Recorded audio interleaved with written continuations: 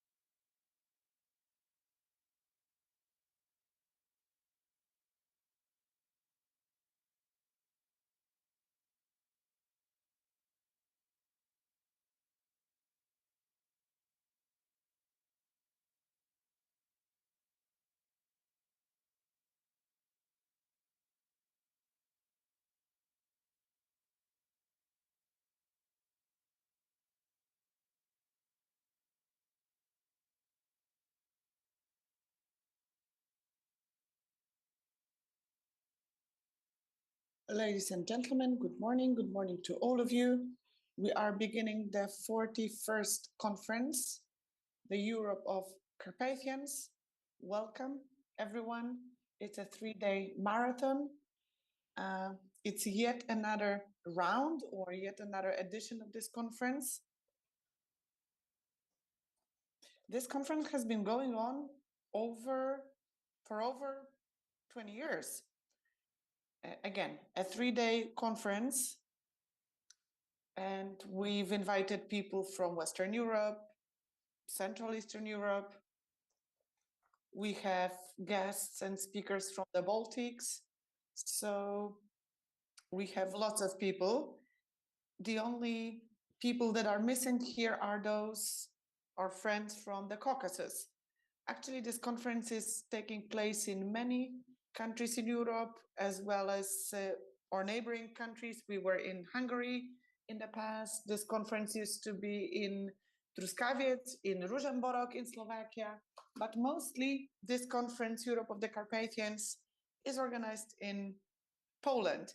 Initially, when this conference started out, it was in Krynica, in the south of Poland. Then the Economic Forum also moved to the city of Karpacz, which hosted Europe of the Carpathians. And always there's one edition that's happening in Przemyśl, in Krasicin. So again, welcome to all of you. This year's conference is entitled apart from mountains that bring us together, it also has a title, Friends, among friends. And it matters geopolitically, but also in Europe, to come together, to be as friends. That's why we decided that we would be also inviting guests, not only from the European Union, but also candidates of the European Union to the European Union, as well as we will be inviting countries who are not aspiring to the European Union or haven't been invited. The European Union is a bit of a reference point for us, of course. So we'll talk about its future. We'll talk about points of view of young people. We'll talk about the views of artists and people from creative industries, how they feel about us collaborating together in this ideological and political chaos.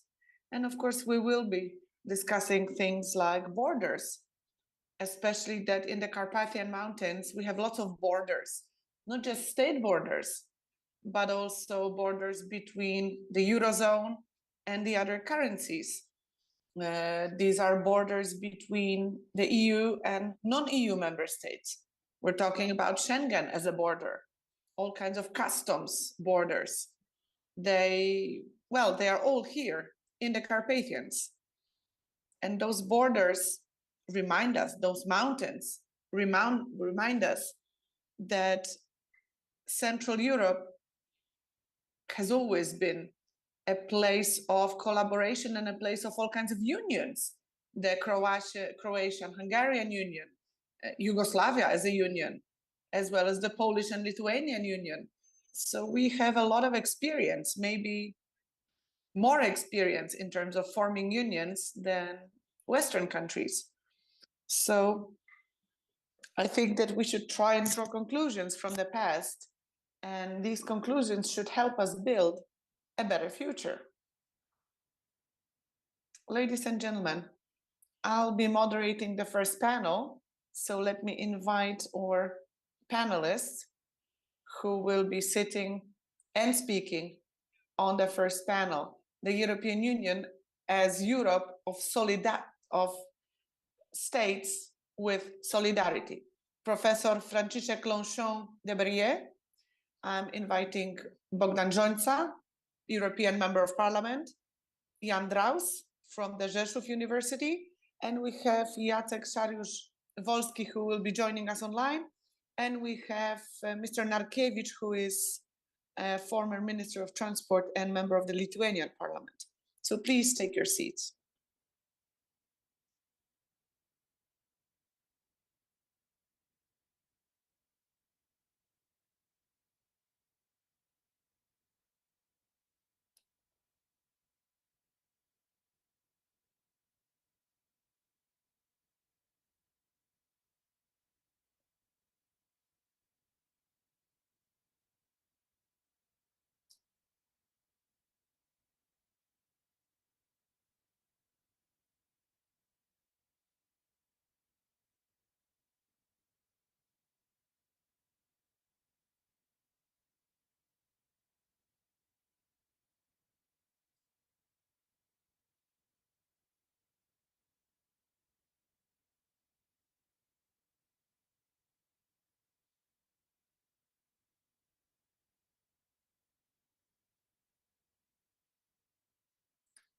Ladies and gentlemen, the first panel about the European Union as Europe of states and solidarity. But, well, this title is not just about our history, but also about our future. In order to be able to have a rational debate and talk about some recipes, ideas for the future, we have to be able to draw conclusions from the past, to be conscious of our roots. We live in times of political tensions, challenges that started appearing after the totalitarian system collapsed. Well, this totalitarian system or systems were collapsing across different countries, across decades, but it all happened several decades ago. And there is the contrast between totalitarianism and democracy. And after 1989, this contrast between totalitarianism and democracy was exacerbated. And also recently, this contrast or this conflict actually led to certain tensions between the idea of a national state, which is like a sort of historical community, and a project of a pan-national or supranational unification. Because that's another idea that has been with us for quite some time. And we've had such discussions in the European Union for a very, very long time. We're witnessing all those tensions. And now, for a number of decades, we, countries, well, national states within Central Europe, states who got their sovereignty, independence after 1989, we are now again looking at our sovereignty. We are now again worried about our sovereignty. And it's becoming like a keyword or a buzzword, just like freedom and independence those years ago. So we have to always remember that these values are the very source of European unity. Let me give you 3 examples. We are being forced to be very open to migrations. So someone else is trying to tell us who is going to live in our country. We're also being forced to abandon our own national currency. Some countries like Slovakia, for example, they've been experiencing this for a long time. And we are being forced to take out loans, to go into debt, to save other economies or EU institutions that are going bust. So there is a question about the future. So I asked Father Professor Franciszek Longchamp de Berrier to think and to maybe tell us how these days we should understand and read the main sources of our civilization. So the Roman principles, the Greek principles and regulations, and can these things be like a reference point for us? Professor Longchamp de Berrier is represents the chair of, or is the chair of the Roman law at the Department of Law and Administration of the Jagiellonian University. So tell us how we should be looking at our current values from the perspective of Christianity and the foundations of ancient Rome. Thank you very much for inviting me. Thank you for this meeting. And thank you that we're starting with this very topic. The Roman legal order is very often being referred to as a metaphor. We are supposed to be, well, the Roman law is currently still there as the very source of our European civilization. So I wonder what comes out of it. What does it mean for us, especially at this conference, Europe of the Carpathians, the mountains that bring people together, friends, because, well, friends is an important word in the title of this presentation. Please, if you can call up my presentation.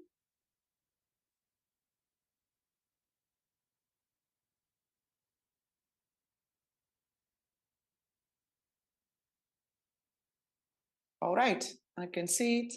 It looks wonderful.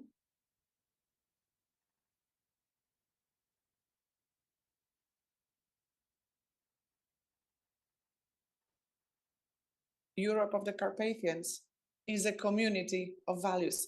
but that was not my presentation, or it was not just the recording. So can I have the presentation, please? Such glitches sometimes happen. Let's not worry about that. I have the remote for the presentation. Now we can see everything.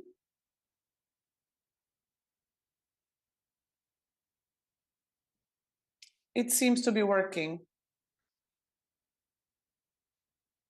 Well, ladies and gentlemen,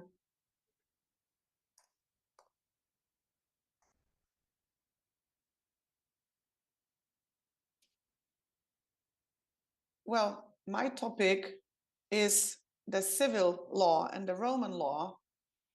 Is it the pillar or is it the architrave? Because maybe we should say it's an architrave for our current systems. Look at those buildings, and well, there are pillars, but there is the architrave that actually combines, connects pillars together, because without the architrave, pillars could not be connected. So I think that's what we should be talking about, because thanks to the architrave, we can have a roof, or we can have all the levels of the building. So I think we should talk about architraves actually, rather than pillars. But pillars are quite an important concept, right? Quite an important metaphor. So there are columns being built in the new ballroom in the White House. They are going to change them from Ionian to Corinthian style, I think. So pillars are an important metaphor for sure. But let's remember, pillars are important, but it seems that the architrave is even more important, because unless you put this architrave on the pillars, you just have a colonnade, but you cannot build anything more. There is an example of that in Morocco, where Romans were evacuating. So look at the Polish building of the Supreme Court. There are beautiful columns with inscriptions coming from the Roman law. And this means that our legal tradition very much takes root in the Roman law. But again, those columns are joined by an architrave. So that's really important. And we think that the Roman law can still be an inspiration for us. So today, Roman law is still being taught. Okay, so we have pillars and we have the architrave. What should be put on the architrave?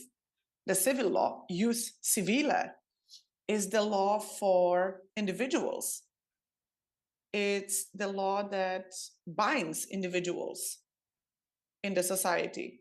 And it's a tool for being autonomous. It's a tool for us for our independence. So we have to talk about the Roman law, of course.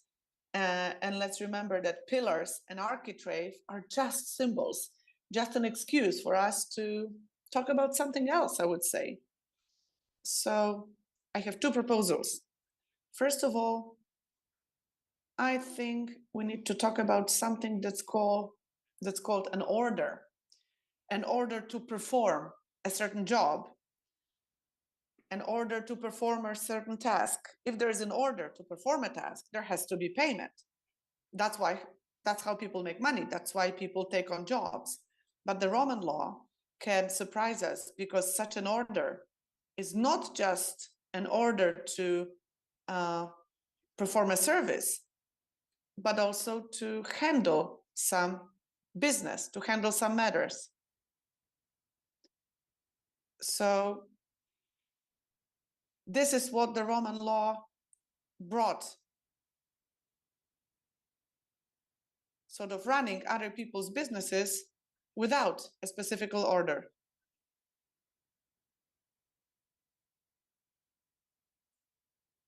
So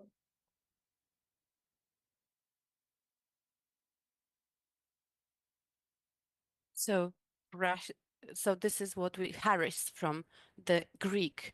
This is also the learning of the grace. It shows us closer more what we are dealing with kindness of another person. And now the question is, why would someone take care of my business without any charge, and then I can still sue them, which means I can demand for full service performance from them, but they can, for example, expect me to cover all the expenses that it took to take care of my business. We know that it comes, first of all, directly from the Roman friendship. And that's the point or an argument that can be the beginning of a discussion or reflection on friendship.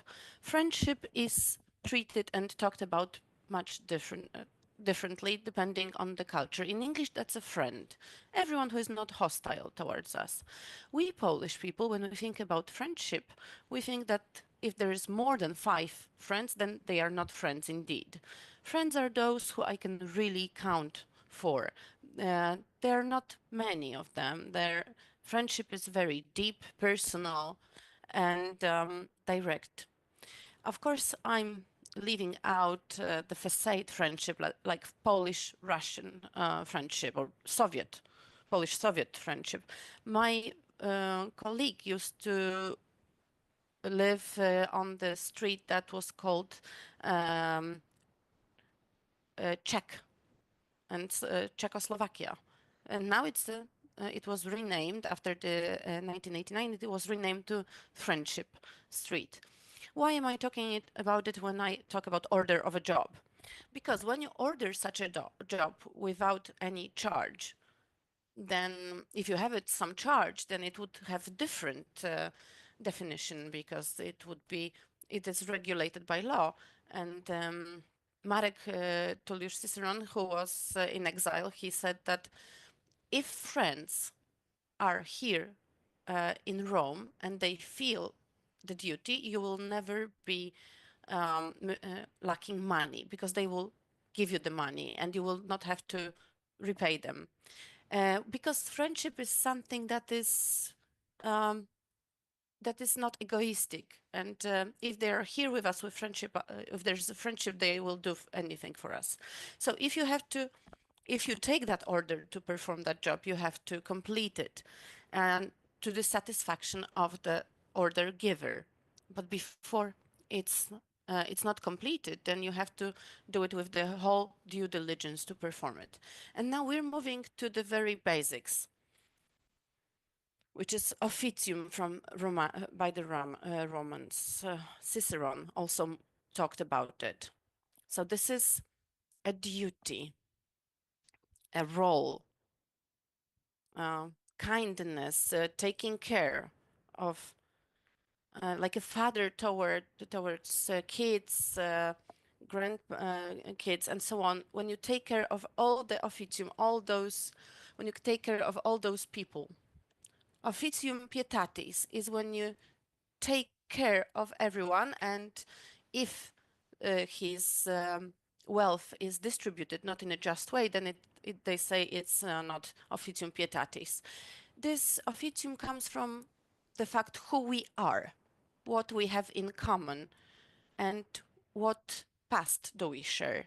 If our grandfathers served in one division of soldiers, then regardless on who we are, where we are today, whether we are people of faith or not, we have certain responsibilities, and certain kindness towards each other that derives from the fact who we are, what we have in common, and the past that we share, something that we grew up with, just like the Roman law. It's not here anymore, but we grew up from it, and the current law, the modern law, comes from it. And here we can have a certain similarity. like the province, for example, it can mean a geographical region, but it can mean a certain state of mind. And the same civil law is also the law for the civilians. And we talk about the Europe or of Carpathians, and this is a decision. So the same goes for friendship. Friendship is a decision that comes from who we are, what we have in common, what kind of past we share. We used to say that Poland is a choice as well, a decision, and that's our decision as well. Thank you very much, Father Professor, for the introduction, because this introduction is directing us towards modern reflection, but it also gives us certain basis um, of our heritage, that is, well, culture and legal. And I'd like to ask Mr. Strauss right now for reflection. The panel is European Union as the Europe of solidarity of countries. So how this union should be when we take this heritage into consideration, quoted by Professor.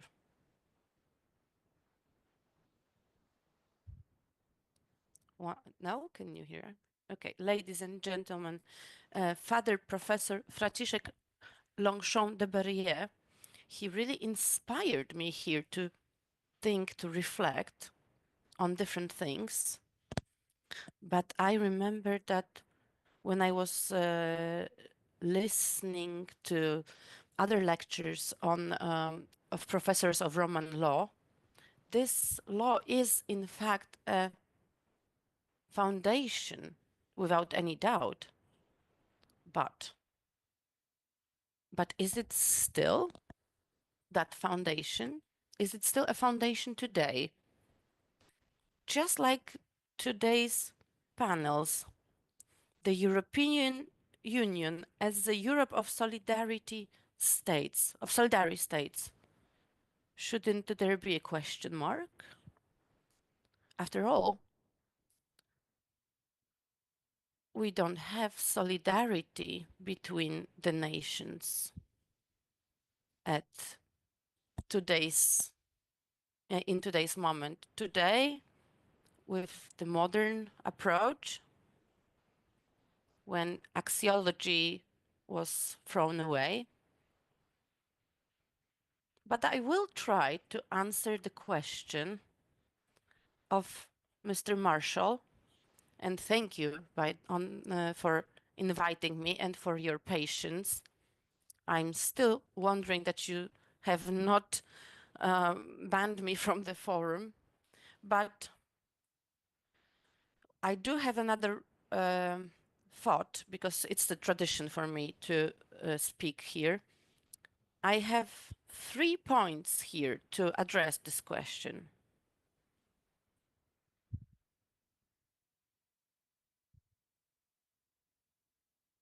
Nowadays, we see the process of centralization of the European Union and of drawing closer a final effect, that is a federalization of Europe. From the historic point of view, it is not a new concept. But maybe in the 21st century, it can turn out to be effective. From the point of view of geopolitics, modern Europe is not treated as an economic partner, and the more so as a military partner. Some time ago, Kissinger, when talking about Germany, the strongest state in Europe, said, "Too big for Europe, too small for the world." What do those words tell us today? On the one hand, Germany is, with federalization, is trying to bring back geopolitical existence to Europe and meaning on the world's stage. On the other hand, what's going to be the effect of federalization? There's going to be a submission of Europe to Germany. So it's going to be a German Europe. And the tool for that is the European Union that is applying those federalization programs into life, and that goal is achieved with a peaceful matter using different financial or fiscal tools and ideologies, liberal, lefty ideologies that damage the axiology of nations, which is the foundation of national states. I do appreciate Europarlamenter activity of people and organizations that are conservative and right-winged in the European Union that, of course, stand against that policy of centralization because it's necessary. But on the other hand, I would like to express the opinion that the criticism alone is never effective if it is not backed by positive, pragmatic activities. Mainly, I talk about the Central Europe because that's the one that stands and opposes centralization the most and has, at the same time, has a lot, the most to lose.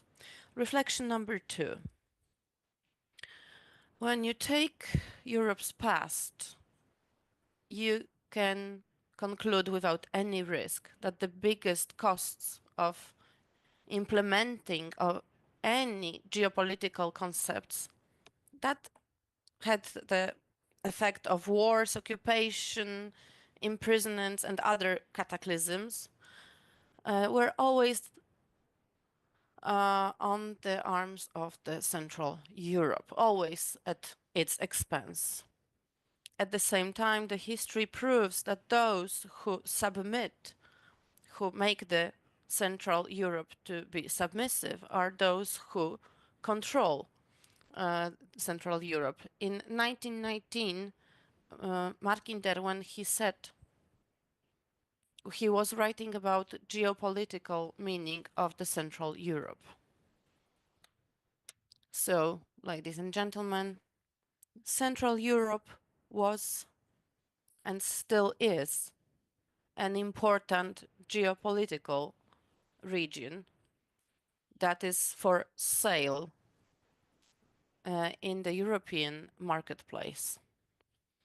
And the history teaches us that the main clients to buy Central Europe were always Germans and Russians. In the ancient centuries, Turkey had similar ambitions, and Austria, of course, talking about Austria and Hungary. The brave nations of Central Europe took great cost and fought for sovereignty and independence. And right now they're facing this huge gap, this whether or not the European Union will not take their independence in a peaceful way, or maybe it's going to enforce it, which in the times of relativism is also perceived as a peaceful way. If the federalization of Europe is completed, the nations and states will say goodbye to their own heritage of the past and national import de Libya and will start their life in utopian post-modernity. In order to stop it and prevent it, Central Europe needs its own subjectivity, political, not only to defend their own sovereignty, but to reform the European Union and to take it out of the phase of decadence. If Central Europe does not reach for its subjectivity and the nations and states do not defend their sovereignty, they're going to repeat the history. And the third brief thought, we are living in the times of geopolitical domination. The Germans understand it and implement this federal geopolitical project under the flag of the European Union. Why Central Europe does not understand it and does not try to be a geopolitical partner, not only within the European Union, but also towards the USA. For the American geopolitics, it is much more attractive. It would be much more attractive to have such an Central Europe partner than bilateral relations with each state. I believe that America is waiting for such an organization, such a partner to emerge. I do know that politics is a difficult art, especially in the Central Europe, where history left us a lot of open wounds. And what is more, the ideology and politics never bring things together, but divide. But Central Europe cannot be passive and passively observe geopolitical processes, especially those that damage it, destroy it. If the governments do not, in the Central Europe, do not provide perspectives for the Central Europe to subjectivize it, you cannot say that it cannot be done and give up. You have to look for it, for methods. To talk to those nations, you have to have a movement to make sure that Central Europe will bring its subjectivity. Maybe we can bring new ideas. Maybe we can have new parties. I don't know that. However, I do wish good luck to the politicians. And I do wish a solidar defense to the Central Europe of its independence. Thank you very much. Thank you so much, ladies and gentlemen. I'm wondering whether we have Minister Saryusz Wolski with us. Do we have the connection? Right, I'm here. I'm connected. Is he not connected? If not, then let me address Mr. Bogdan Żonca, member of the European Parliament. Well, tell us from the perspective of the European Union, from the perspective of, well, no, I apologize, Professor Wolski is with us, connected online. All right, so back to you, former Minister Jacek Saryusz-Wolski. How do you, knowing that you've worked for European institutions, you used to be a member of the European Parliament, you used to be one of our head negotiators as we were joining the European Union. So I'd like to hear your perspective. We started actually our path towards the European Union in the beginning of the 90s. And then in 2004, we joined the European Union. And then a few years later, we joined Schengen. So from your perspective, what the situation is currently, do you have any ideas, concepts, anything that you can recommend to us? We are here in Przemyśl among representatives of EU member states, but also among representatives of other countries who are being invited to the European Union, like the Balkans, Ukraine, Moldova. We have people who, well, dissidents and migrants from Russia and Belarus. So can you address us? Yes, of course. Can you hear me? Yes, I can hear you. I would love to answer your question, but to really answer it, it would take me like 30 hours. So I try to be very brief, but indeed respond to what you asked me. Like, for example, what's happening with the European Union. The European Union is making a number of mistakes, and some of those mistakes are suicidal, I could say. But I would say there's one fundamental mistake that we have to mention, namely, the European Union is attacking the sovereignty of national states. But actually, the European Union was created from the will of those sovereign states. So it's like trying to challenge the very foundations from which it was created, just like Father Professor Longchamp de Barrière mentioned. Our panel is about sovereignty and solidarity, but I have to also refer to what Professor Draus said, and I actually would like to disagree with him, because Professor Draus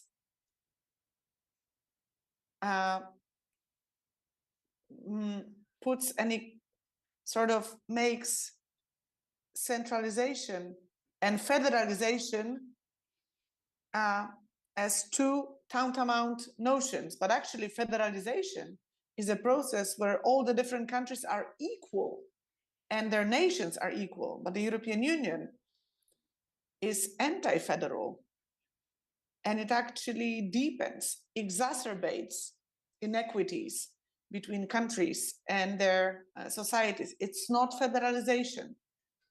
For a long time, I've been trying to correct things, put things right, because it's not federalization. The term federalization has been used often because in many Western countries, federalization sounds positive and centralization sounds negative. That's why federalization is the term that's been often used. And here, again, I would like to say that I don't exactly agree with Professor Draus, especially the way he defines or the way he describes federalization and centralization. So that might be a little bit of a difference in terminology. And there's another comment I would like to make in terms of terminology. For a very long time, I have used the term centralization. And I have a thesis, I have a theory that the centralization process has actually ended. It's become something higher. It's become an etatization from the French word état, the state. So right now we're dealing with the transformation of the European Union that's sort of taking away the competences from member states, and it's sort of trying to build something, the European state, on the ruins of former forms of sovereignty. So it's not federalization, it's not even centralization, it's etatization. And the way I understand the title of this panel is like, what's the link between the European Union, the regions, especially the Carpathian region? I mean, it's all happening with the European Union in the picture as well, right? Because in the Carpathians, most or many of the countries are EU member states. So what's the link between regional collaboration and the independence, the sovereignty of states that the European Union is striving towards, but it's doing it falsely or under false pretenses? But to me, there is a huge link between regional collaboration and sovereignty. If you limit competences of different states, then those states who share their competences and their sovereignty within regions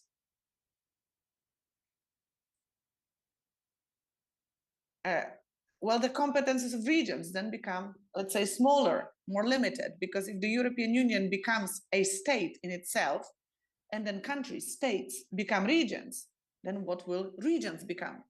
Will they become nothing? Will they lose meaning? That's a big question. So I would say everything that limits the sovereignty of EU member states, anything above what's in the treaties, anything that can be actually revoked, anything more challenges the sovereignty of EU member states, but it also partially challenges the competencies and sovereignty of regions.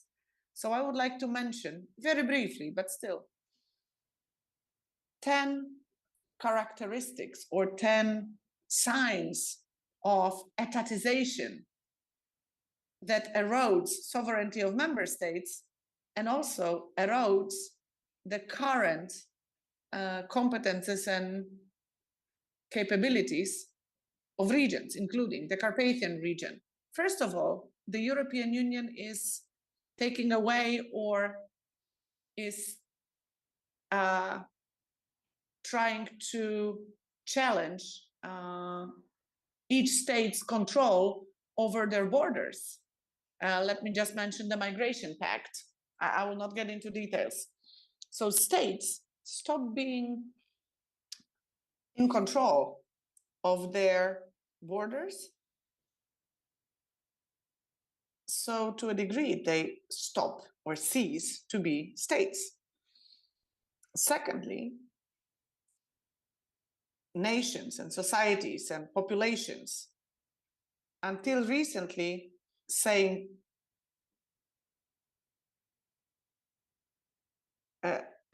population replacement, it used to be a definitely negative term. Population replacement.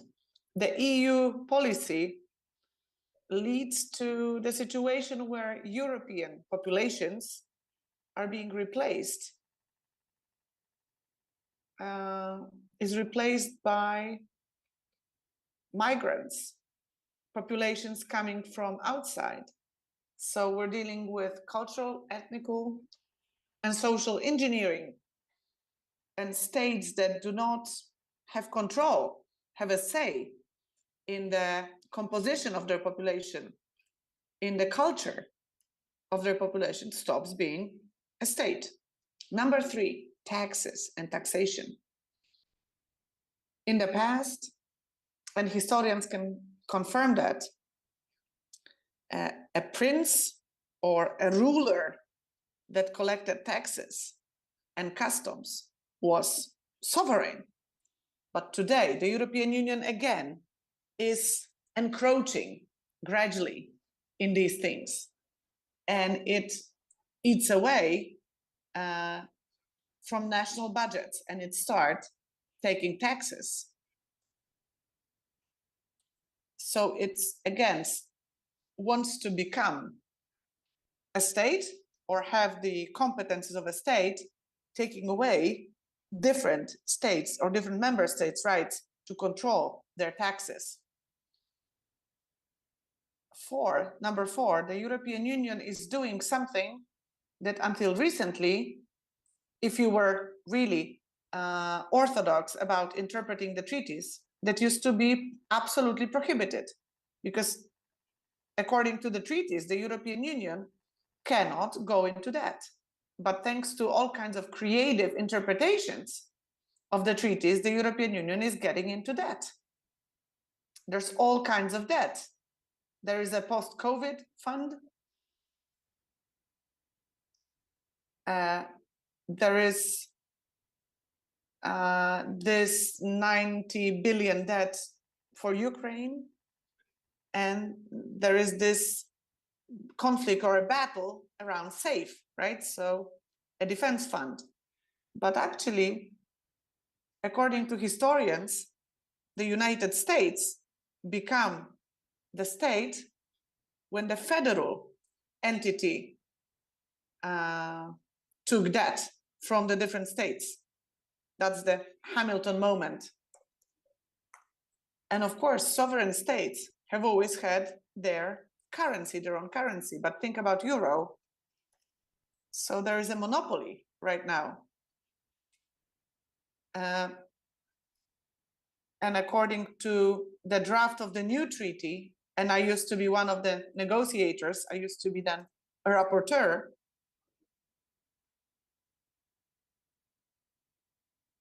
certain things were going to be obligatory. And there are suspicions that the debt coming or resulting from SAFE could be trying to get certain member states into the euro area against their will, just like the E6 format. I mean, I don't have the time to get into that, but I guess you know what I mean. Number 6, what energy sources are being selected and are being used in a certain state? It's always been within the competences of its own state. But right now, the European Union has again been interfering. Article 192, 194 of the Treaty of the European Union says that the energy mix is within the competences of each EU member state exclusively. But again, the European Union said that that was not energy policy, that was environmental policy, and majority vote comes into play. So we are in green, in the Green Deal, ETS 1, ETS 2, and so on. So again, trying to encroach on sovereignty of different member states.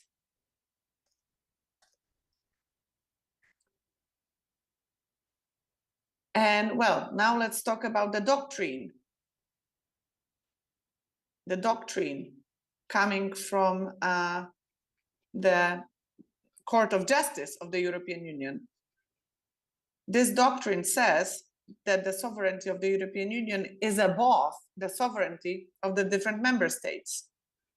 So again, there are certain impositions coming from that. But well, on one territory, you cannot have two kinds of sovereignty. If there is sovereignty of the European Union, and in the official language of the European Union it's still being discussed, and Paris and Berlin actually started this. If there is one sovereignty, then if there is EU sovereignty, there is no place, there is no room for state sovereignty. So the EU sovereignty takes away against all the treaties. For example, Article 4 and 5 that talks about the borders or the limits of the competences of the European Union. I mean, it's taking away our sovereignty. And then number 8. So again, another way that our sovereignty is being encroached upon, it's the budgetary concept, or it's the budgetary dictatorship, as we can say. We've experienced it, that any excuse can be used for blocking funds for any given member state to actually blackmail a member state. These things could lead to regime changes.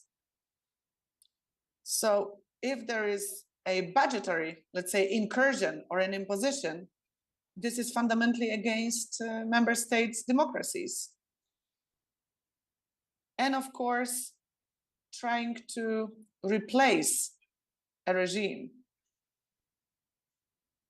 with something that Brussels wants in a given state compared to what the society of this state wants. Number 9, security and defense. I don't think it can be said any more clearly than Article 4 of the treaty that, well, the only exclusively competence of a member state is to take care of its defense and security. It's an absolute monopoly of the state in this area. And the doctrine, our Polish constitutional doctrine, puts it at the very center of sovereignty. And Professor Piotrowski talks about it when he talks about the SAFE initiative and the loan. And another area is the area of freedom of speech. So far, only a sovereign state could encroach on or intrude into matters like freedom of speech. Only the state could do it. But right now, the European Union is trying to take care of it. For example, introducing censorship online, like the Digital Services Act. And it's being right now, it was supposed to be transposed, but actually President Nawrocki stopped it. Or the European Media Freedom Act that is pretending to protect freedom of the media, but actually it's trying to violate this very freedom. And it allows for journalists to be arrested. So there are 10 areas that we have to sort of take together as a whole, as a comprehensive complex. Plus, I've mentioned 10 points. It's not an exhaustive list. But, you know, building a European state takes away sovereignty from the existing member states. And let me also mention what refer to what Professor Draus said, that we have to fight for the sovereignty of Central European or the Central and Eastern Europe. But actually this status, this agency or subjectivity of this region, well, it's just a theoretical concept, because if you ask each of these member states, would you like to be in the Trimarium rather than European Union? None of these countries would say yes. So actually, agency or subjectivity of the region is a positive concept, but let it stay within the European Union. And there's good news. And I've actually been to 2 conferences where I've presented this concept or this hypothesis. The new concept of the European Union, the new regime of the European Union that has been announced by the European Commission after the 4th of February. It was an informal summit near Brussels. Well, this announcement says, even though it wasn't mentioned before, well, European integration can happen in subgroups, in smaller groups within the European Union, like minimum 9 member states. So apart from competences that only belong to European Union, in case of other competences, those groups of member states, they can collaborate.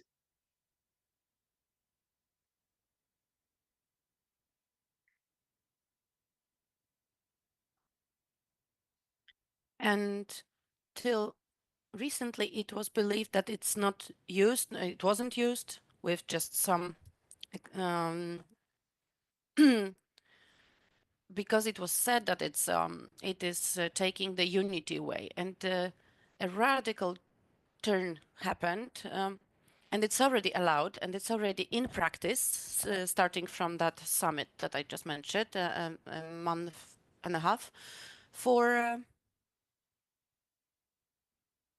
drafting an union of investment and savings, this investment and savings union. Not to get into detail. And we could have the subjectivity of the Central Europe, as Professor Draus mentioned, that I agree with, remembering about the limitations, that it has to be within the European Union and not outside of it, because then you cannot have Ukraine. But you can use European Union's instruments. You can use the positive signals for the Central Europe that are incorporated of the newest security strategy of the USA. And you can even take a step forward. And you can, there is even an attempt to describe it by Professor Zybertowicz, who is an advisor to the president. And you can institutionalize those activities of the Tri-Seas. So basically a new path with certain limitations, but with new opportunity, which, coming back to the geopolitics mentioned by my four speakers, is an answer to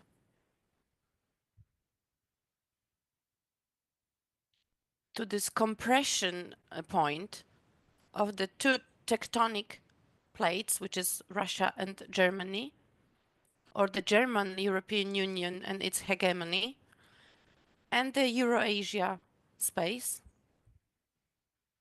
to create a common space, geopolitical, from Lisbon to Vladivostok, in an alliance with Russia and in opposition to the US, which for Polish sovereignty and independence and security is a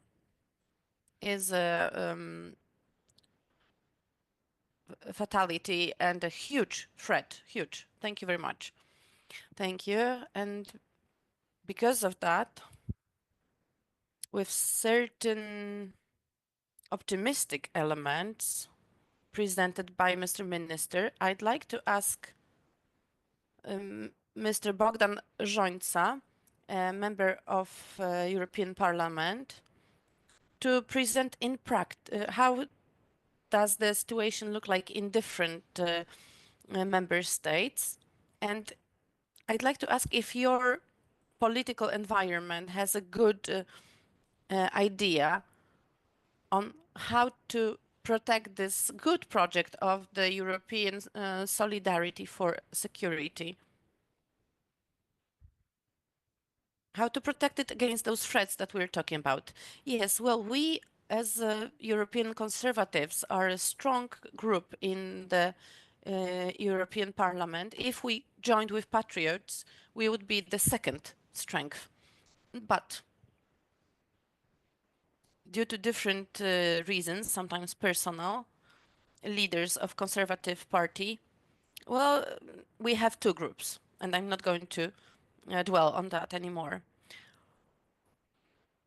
However, what we can do, we are trying to be Euro-realistic about. And let me tell you that my party is against this very simple and aggressive messages. Let's leave European Union. No, we don't have anything like that. There's 16 representatives in my parliamentary members of parliaments from 16 member states. So it's a good group. And our attitude to what's happening currently can be described as follows. The European Union is not a bad idea, only it's been very badly managed in the recent decades, from the economic perspective mainly. And this is where the majority of EU problems come from.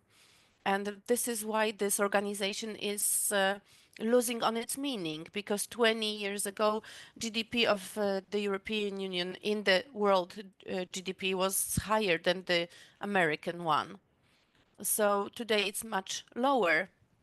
And in the recent decades, China developed so much. So you can imagine a situation that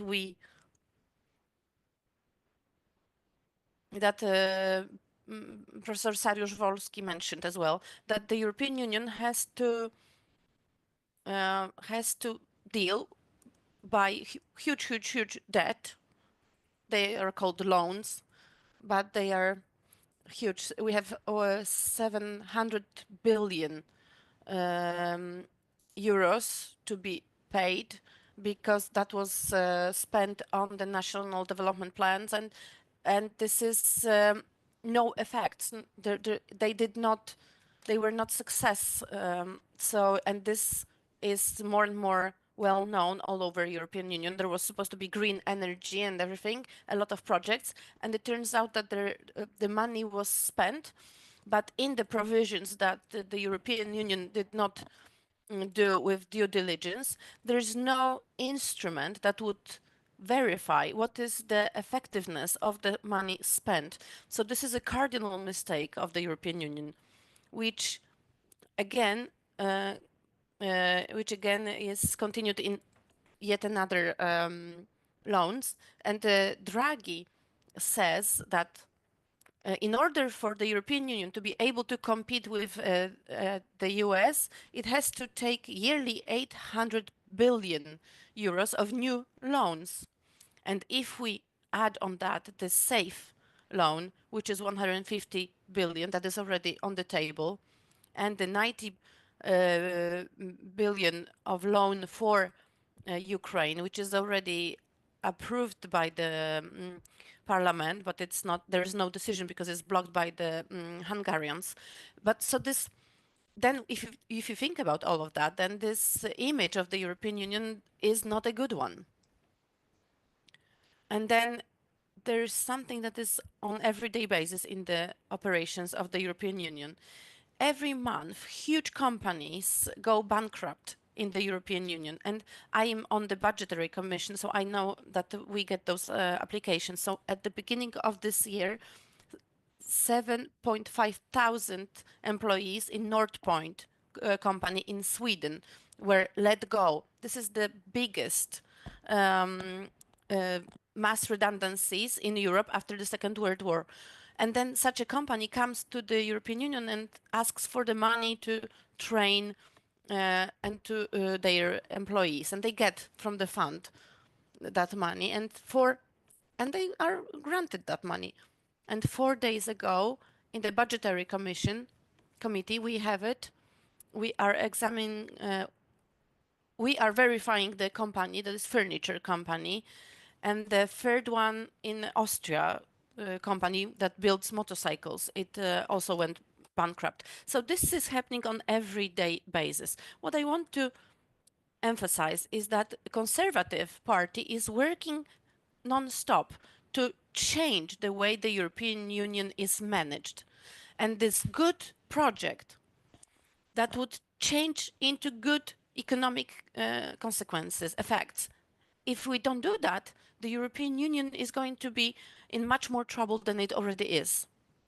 And there's one way to do it. A voting card. The voting card, our votes are actually the way to do it. In the European Parliament, there is a chapel. You can have a mass there. And you can do it. And the union does not tell you you can't do it. And there are many instances like that, that you have room, you have space. It's just about the conservatives, that they have to have a strong plan for the next elections in 2027. there is going to be election in Spain, in France, in Poland, and in Italy, and in Slovenia. And if we change the representatives of those countries, because France is represented in the Council of European Council, then if we change that, then the European Council will approve other priorities. And I'm sure it is possible to go away from the Green Deal, from the Migration Pact, and any other projects that are harmful to the European economy. Thank you. Thank you very much, ladies and gentlemen. We still have some time within this panel, and I'd like to give the ground to Jarosław Naukiewicz, who is our friend in the Lithuanian parliament, and he is former Ministry of Transport. So we'll talk about transport in another panel, but then how would you, from your perspective, Mr. Minister, how does Lithuania, what is the Lithuanian perspective on that, or your direct politician colleagues? Thank you very much. Well, first of all, thank you for the invitation. This is a great privilege and honor to participate, to listen, and to share my opinions. Sovereignty and independence. Thank you to my four speakers who presented the theory and the concept of the European Union. For me, as a representative of the eastern flank, which is Lithuania, Latvia, and Estonia, that the former Soviet republics and joined the European Union. This is a very delicate matter. So this is when you have to thread carefully. Of course, the European Union is the union of independent states that each has their own expectations, and Lithuania, Latvia, and Estonia had their own expectations. They wanted to join the democracy and the equality of human rights to improve their well-being and to grant their security. And of course, different member states have different expectations. And then comes a question of solidarity.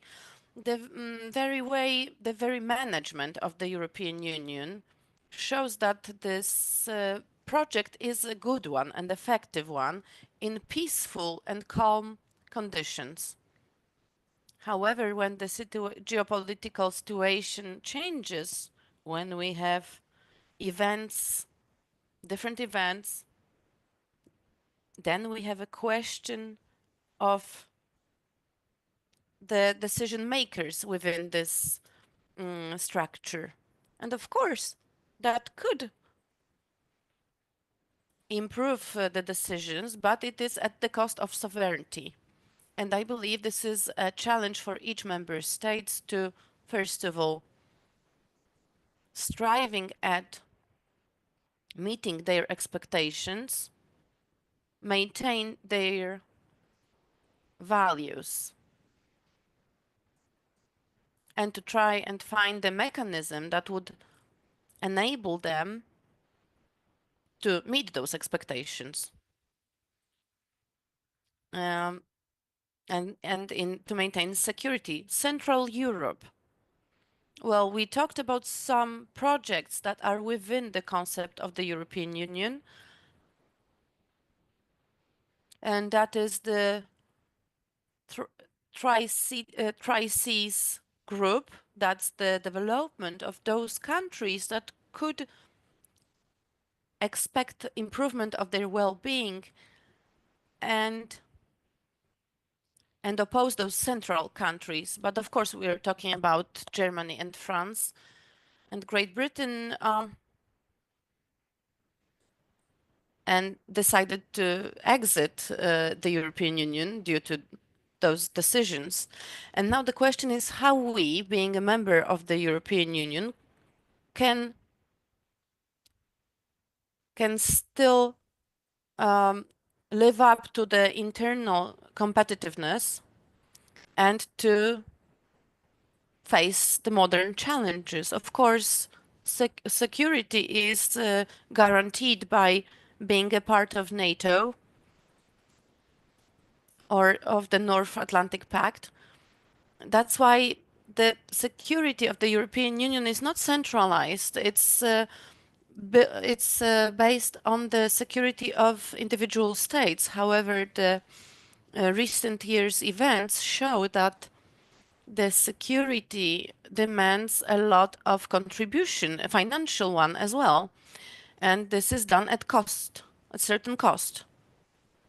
Well, and then solidarity within countries, within the Union, when they try to reach their expectations of improvement of their well-being at the cost of other member states. Here, for example, what I mean is the example of what happened in the Baltic Sea when the Baltic Seas uh, were omitted with the energy networks with the Germany. So, and this is also a situation that proves to it. And I believe that such meetings are serving to find a solution, but also when you politically talk and convince that there are joint interests for the Central Europe. If we join our efforts, then we could talk about certain group within the European Union that is not opposing or refusing the European directives, but is opposing the individual imperial quest of those strong countries to build their well-being at the cost of others. Because I think that we know what their interest was. And we know why Lithuania, Latvia, and Estonia joined the European Union. Of course, we wanted to have a bigger market, but that was at the cost of the local productivity. So that's a challenge as well. So this group of those Eastern countries that could perceive their own interests and oppose this unjust competitiveness, and then to still meet their expectations. They are different, of course, expectations. They are not equal because we have different levels of democracy and economic development. Thank you very much. Thank you. We are running out of time. We cannot have more discussion right now, but the general conclusion is that, friends, the Europe of solidarity states is the best direction. Thank you very much. Well, we have to continue those discussions, not on the panel, but more privately. Thank you very much.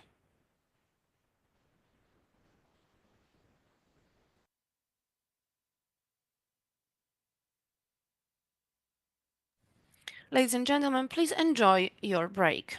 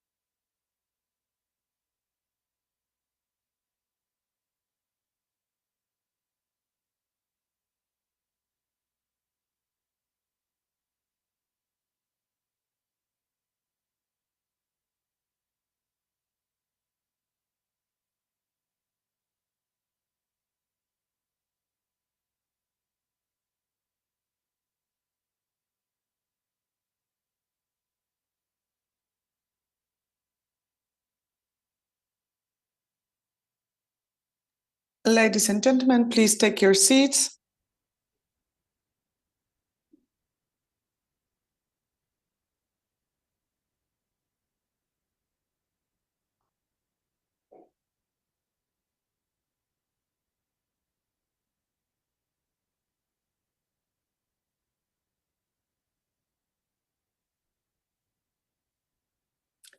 Ladies and gentlemen, please take your seats.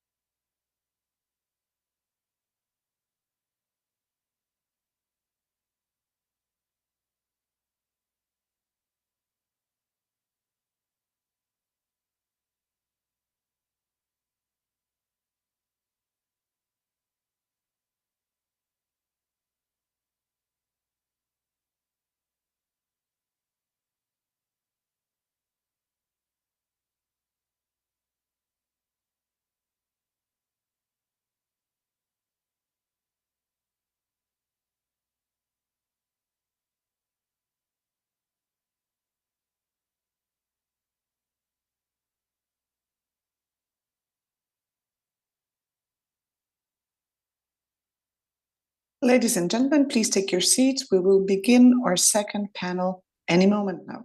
It's time to take your seats.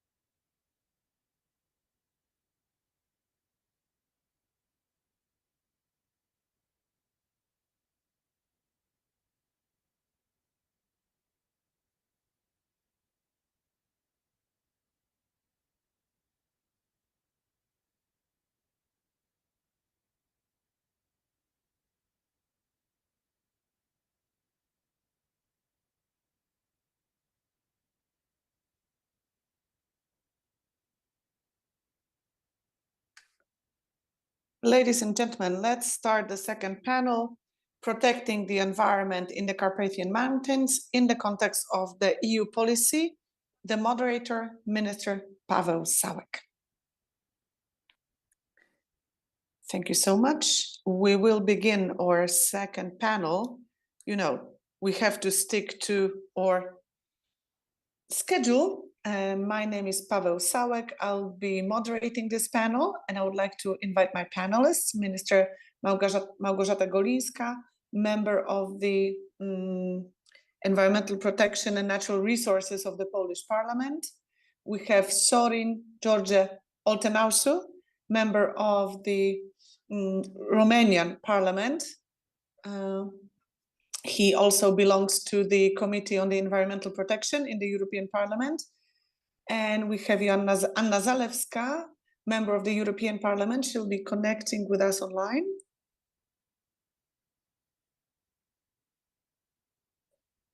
And I would like to invite also Jan Duda, who is who used to be in the parliament. He's a local government activist.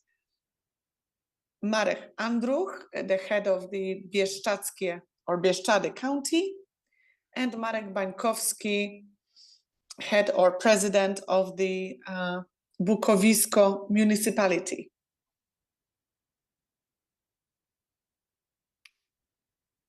Dear panelists, please take your seats.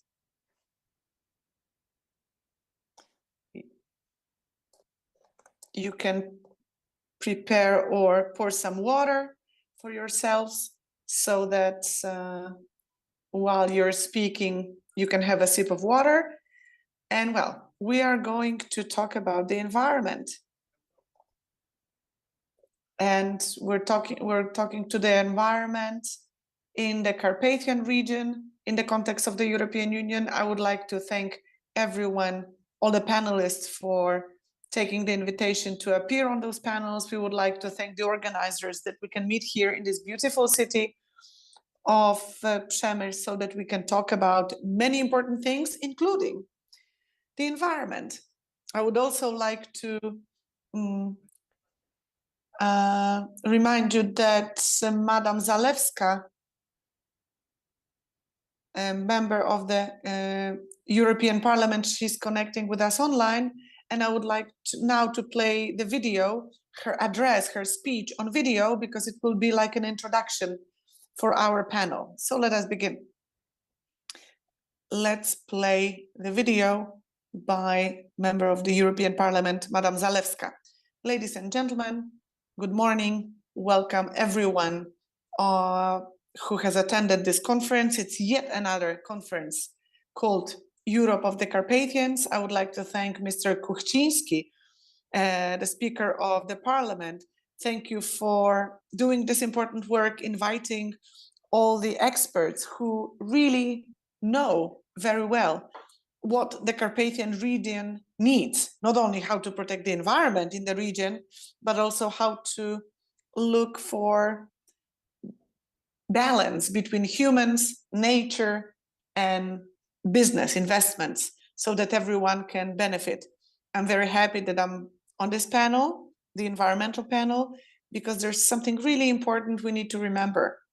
We need to remember because it's happening right now and it will continue to happen. In every municipality, in every unit of local government, work is underway developing action plans for the environment. And action plans for investments, you know, how to take care of the environment, how to take care of our water resources, and at the same time, how to make sure that people living in all those different municipalities can make money, how we can invest.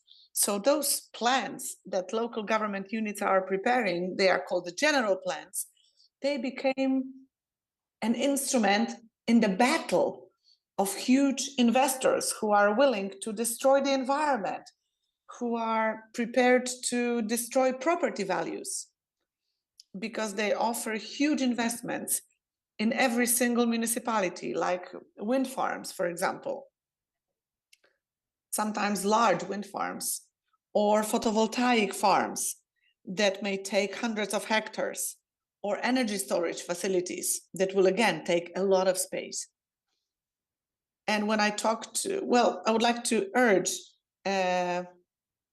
representatives of local governments and politicians, please pay attention to this, because I have people calling me, members of the society, of local communities are calling me, and they are learning about those plans by coincidence. But actually, our laws and regulations, including EU regulations, guarantee local communities full access to all those initiatives that can have environmental impact. So please, let's protect the Carpathian Mountains against ill-advised investments that have nothing to do with taking care of the environment. Thank you very much, and may you have a fruitful, interesting panel. Thank you very much, Madam Zalewska, Member of the European Parliament. I would like to send you greetings from Madam Zalewska. And now let's move on to our discussion, talking about local, regional, and EU levels. So now I would like to ask Madam Golińska, Member of the Polish Parliament and the State Nature Conservator in 2018-2023, because all these things that we're talking about here affect local communities and the beautiful nature. But actually, this beautiful nature is really important for the whole region. That's why a sustainable approach is very, very important, including a sustainable approach to natural resources. Our environment here, our nature here is beautiful, but sometimes people destroy it. Thank you very much. Let me start by talking about the European or EU policy, because that's part of our panel. What's the EU policy for the Carpathian region? But first, I would like to tell you about the entire EU policy for climate protection and for environment protection. The truth of the matter is that over the years, the regulations that have been implemented demonstrate that the decision makers in Brussels, they are willing to protect the environment, but they feel that there's only one way to do it, removing the human element. I mean, whatever I read, whatever proposals have appeared, I have read as part of the Green Deal, all kinds of strategies, all kinds of suggestions, all kinds of proposals. When you read them carefully, you come to the conclusion that if you really want to do all these things, you'd have to remove human beings altogether. And when you look at the Carpathian region, so the place where we are, the place that we're discussing right now, think about it. This beautiful nature, this beauty, this landscape, those habitats, those forests that we love so much wouldn't be here if not for humans, if not for the activities of humans, if not for local communities who respect their nature and who want to preserve this beautiful nature for the future generations. So, well, if we're talking about protecting the environment in the Carpathian region, I think we should, first of all, make sure that it's sustainable growth, sustainable development, taking into account nature, of course, but also taking into account the economy, the society, because only then can we say that we're responsible and that we're approaching the beauty, the nature responsibly, because we love the beauty, we love this nature, but we have to appreciate and acknowledge the presence of humans who also have an impact on protecting the environment. So I think that's one of the most important things. That's one of the most important questions that should be leading our discussions about nature and protecting the environment in our country and in the region.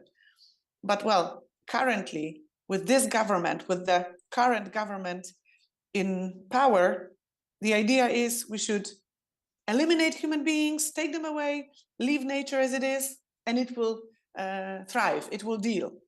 This is what we see currently with, for example, forestry. Right now, there are some areas designated from behind a desk without looking at practical implications of what happens with forests. But now, many people don't have a job, they don't have work, their livelihoods are being threatened. And local governments are saying that what the government is doing, it's doing it without any local consultations. Environmental experts are also saying that many policy decisions are happening without consulting them. And people in the timber industry are also saying that it's bringing all the negative consequences. But there are new proposals, new ideas to create nature reserves without evaluating, without assessing what we should create, where we should create it, what we would like to protect, and how we should do it. So there are ideas that communal or social forests are going to be designated. So we're trying in a way to build a green island, but a deserted island without humans. I don't want to dominate this discussion, so let me just finish. There is no effective environmental protection without engaging human beings. And there is no good environmental protection policy without taking into account what the society and local communities have to say about that. So that's where we should start, protecting the environment. Thank you very much, Madam Minister, for these very important words. Human beings are one of the most important components of the environment, honestly. You talked about what is happening in the Podkarpackie region here in Poland, but now let's hear a different perspective, sort of on the opposite of the Carpathian region. What's going on actually over there in Romania?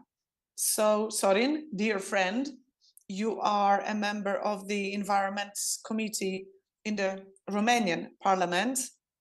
You are one of the deputies. So please tell us about your perspective and what's happening in your country, in the Carpathian region, around the environment. Sorin, over to you.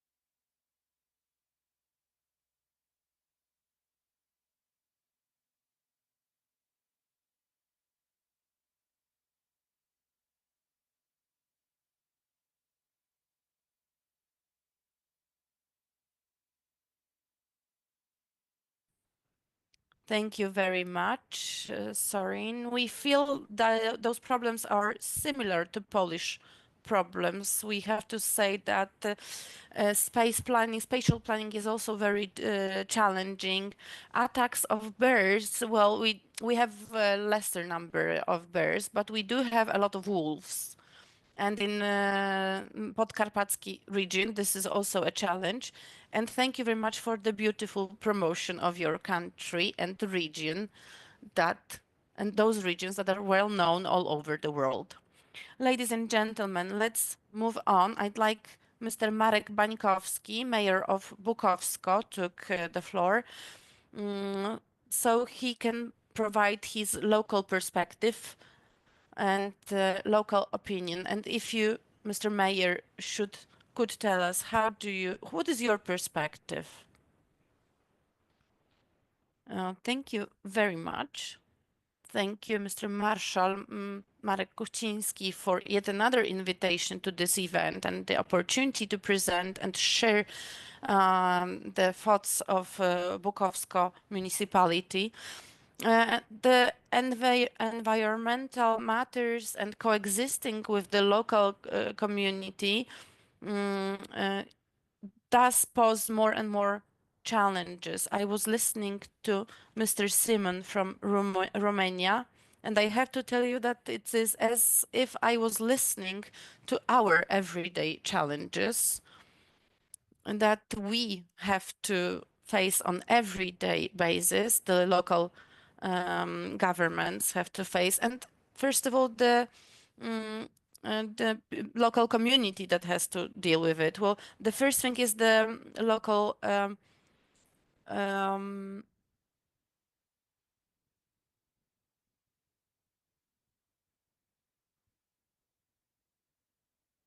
well, we have to live together with the predators, and the problem of local predators is existing there, and we do want to grow tourism, but both local community and tourists do hesitate whether we should explore national parks, whether it is still safe to explore tourist paths, because today the population of bear or a wolf is exceeding, to our mind, the reasonable levels.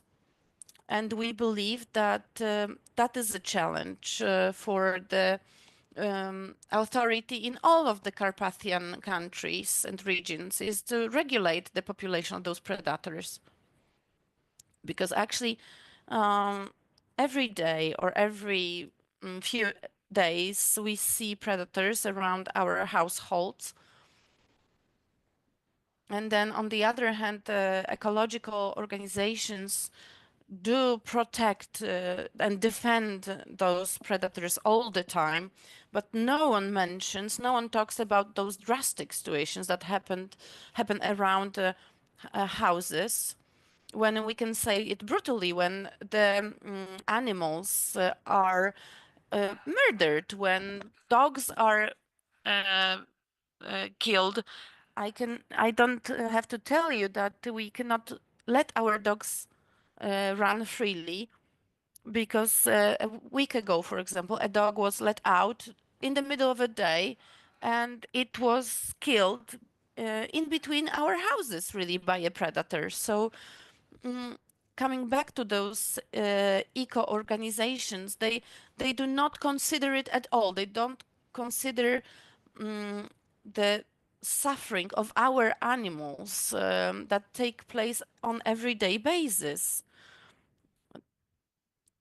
Another thing is that the local governments, such as the Bukowsko municipality or the Southwod Podkarpacie, or basically Podkarpacie and Małopolskie region, we are looking at the ideas. When we take a look at all those ambitious projects on environmental protection, it's okay, we are looking at it, but what we are lacking is very basic things. We have challenges. We can't have financing for the simple water management system or wastewater management system. A lot of regions, and they are not on the outskirts of our regions. They don't have the whole wastewater management system. And this, to us, this is a very basic, the very basis of the environmental protection, because we're looking at the rivers, at wells. Rivers are very often very polluted. Wells in our villages and municipalities in the seasons where there is no much rain are drying out, and we have water capture that is only on the surface. It's either from the streams or small rivers. Those streams simply dry out. And for us, it is really a subject of discussion whether these really controversial ideas on the environmental protection, they do not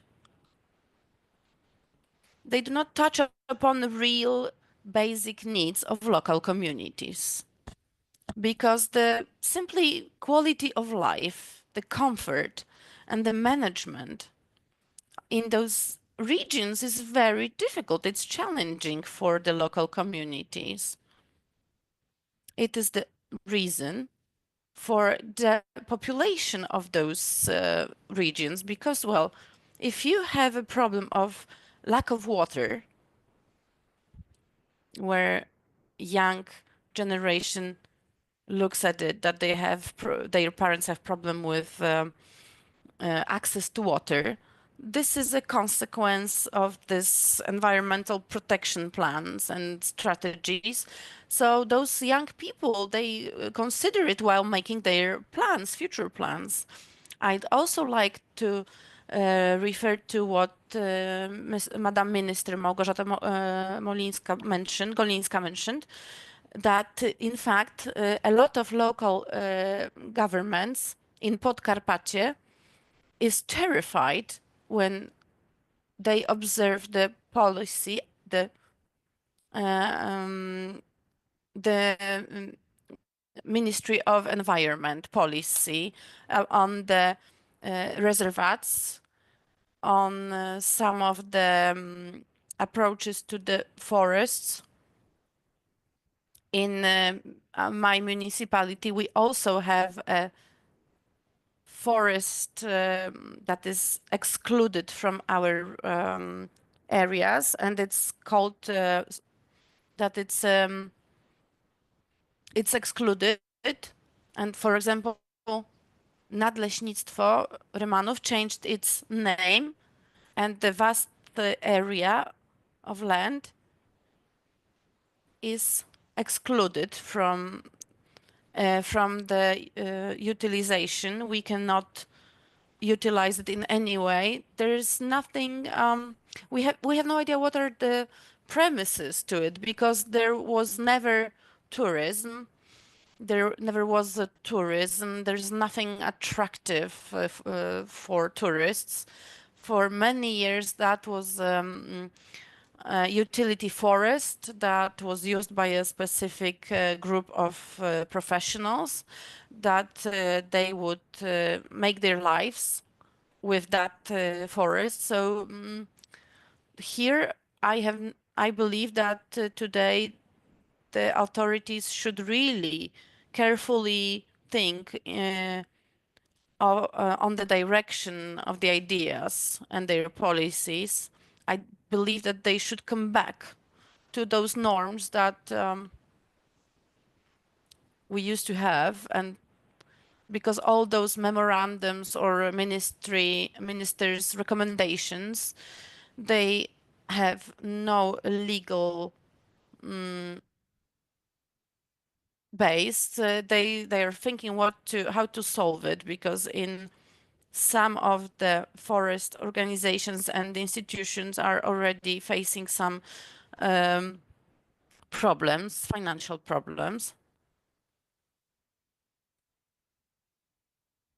some forest districts have problems surviving because they have challenges to maintain the staff, for example, and we have to make the authorities aware that this is not a good idea, that forest district was so far operating in a correct way. And we believe that was a good way it used to be organized in. So thank you for having me today one more time. That would be all from me.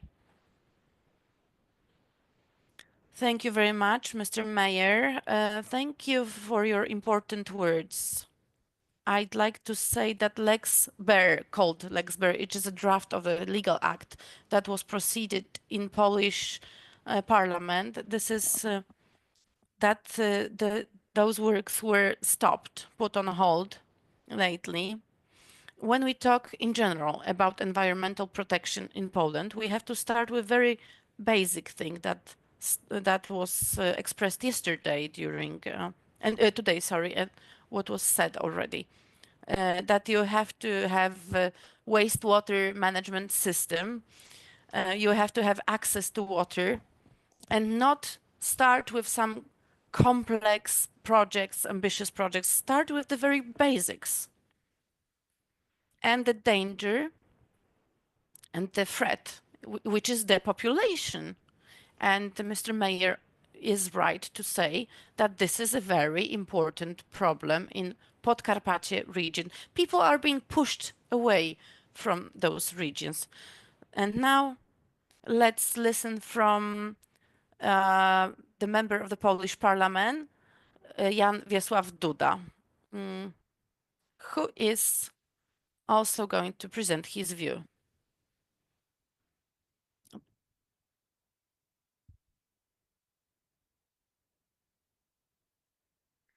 Thank you for having me. I have to say that Podkarpackie Voivodeship is beautiful. Please forgive me the local patriotism. Well, this beautiful region of Małopolska is so beautiful. I'm a local patriot. But well, we have 6 national parks. I'm looking at Madam Minister. She knows very well how many national parks we have. There's 6. There's 11 landscape parks and dozens of reserves.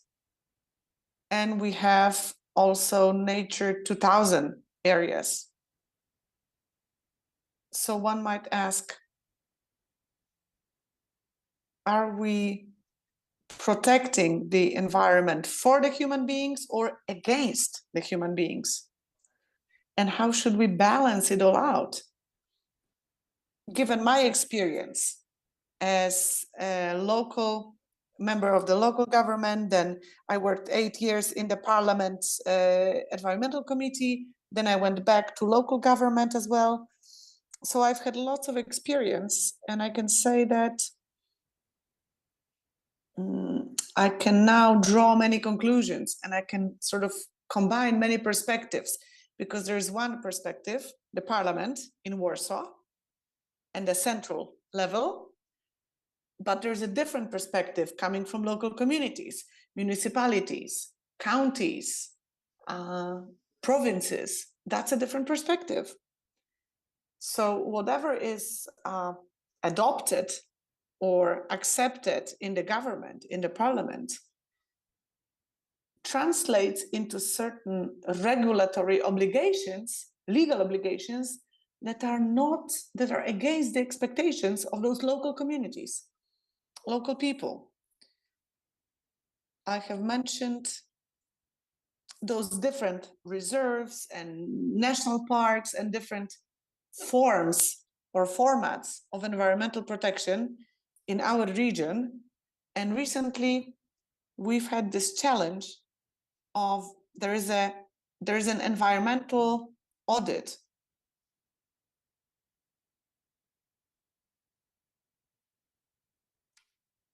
So there is this landscape audit. It has its own priorities, and there's going to be like 20% of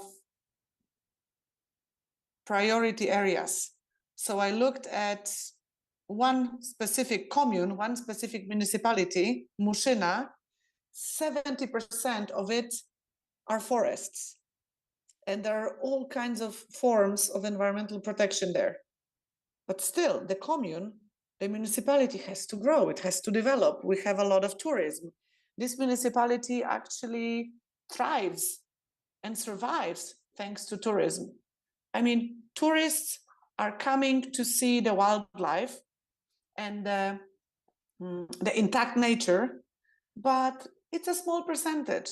Most of the tourists, they need to have accommodation, they need to have local transport, they need good roads, and so on and so on. And actually, if you want to build something like this, there are so many obstacles right now. And well, people from local governments can confirm, I guess. So going back to the landscape audit, it was actually adopted before general plans for municipalities were developed. So because of that, many areas have been excluded from possible business activities or from possible investments. Even residential projects cannot be built there. So if someone leaves outside of their municipality, outside of their village, if they leave, usually they don't come back. They find a life somewhere else. I don't know about this region where we are, Podkarpacie, but in my region, Małopolska, in some villages where there is no tourist infrastructure, people are leaving en masse and not coming back. It's a very, very fast process. Because those young people, there's nothing to keep them, to make them stay. We're not only not giving them employment, we're also creating problems from them. Because, well, in the south of Poland, many children get some land from their parents to build their own home. But currently, this land may be somehow protected, so they're not getting this land from the parents. They become expropriated, that they cannot manage or control this land. It's protected, but they're not getting any compensation for it, and they cannot build a new home or start a family. So this is not fair. Also, during this panel, something else has been mentioned, something very important and very much manifesting in the Małopolskie region. Villages are very much scattered, distributed across a large area. So it's very difficult with investments, like, for example, water supply or sewage systems. These things are difficult because of the nature of our area, our region, our province. And we're not really, well, there's little talk about the quality of water, the quality of surface water. And very often this water is contaminated. So we need to invest in water supply systems as well as sewage systems to have access to clean water and to prevent water from further contamination. And in this case, there's not enough money. So there's lots of money to take care of our carbon footprint, but there's not enough money to protect water and to protect and provide the right quality of water. There was a very good program at one point. It was done by the National Fund. It was called My Water. It was all about preserving the quality of water, but then the program ran out, the funds ran out. I tried to do those calculations. If we look at how many properties, how many houses we have, and how many people live there, we can calculate how much money we need to provide for all those investments to protect the quality of water. So that's really important. We need to have a more balanced approach to protecting our environment. And that's something that local governments have to tackle. First of all, the first problem local governments have to tackle is how to keep the population from leaving, because this region is depopulating. We are in a terrible demographic situation. And still, people are leaving from those towns and villages. So on the one hand, there's fewer children being born. And secondly, small towns and villages in the south of Poland become depopulated because people are leaving. So we politicians, local government representatives, we have to tackle those challenges and answer all those difficult questions. Thank you. Thank you very much. Well, depopulation is a big challenge and we have to face it. But today, we cannot, we also have to balance it out with civic freedoms. On the one hand, there is this trend to sort of get people to leave certain areas because the nature is being protected. Then someone is telling us where to live, what to use to heat our houses, what to drive, and so on and so on. What about our freedoms? We have to also make sure that we're protecting and maintaining our freedom. Like, for example, the freedom to decide how I'm going to heat my own home. And now over to county head of the Bieszczady region, Marek Andruch. We are going to finish within 15 minutes. That's what I know from the organizers. So now over to Mr. Andruch, the president or the head of the Bieszczady County, and then each of the panels will have a chance to say something. So first of all, I have to say that I agree 100% with Madam Minister, who spoke first. This policy, environmental protection policy, seems like it's against humans. It's like to get rid of all the humans in those protected areas, because humans are destroying the wildlife, the fauna and the flora, so we have to push humans away from there. I mean, that's how we feel about that. That's how this policy looks for us. In Warsaw, maybe people see it differently, but the way we see it locally, the way we feel it locally, that's how it looks. So let me give you some facts. Over the last 30 years, so longer than we've had counties in our system, 30 years, all local governments unanimously were against all attempts to tighten the environmental policy. Because, you know, in those areas, locally, all kinds of people lived, all kinds of generations, all kinds of political parties represented. But on this, everyone was unanimous that the environmental protection, as it's happening right now, is being rejected. There is an assumption that we, local people, are not educated enough and we don't understand what's going on. But actually, we see those environmental regulations as oppressive, as a way to segregate people, discriminate based on their place of residence. So like, if you live in Warsaw, there's certain things you can do. And if I live in the Bieszczady region, I don't have the same freedom.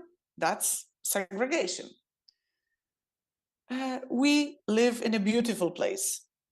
Our nature in the south of Poland should be protected, of course. But we have to be, if we cannot use the resources that we would like to use to keep the people from leaving, then we should be compensated for it. And what are we getting? Last year, there was this new law that is regulating sources of income for local governments. And in this new regulation, it says environmental subsidies, like those counties or municipalities that will be active in environmental protection will be getting more funds, more subsidies. But what did we get? We got nothing. I mean, in the budget, certain subsidies were planned, but these things have just changed on paper. We didn't get any additional money. And there are many parameters in our budget that depends on population, that depends on economic growth. So we are between a rock and a hard place because we cannot hit those economic and population targets because of environmental protection. And we should be getting some compensation for it, but we're not getting it. So we cannot grow and develop just like other regions, and we're getting nothing for it. There's something else that Madam Member of the European Parliament mentioned. It's very difficult for people to even be in control of their own property, like what they can build or what they cannot build on their land. In order to build a small shed, we have to go for very complicated zoning procedures. But to build a home, like a bigger home, it's like impossible. I have to sign,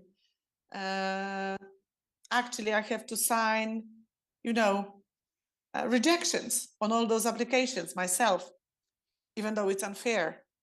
But there are lots of other places being built. If you go between Ustrzyki Górne and Ustrzyki Dolne, you will see a whole conglomerate being built. So how come this conglomerate is not destroying nature while our homes maybe? That's absurd. There's one more story. There is, human pressure on the environment. There is no such thing in my region. Actually, it's nature that's exerting pressure on human settlements, on human habitats. Local communities in my region, they are really small. We do not exert any pressure on the environment. Tourists who visit us, millions of people, hundreds of thousands of people, they go into the mountains and they exert this pressure. So we have to diversify tourism, and we have to motivate people to go to all the different places, not to just one place. You have to create the right conditions for tourists to attract them to go to all the different places. But unfortunately, our legislation prevents us from doing that. So that's terrible, and we are suffering for it. I mean, I think that the fact that our border regions are depopulating, this is very bad from the security of this country. Like where I live, in the years between 1939 and 1951, this entire area was depopulated. Then some new people were brought in, and they were struggling to get some kind of economic growth going. And now, again, it's being depopulated. So now let me mention one more thing about forestry, the forestry policy, and environmental protection and reserves. How are these nature reserves being designated? How are they being created?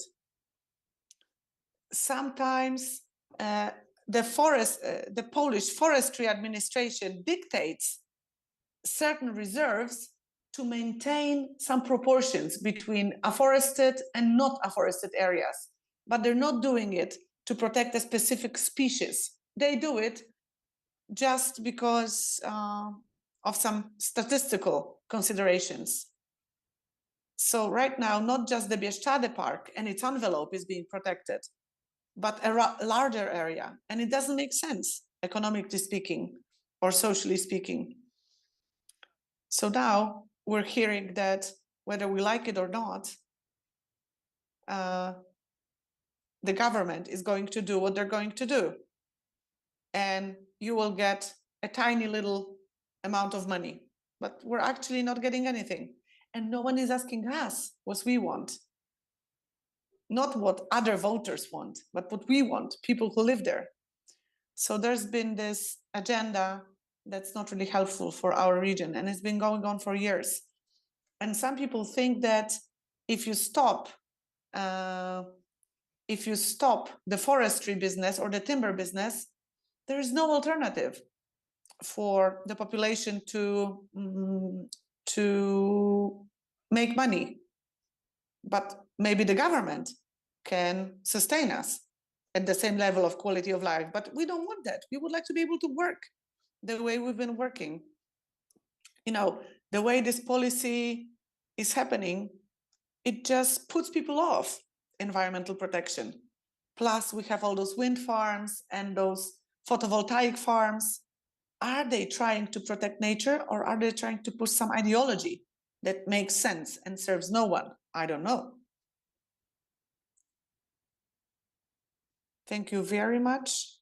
A very, very important voice. In Poland, we have nature reserves being created right, left, and center. And we all like nature reserves, but you have to be reasonable about it. How much nature, how much money it costs, and jobs for people, that's important. It all takes money. In Poland, over 50% of reserves, they don't have plans, protection plans for them. So those protected areas should be created reasonably rather than just for the sake of creating them. And no one is asking local populations, like, whether you like it or not, we'll just create a reserves or something like that for you. So that's my last sentence as the moderator. And now I would like to invite you to my profile on the Polish Parliament website, because I'm just showing the formulation, how environmental protection subsidies are being calculated. It's all very mysterious. And now the ministry is saying how much different communes are getting money, how much subsidies they're getting. But are those subsidies enough to keep people from leaving? Because you're getting those subsidies and you're supposed to be spending those subsidies on specific things. But will people be kept from leaving? So now we have just a few minutes, 2 to 3 sentences from all the speakers. And now, right, Sorin, also be ready, because we will be asking you to speak as well.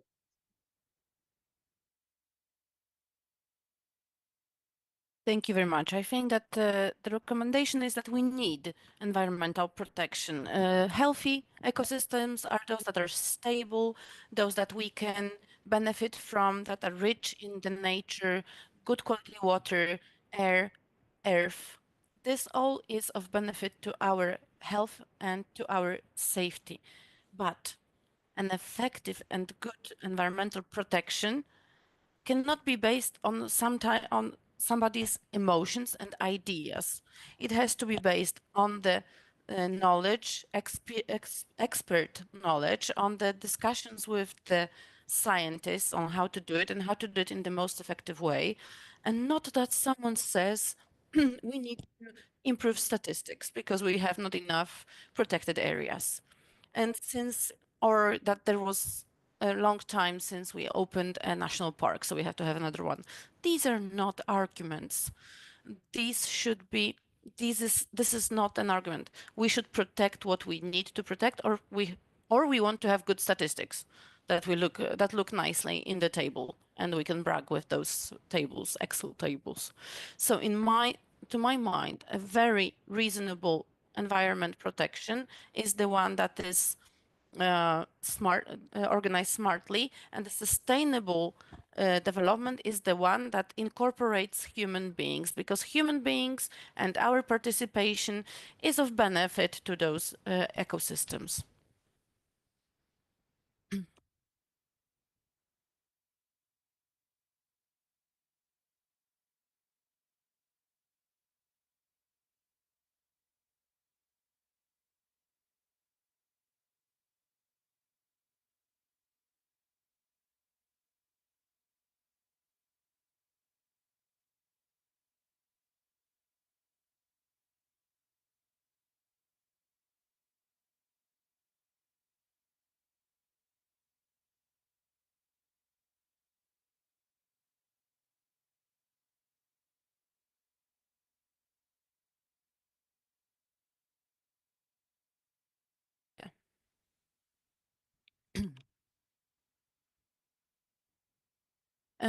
Nature, natural environment, this is something that we were given, but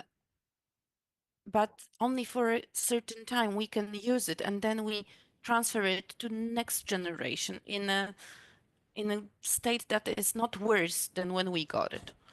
And this is our richness, and I believe that the inhabitants of those regions or of municipalities know that very well. And we should not enforce it administratively on them just because we have such an idea. We should not push forms of protection for them in the locations that don't make sense, because it, as an effect, we are idle to environment protection.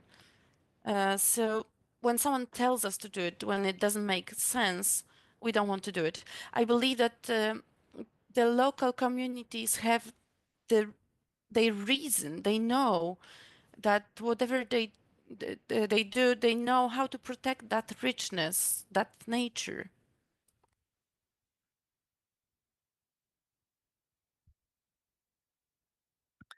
Summing up, I would say that we should first of all, and it's about the whole country, not only the southern part, we should have the basic infrastructure in place. Of course, in big metropolises, those big, ambitious, complex ideas and projects make sense. However, the area, also those protected areas, should be included in the context of this basic elements of environmental protection, water retention, water access uh, to local communities. Because without that, we believe it's a utopian approach to have those grand projects, and we fuel this with the polluted rivers. All those beautiful municipalities with electric vehicles and buses will have polluted rivers with waste water. So really, we have to start with the elementary, very basic services for the local communities, and only then let's take it further. So that would be all. Thank you.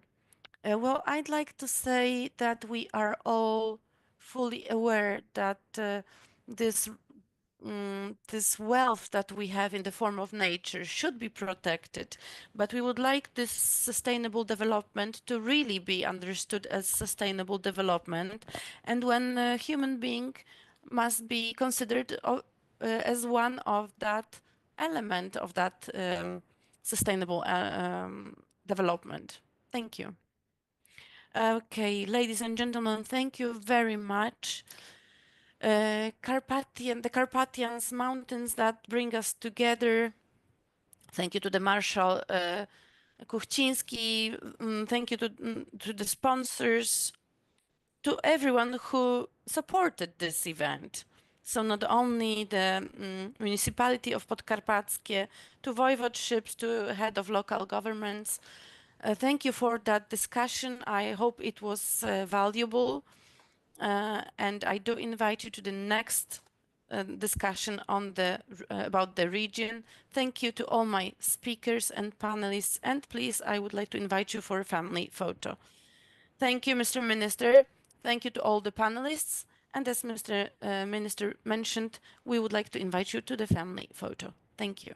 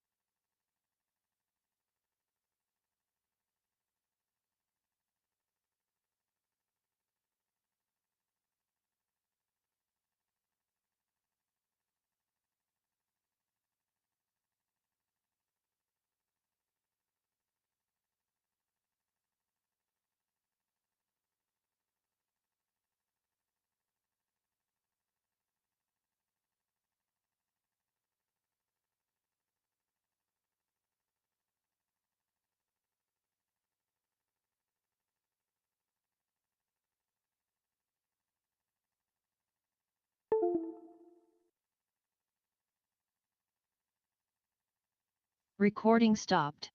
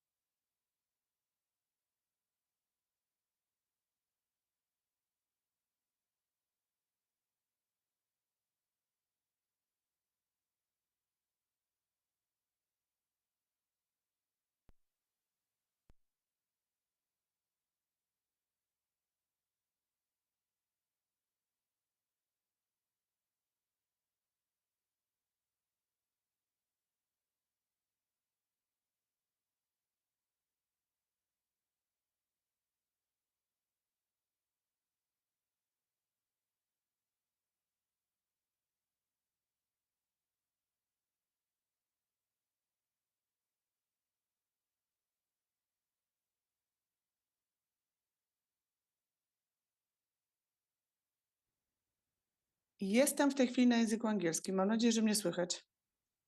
Bomba. Mhm. Rozumiem. Mhm. Jasne.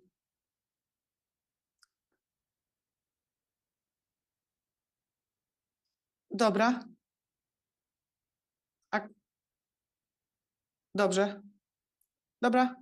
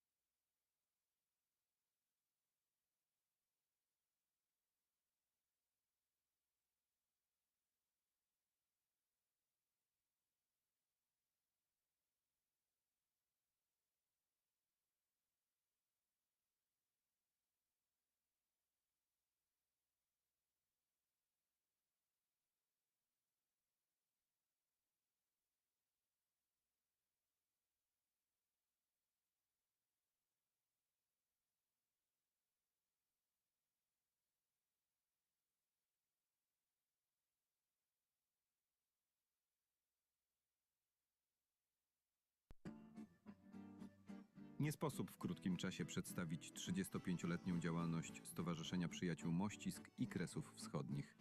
Może kalejdoskop zdjęć, choć częściowo przybliży historię.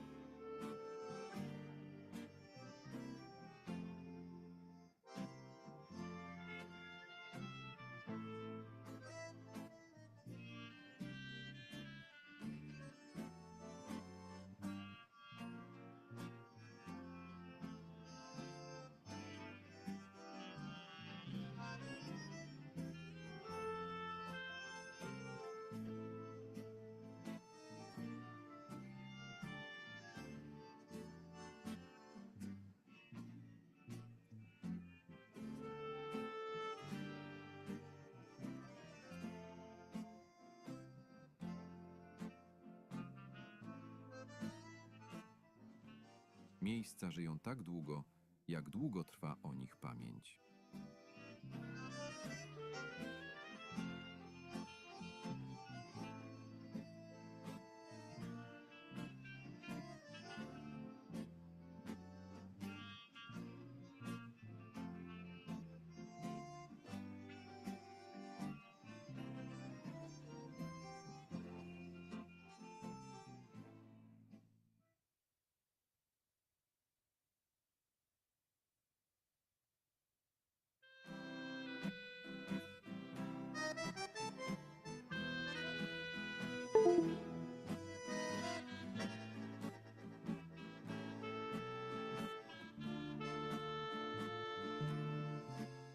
Mościska.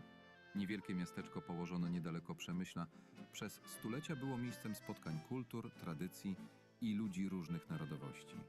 Dla wielu Polaków to ziemia rodzinnych wspomnień, historii przekazywanych z pokolenia na pokolenie i ważna część dziedzictwa Kresów Wschodnich. Dziś pamięć o tych miejscach pielęgnują członkowie Stowarzyszenia Przyjaciół Mościsk i Kresów Wschodnich w Przemyślu. Ich działalność to nie tylko wspominanie przeszłości, ale także budowanie mostów między ludźmi i pokoleniami. W 2026 roku Stowarzyszenie Przyjaciół Mościsk i Kresów Wschodnich w Przemyślu obchodzi jubileusz 35-lecia działalności. Historia stowarzyszenia to historia ludzi z pasją i hartem ducha. Ludzi, którzy potrafili pokonać bariery, aby osiągnąć cel, jakim było niesienie pomocy rodakom z Mościsk. Historia ta jest również przykładem postaw patriotycznych członków stowarzyszenia, szczególnie w zakresie pielęgnowania polskich tradycji, propagowaniem przeszłości ziem kresowych i języka ojczystego. Nie sposób w krótkim czasie przedstawić 35-letnią działalność Stowarzyszenia Przyjaciół Mościsk i Kresów Wschodnich. Może kalejdoskop zdjęć, choć częściowo przybliży historię.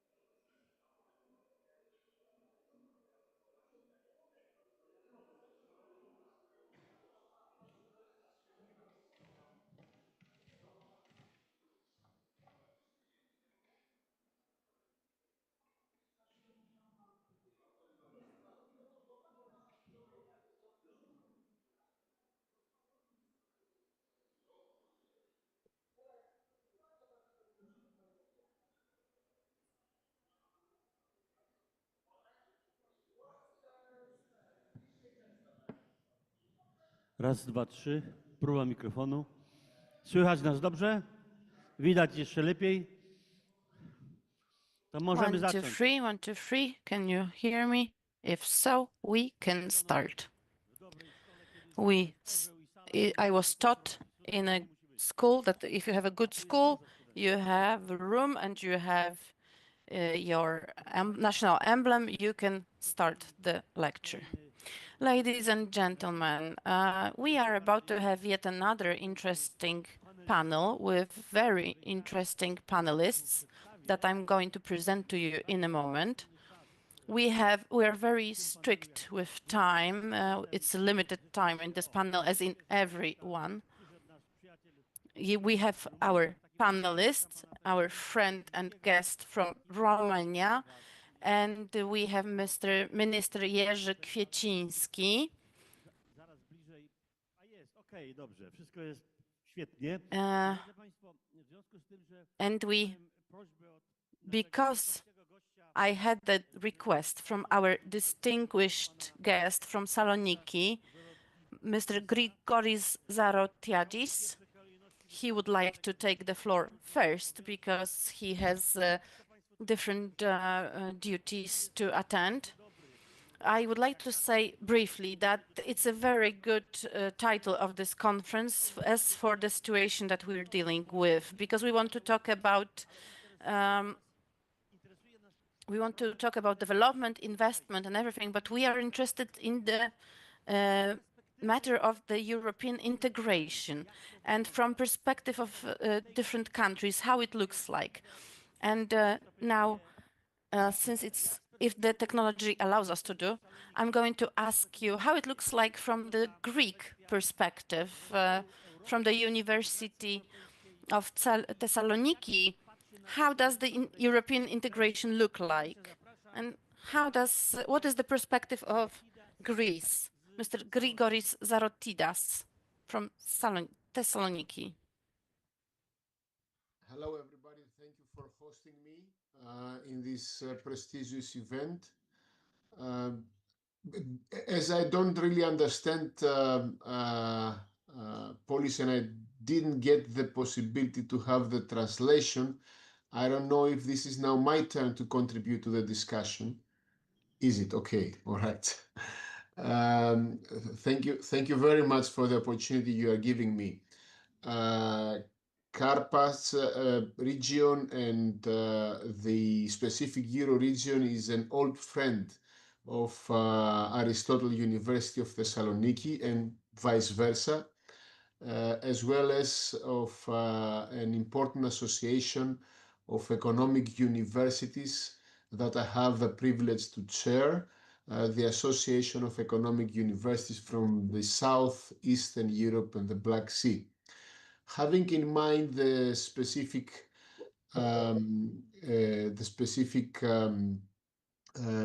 orientation of the panel where I'm participating, I wanted as an initial contribution to clarify three new characteristics for our region, which I think in the frame of this rapidly changing multilateral already world are very crucial, and they are changing the dynamic and the possibilities in economic, but not only terms for the wider region of Central Eastern European countries. The first thing is that I think that the diplomatic and the economic significance of the region of Central and Eastern Europe is increasing dramatically.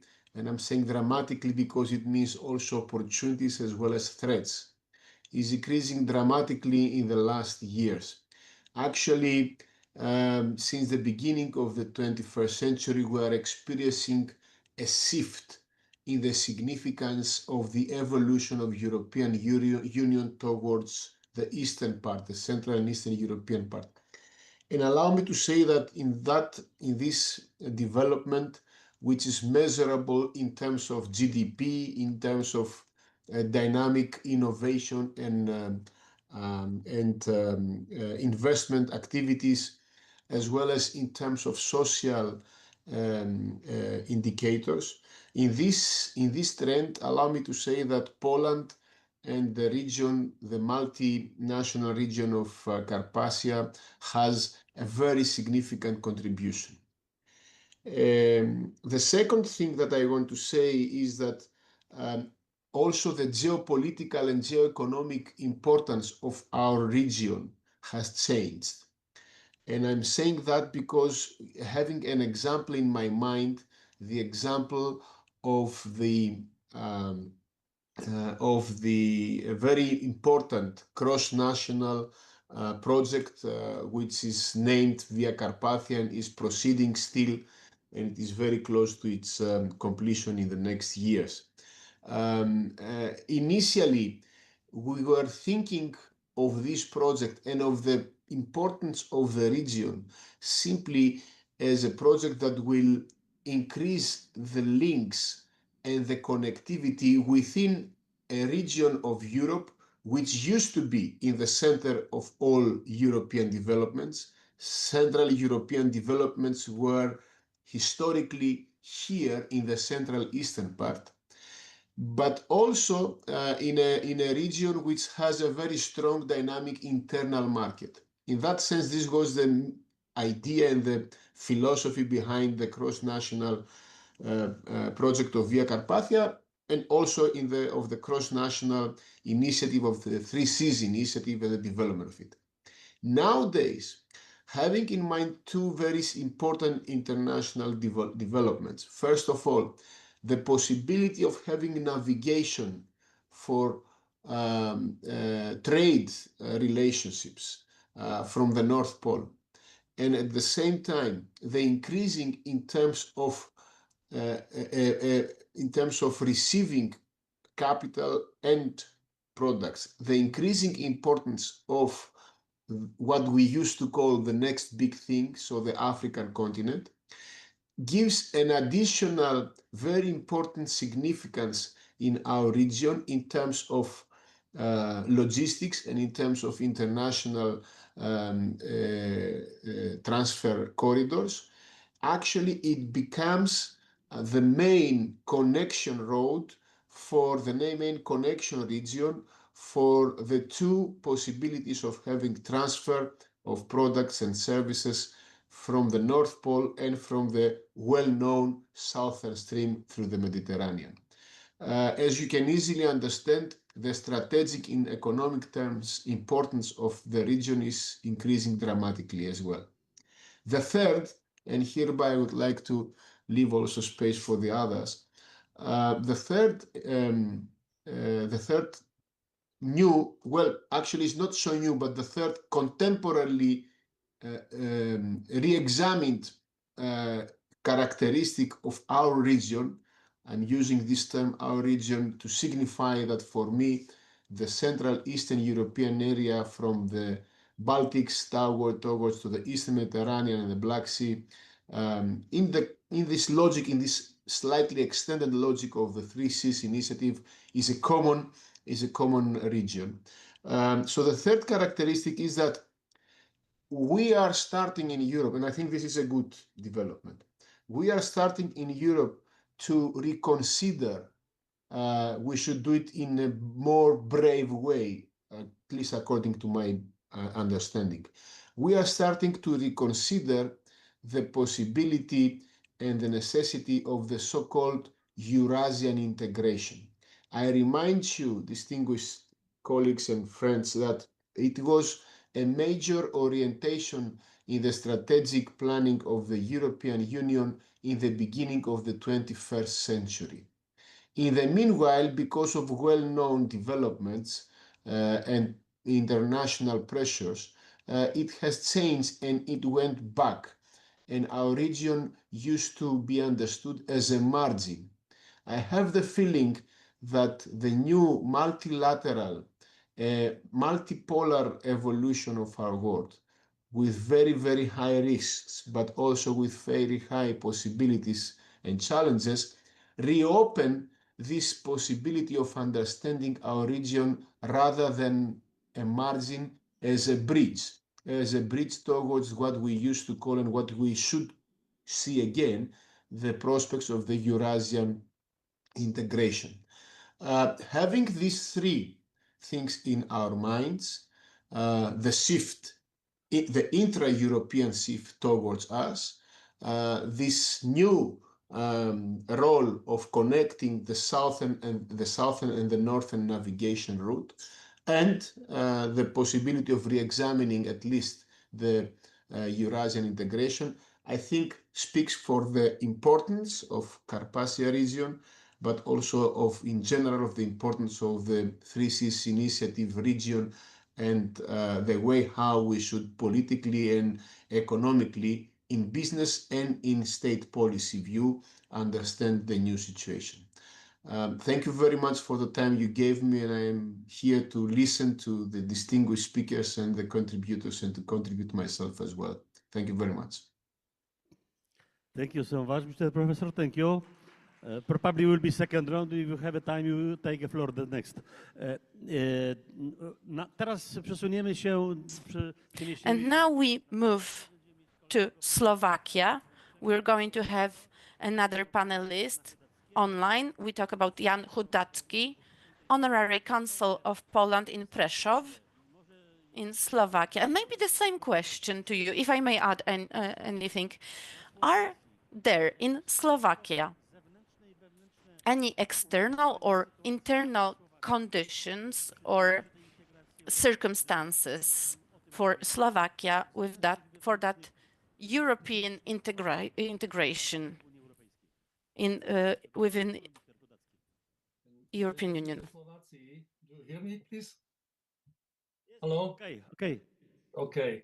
Szanowni Państwo, przede wszystkim chciałbym podziękować organizatorom. Ladies and gentlemen, first of all, I would like to thank the organizators for inviting me, especially a warm thank you to Marshal Kuchciński for his efforts to support that initiative. Since my Polish is not that strong, I'll continue in English. Is the recent global geopolitical situation when the world flounders in terrible chaos and instability. The ongoing Ukraine war conflict, US-Israeli strikes on Iran, Russian sanctions, US trade war, questionable European climate change policy and subsequent energy crisis, and other subsequent threats causes an unprecedented global turmoil. Every economy in the world is more or less badly affected by this matter. I'm sure, but it is maybe also in Greek, as my colleague from Greek already mentioned. Of course, Slovak economy is not an exception. Recently, our economy faces significant threats, primarily driven by the mentioned external challenges, our high exposure to global trade wars, and also worsened public finances, and structural weaknesses, especially in our core industry, which is automotive sector. Nowadays, Slovakia is considered one of the most vulnerable economies in the EU to a large-scale trade war due to its extreme reliance on industrial exports. Approximately 10% of the automotive sector's added value is tied directly to US demand. Of course, recently we suffered from significant US tariffs. It is approximately 10% on cars. It could put thousands of our industrial jobs at risk in Slovakia, unfortunately. While our direct trade with the US is limited, it is approximately 4.2% of our export, Slovakia is deeply integrated into German value chains. A slowdown in Germany's industrial output, driven by trade barriers, directly influences Slovak export. Another threat we have to take into consideration is the energy crisis and energy price shock. As far as the energy supply, except electricity, supply of gas and oil is still markedly dependent on Russian resources. Despite the fact that we have already significantly diversified and transit connections, resources and transit connections, the rising prices of those commodities, especially due to the Russian sanctions and recent oil crisis, make our industry, which is highly energy intensive, very vulnerable and less competitive. We estimate that trade and energy relates shocks could lower our GDP by nearly 2% by 2029 and lead to a loss more than 20,000 jobs over the next 3 years. As far as the state of public finance, Slovakia currently faces the high long-term fiscal risk, especially due to expected moderate economic growth till 2029, I already mentioned. Without major policy changes, public debt is projected to exceed 80% of GDP within a decade. Debt is already expected to surpass 60% of GDP in this year. To stabilize the situation, since last year, our government has implemented aggressive fiscal consolidation, including a VAT increase to 23%, a new financial transaction tax. These measures didn't fulfill the government expectations. However, on the contrary, they had a negative effect on economic growth and domestic consumption, mainly because of the rising inflation, of course. Moreover, our country consistently faces significant challenges in utilizing European Union funds, unlike, for example, in Poland. Regarding the speed and efficiency of drawing these resources, our key failures have included high levels of bureaucracy, poor project management, misuse of funds, and very complex public procurement processes. Since 2021, we have drawn just, you can hear good, well, about 30% of the total budget. Consequences of the mentioned failure slow down the public investment to our economy and deepen regional disparities. On the other hand, I have to say we are witnesses of a hidden intimidation when EU authorities very often abuse EU funds as a political tool for their political or ideological enforcement on our government to change our legislation or political behavior. Taking into account what I said before, in coming years, we expect serious economic stagnation. GDP growth is projected to be not more than 1% in 2026, and it is clear that it would be the slowest among neighboring countries. Despite many jobs vacancies caused by a declining working age population, structural and regional disparities could increase also the total unemployment rate.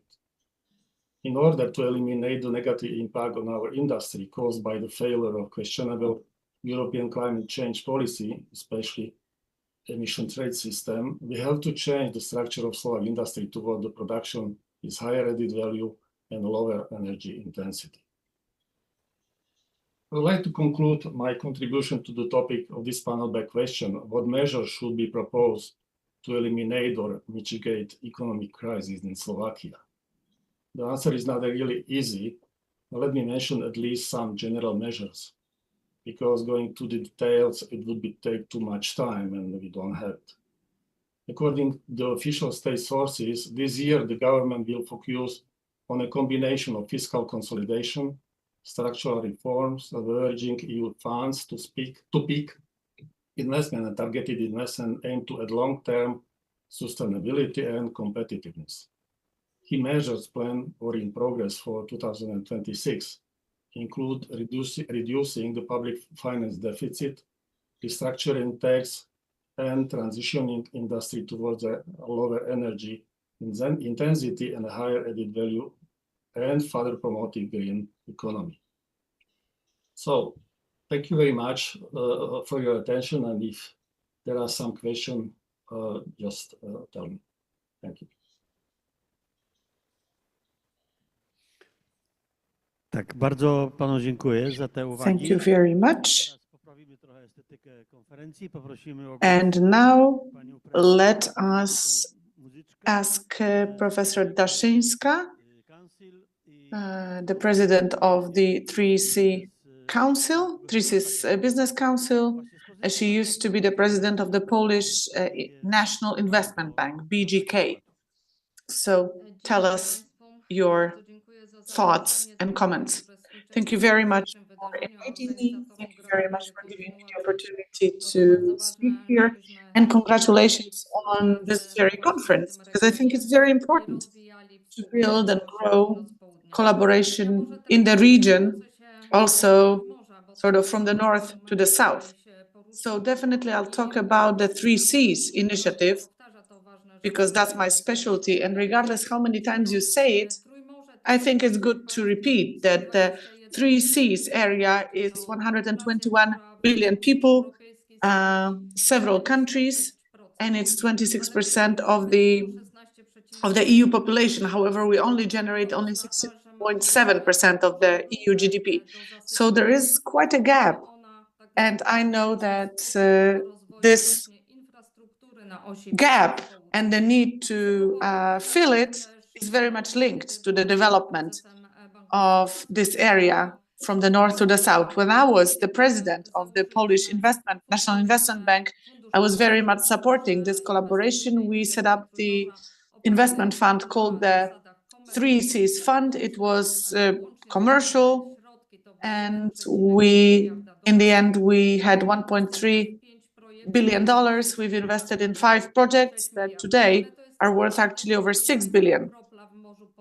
But it's just a tiny drop in the sea of needs because, well, those needs only for 2 sectors, transports and logistics, the energy sector, and the digital sector, just so that it can catch up with the existing infrastructure in the West. This is something that would require over 650 billion euro to get our infrastructure in those areas up to the Western standards. So a lot of money. Just for logistics and transportation, we should spend nearly 300 billion euro. So these are the things that the speakers before me mentioned, actually. So the north-south axis and Via Carpathia, energy connections, which become more and more real when, for example, the Baltic states are connected, or the interconnector between Poland and Slovakia, right? So these things are great examples of how we should take care of this infrastructure, develop it. But, well, we need way, way more. Just the energy sector, 90 million. That's what we need to catch up with the West. But the 90 million does not take into account the energy transformation that we need to still do. So there's more money needed. And when you look at those needs and how huge they are, it's a great opportunity to start inviting and encouraging more and more investors, especially foreign investors, international investors, maybe private investors, who could take advantage of the fact that we have huge investment needs. What we've seen is that more and more private investors are looking not just at Poland, even though Poland is the largest country in the region, but more and more investors are basically looking more carefully at CEE and how different CEE countries are connected and how they can invest here. And definitely the fact that everyone is getting ready to rebuild Ukraine, that's a big factor that investors look at. So I think we have to be ready. But unless we have the right infrastructure in Slovakia, in Poland, in Romania, and in all the countries that would like to participate in the rebuilding of Ukraine, if we don't have the right infrastructure in other countries as well as, then we will be in an even worse position because our existing infrastructure is not going to be enough to fulfill the needs required to rebuild Ukraine. Because in order to rebuild Ukraine, we have to have a better infrastructure, and we cannot allow for our infrastructure to be devastated. So we need expedited investment projects from the north to the south on the eastern flank of NATO. We're building Via Carpathia, or we're not building Via Carpathia just so that people can travel on holiday to Thessaloniki. This road is absolutely strategic from the point of view of possible NATO movements. And it's a really important road for the security of the entire European Union. not just the countries through which this road goes. So these things have to be addressed. Sometimes we don't have a lot of information, or not everyone has a lot of information. So let me stress what the 3Cs initiatives has already achieved. We have 143 projects. You can find those initiatives on our website. And out of those 143 projects, around 40 of them have already been implemented. And the total expenditure, and I'm not talking about the fund, because the fund in the National Investment Bank of Poland is a different story. It's a commercial fund. But over the last 6 to 7 years, public money, I'm talking about public funds. Those countries have spent around 100 billion euro, public funds. And it really makes sense to say that. Not everyone knows it, but it goes to show how important this initiative is, how much relevant it is, and we should talk about it more and more. This initiative is politically motivated or politically inspired, but it has a huge social and economic meaning. And I'll stop here. Thank you. Thank you very much, madam. A round of applause, definitely. Right. The president of the 3Cs Business Council talked about our investment needs in the 3Cs area. But I have to tell you that in the European Union, there is a huge debate right now. How much money will come our way in the new financial perspective, 2028, 2034? And the situation is dramatic because on the one hand, most countries say no to new taxes that the European Commission is designing. On the other hand, there is more and more willingness to explore all kinds of credit options. But on the other hand, the European Commission and the European Union has quite a huge sword hanging above it, because there is quite a lot of debt already, like, for example, debt that went towards the national recovery plans. So the budget commissioner is just thinking, what do we do? New taxes? And if not, then we'll have less money to distribute to different countries. And let me remind you that starting from the 1st of January 2028, every single year, the European Union will have to spend 30 billion of debt up to 2058. That was the money that was necessary to create the National Recovery Plan.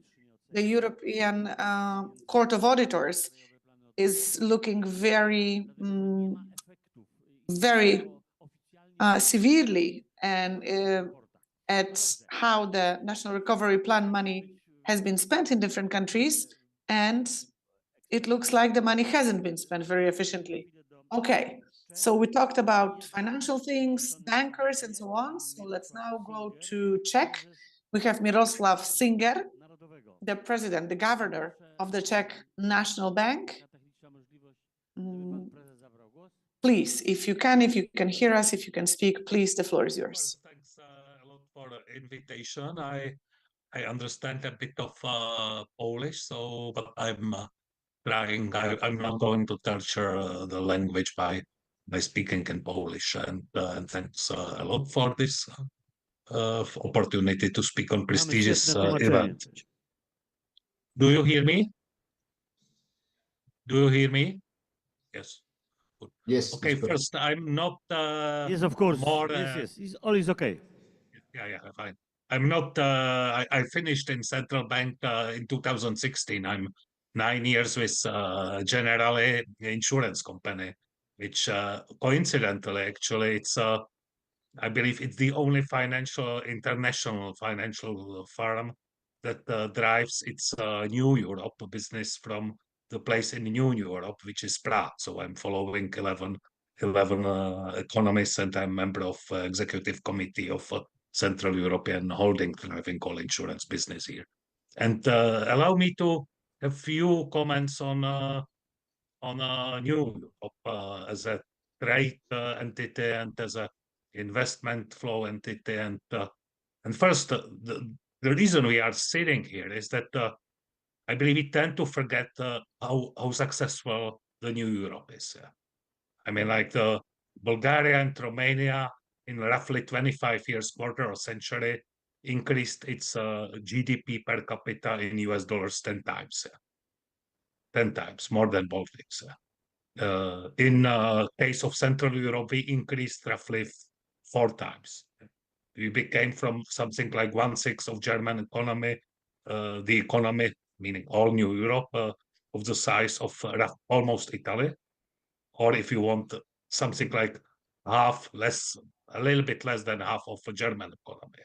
And this is why we are, I dare say, taken a little bit more seriously than before. But effectively, we didn't integrate trade-wise that much. I mean, like Germany is still the most important trading partner for most of us. In Balkan, it's also about Austria and Italy. And also among ourselves, effectively, we can talk something like V3, Czech, Slovak, Polish trade really intensifies. And Hungary is attached to that, but obviously a little bit lagging behind, but also serving a little bit as a bridge to Balkan, to Bulgaria and Romania. So that's a trade situation. Second interesting things on trade is that Poland effectively has quietly surpassed Slovakia as the Czech Republic second most important trade partner. And this is structural shift. This is not noise. At the same time, Hungary remained very important trading partner for Slovakia, and Jan Hudatsky may feel a little bit provoked by observation that a little bit of Slovak economic entity seems to be a little bit dissolving in Hungary and Czechia. On Balkan side, well, trade-wise, for Croatians and Serbians, it's Germany and then second Italy. For Bulgaria, actually, the Turkey is quite important, so there is not too much of integration. Investment-wise, we see an interesting pattern developing. Hungary and Poland, on the investment side, has huge state firms as regional champions. Yeah, OTP and MOL are clearest example of expansion from Hungary and Poland to other parts of Central and Eastern Europe. With all difficulties for MOL and I believe in Croatia, if I remember correctly. At the same time, PKO is a little bit more like a follow your client approach, which is close also to Czech model. I mean, like the Czech firms are expanding mostly as a private entities. PPF takes, as a huge investor, takes simply New Europe as a part of what they do on telecommunication. On smaller or middle-sized firms, we can mention Kofola, genuinely regionally expanding, or a bit visible in Poland, very visible in Slovakia, or Zásilkovna is expanding with its delivery businesses. Simply, it's but or if we talk about military industry, of course, Mr. Strnad, CSG, GE expanding pretty much everywhere. But this is about private business expanding. And another thing that we should not forget is the China. China is entering the region via Hungary and Serbia, and depends on your political opinions. You can talk about bridge or Trojan horse. That's pretty, I would say, thing of choice, but it is more and more visible here. That's one thing to mention. Talking about Europe instruments, effectively there is only one program, Danube, that covers pretty much all Carpathian countries, and there is only one program via Carpathia that genuinely being built, something like infrastructure for connection north and south of Carpathian region. So the rest, the really significant money are flowing through Ukraine facility now, but they are of course connected to, this is a relatively new situation of effectively connecting hopefully prospectful candidate country to whole EU. And last, let me end up with one thing that we tend to neglect, but it's going to play, I believe, very important role in future, and that's demographics. It seems to me that nobody is seriously observing the fact that we are losing people. And Balkan has lost a lot of talents, some actually happily for Czech economy to Czechia, some to Poland, I believe.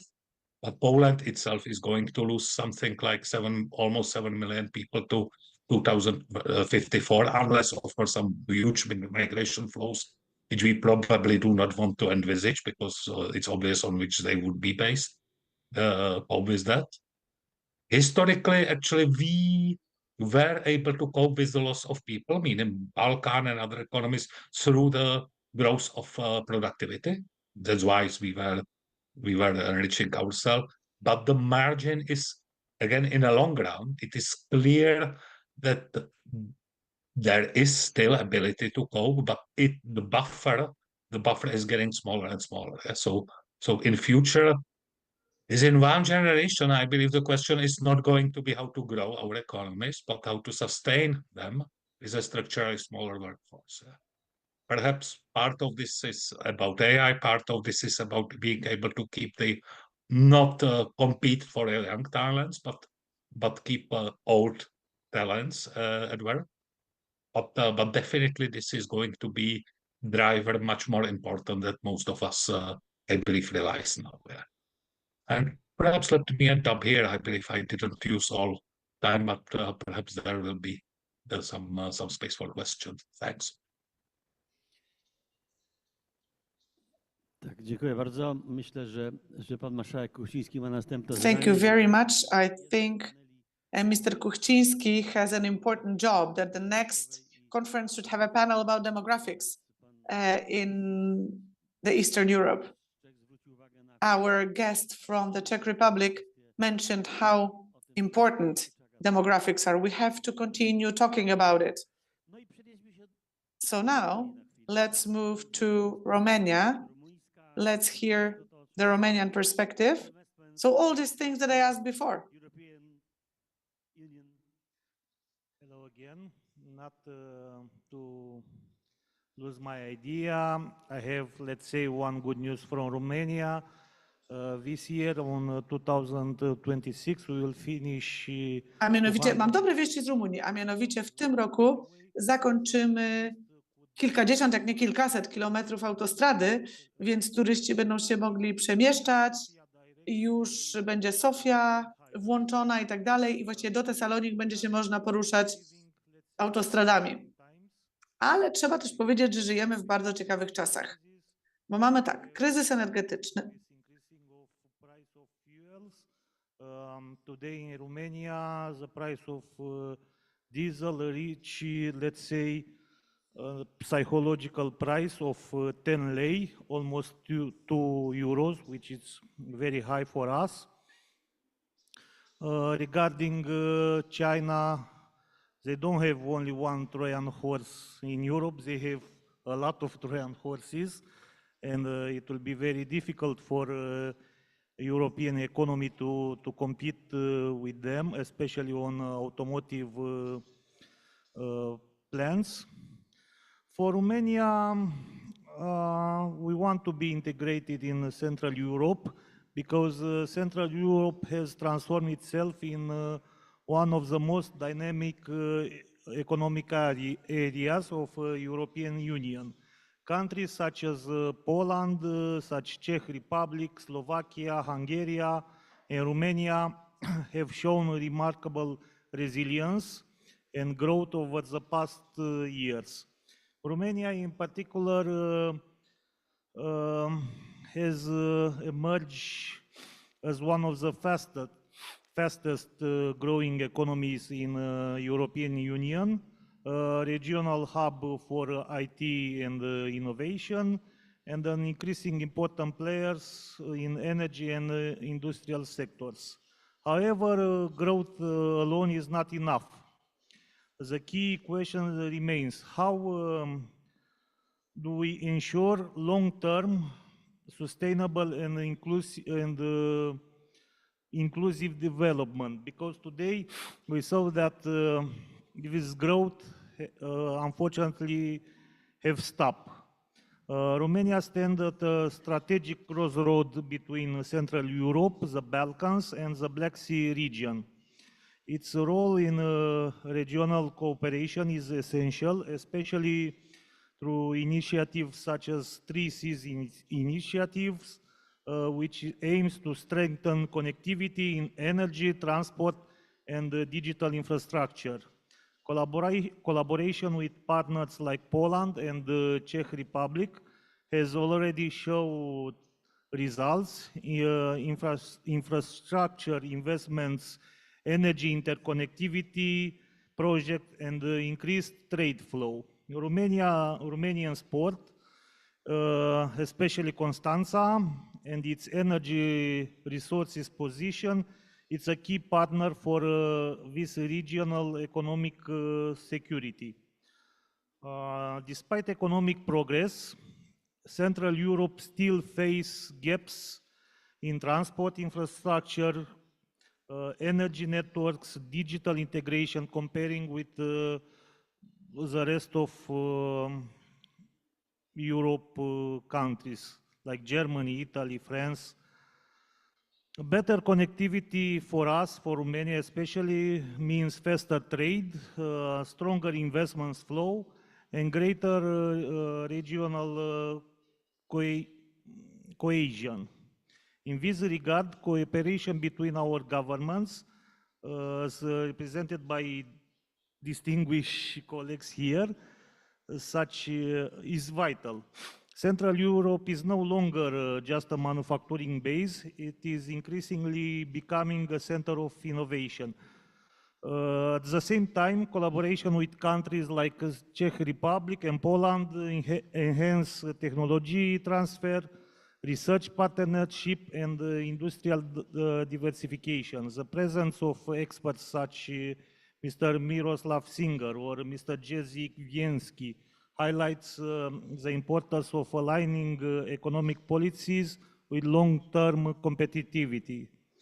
Also, like Poland, maybe, also in Romania, the tourism plays a vital role in the economies of many countries. Romania's Carpathian region shares many characteristics with destinations such as those promoted by Visit Konic in Bosnia and Herzegovina, or tourism initiatives in Greece. There is enormous potential for us. Sustainable tourism can become a powerful engine for local economies, especially when we align this with environmental protection. We discussed on panel number 2 about that. We will face a lot of challenges. Despite this progress, Central Europe face common challenge like economic differences between regions, demographic decline. In Romania, a lot of people are going abroad. 2 weeks ago, I've been to France to discuss with Romanian people from France, and it was very hard for me to answer to these questions. Give me a reason why to go back to Romania. It was very hard for us to give them a straight answer. And we know that diaspora, people abroad, are sending a lot of money in Romania. The money that they are sending to Romania are bigger than the foreign investments in our country. These challenges cannot be solved alone. They require efforts for everybody. My conclusions are that the economy of Central Europe is a story of success, but also a project still in progress.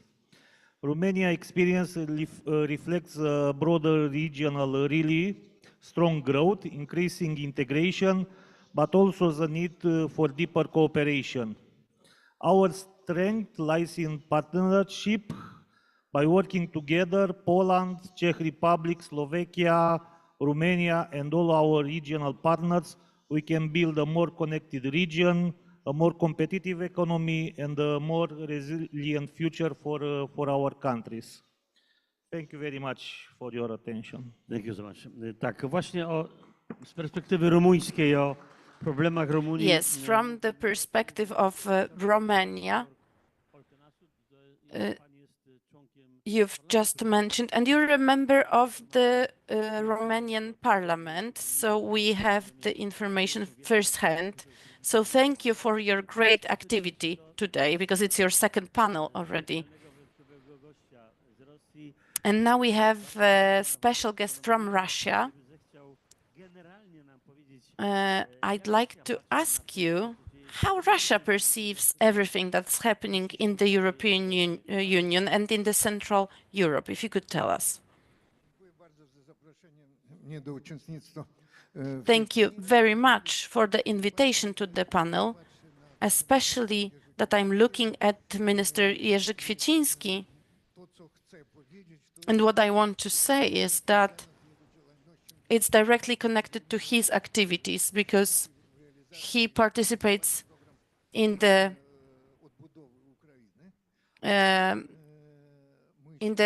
program of rebuilding Ukraine, and I say that I hope that there will be time when this brutal war will come to an end, and we'll need a program to rebuild Russia.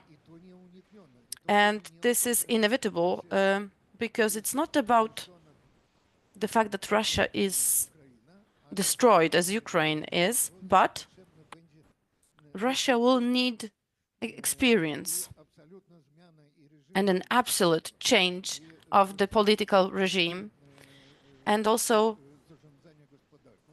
and the management of the economy. That's beyond any doubt. What I'm observing today and what I saw in the 90s and 2000, I was a member of the intergovernmental committee, Polish and Russian.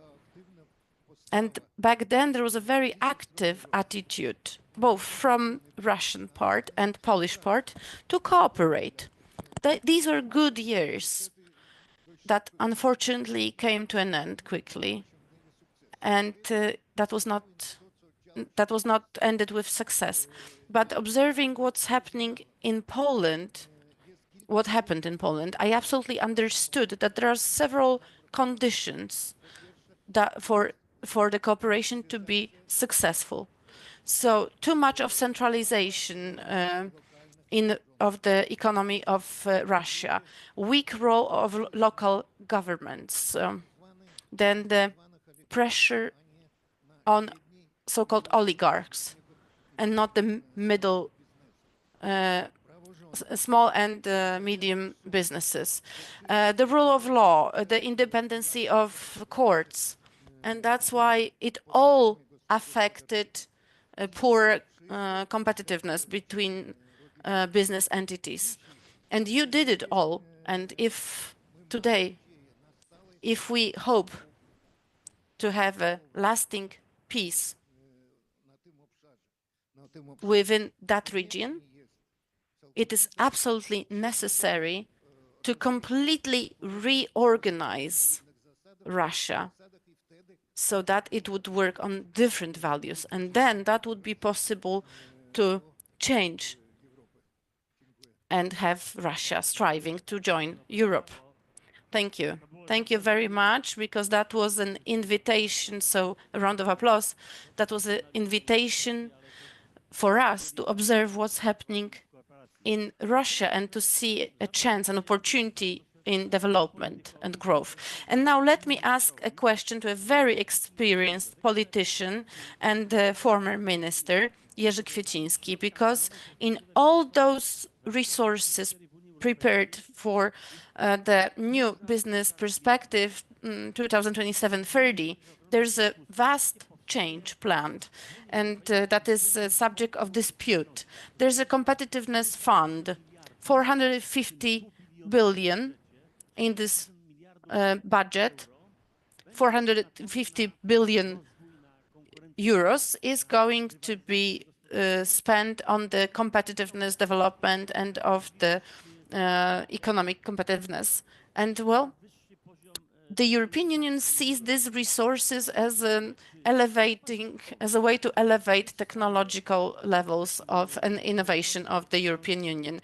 Now the question is the EU able to be such a space for being so competitive, to have here in the center of Europe, to have innovation, technology, or are we only going to get the rest, simply what is left? How it's going to be? Well, how it's going to be, we'll see. History will show it to us. We have a lot of historians who know and talk about the past, but it's difficult to predict the future. But let's talk about Poland as the biggest country in the Central and Eastern Europe. We do have a vast success. And as my first speaker mentioned, also, I believe that one of the interesting things is that Poland is going to participate in the G20 summit for the first time in the history, and we because we've become the 20th economy in the world, and we've joined this.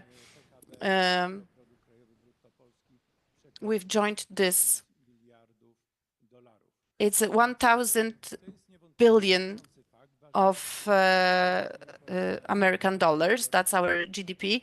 And that is a threshold that we've reached. And it is an important event. It would be good if Poland could talk during that summit, if we could represent the whole region, not only Poland. Why it is important? Because probably the Minister Beata Daszyńska-Muzyczka would confirm that if we take the accumulated GDP of all the countries of the 3 Cs, then such an institution would become 7th biggest economic body in the world. So let me remind you that that would be the 7th biggest economy of the world, those countries of the 3 Cs. That shows the potential power that we carry, and it also shows what were the effects so far of cooperation in the European Union. That's the positive. But what are the challenges? As it was mentioned by the Member of Parliament already, but we have the current world situation. We have a second year of very interesting events, not only in politics, not only in economy. I have to say, I think we can say that the geopolitics completely dominates economic discussions. Even the prices of diesel mentioned, they are also so high in Poland. We can actually here in Poland, it's already above 2 euros per 1 liter of diesel. And who knows if it's the end already, if it's not gonna grow anymore. The prices of barrel has exceeded $100. So we don't know how long it's going to last, but this process can result not only in the current rise of prices. If should it stay for longer, inflation will rise because energy costs actually translate to prices of everything. And if we have a slower economic growth, then we'll have stagflation. So that's the worst possible economic situation. Even now, the economic growth does not look that good all over the world. And let me remind you that our economy is predicted to grow by around 4%. It was 3.7 last year. But let me remind you that during the times when I was a member of the government, in the 8 years, on average, our economy grew by 5%, except for COVID. So it shows that there is a potential for growth still. The same goes for Romania. And thanks to that, our region, thanks to cooperation, but thanks to the fast growth, grew quicker than the Western countries of the European Union. And this growth is absolutely critical. However, right now, the main priority in Europe and in Poland is security. There's no doubt about it. We have war beyond our borders. We have the GDP spending on defense is 5%. In other countries of the European Union, it's similar. A few years ago, that seemed like something impossible to exceed 2% of GDP on defense. And now all the member states are increasing the spending on defense. But what is the challenge? So that we are not only spending and bearing costs, so buying ammunition, but so that we also start and develop our defense sector. Because the cost that we are bearing, that also affects the budgetary deficit, can be a source of growth. Where is that opportunity? I believe it's, as usually, in the cooperation. Why? Because in none of our countries it is cheap to produce enough ammunition or armors that would be enough for our needs. None of the member states. Who has the strongest defense sector right now? Ukraine, and they have the best army right now. And they start to use it very strongly, especially in the drone industry. Why companies from our region, from Poland, why wouldn't we develop on that as well in that regard? The companies from Ukraine are invited all over the world.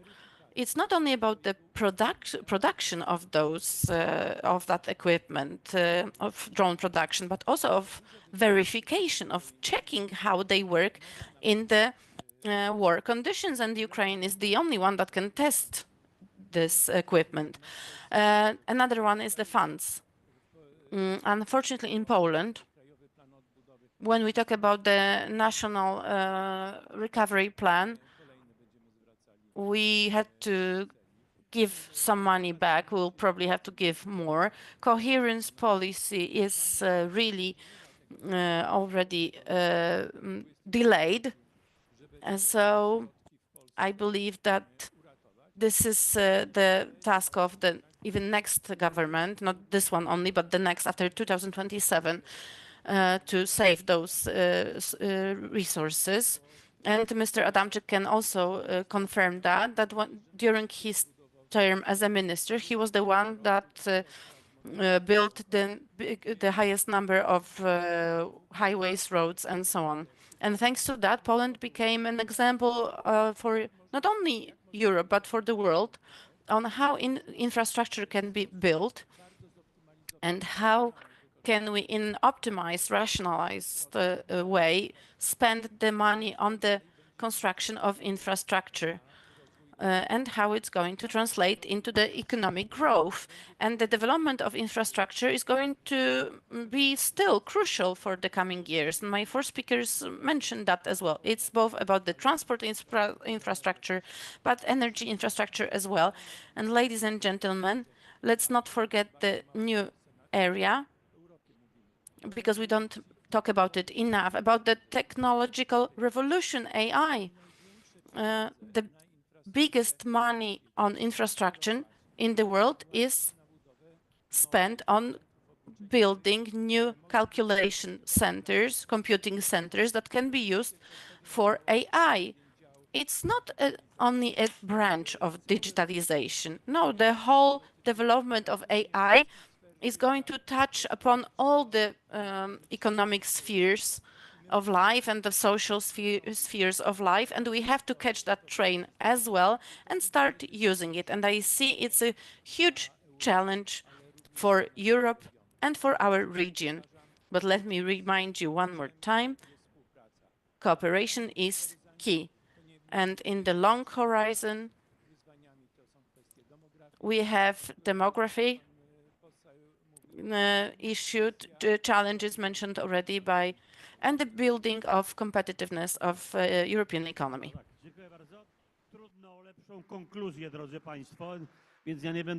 We can hardly come up with a better conclusion. A wonderful statement. And actually what all the panelists said, that's exactly the gist of the problem. Let's remember, let's stay in the European Union, let's contribute whatever we can contribute. All discussions about Polexit are actually, they are only mentioned by people who are the enemies of the Polish right-wing forces. Let's not get into this dispute. We should stay in the European Union. We should look for harmony. And there is this opportunity within the European Union. It is an opportunity to build smaller structures, like 9 countries. If they come together, they can build something together within the European Union. And I think it's a good idea for Central Europe or Central and Eastern Europe, plus the 3 Seas area. This is very important. We have Arek Mularczyk with us. I think he's in this room. He is the head or the president of a 3 Seas group in the European Parliament. So we are continuing what Minister Wojciechowski was doing in the previous government. So we created this group in the European Parliament. It's working. And when Mr. Mularczyk is on one of the panels, I'm sure he'll talk about it. We have to finish this panel because I got a red card and I don't want to be excluded as a moderator. So thank you very much. I would like to thank everyone from Greece, from Czech, from Slovakia, everyone who's been joining us online. The farthest place was Thessaloniki, an important place from the Bible. Right. Thank you and see you during the next panel.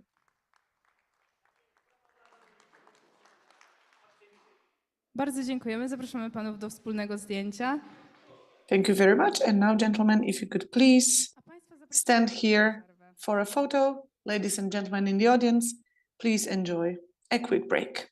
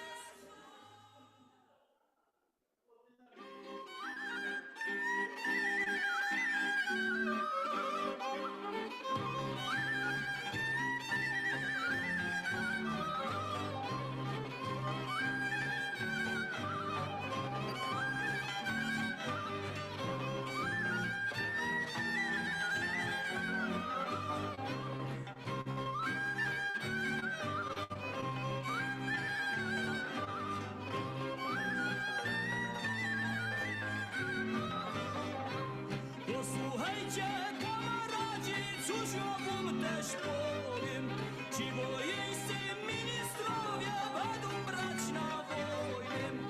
Będą brali we dnie, będą brali w nocy. Niech wam będzie syneczkowie pomógł do pomocy. Będą brali we dnie, będą brali w nocy. Niech wam będzie syneczkowie pomógł do pomocy. Mój syneczek ma sztalicę, brat na kunie ciosze. Łobrzy rosie z boku na bok, domu co przyniesie. A niesie mu niesie, wrócicie kto larek. Mało pomoż, mój syneczku, cyzacki żołdarek. A niesie mu niesie, wrócicie kto larek. Mało pomoż, mój syneczku, cyzacki żołdarek.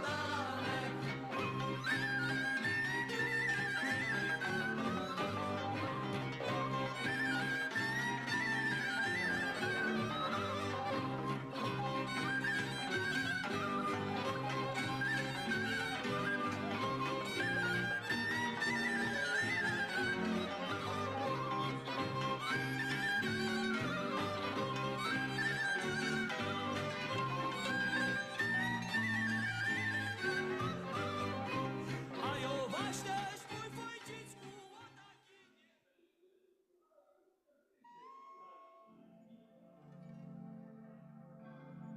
Dawno, dawno temu nadszedł czas wyzwań. W ciszy codzienności narodziła się myśl Europa Karpat. To wspólnota wierna wartościom nadała tej drodze kształt i siłę. To nie tylko historia, to zobowiązanie, które trwa. Zapraszamy na 41. edycję konferencji Europa Karpat. Niech moc będzie z nami.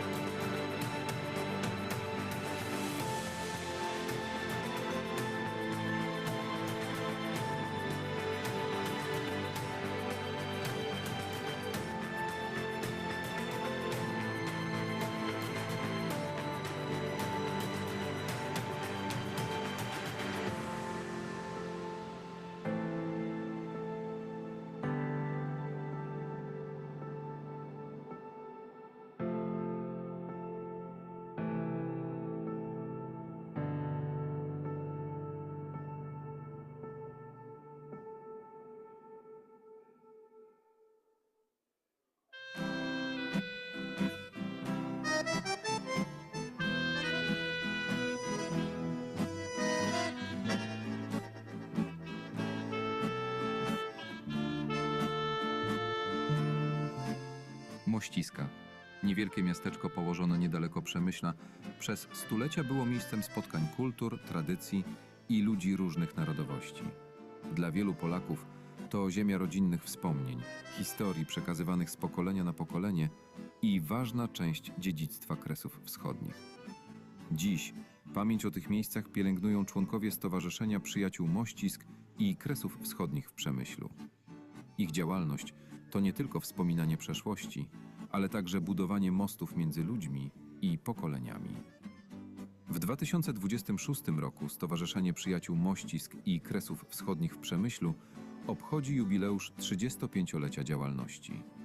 Historia stowarzyszenia to historia ludzi z pasją i hartem ducha. Ludzi, którzy potrafili pokonać bariery, aby osiągnąć cel, jakim było niesienie pomocy rodakom z Mościsk. Historia ta jest również przykładem postaw patriotycznych członków stowarzyszenia, szczególnie w zakresie pielęgnowania polskich tradycji, propagowaniem przeszłości ziem kresowych i języka ojczystego. Nie sposób w krótkim czasie przedstawić 35-letnią działalność Stowarzyszenia Przyjaciół Mościsk i Kresów Wschodnich. Może kalejdoskop zdjęć, choć częściowo przybliży historię.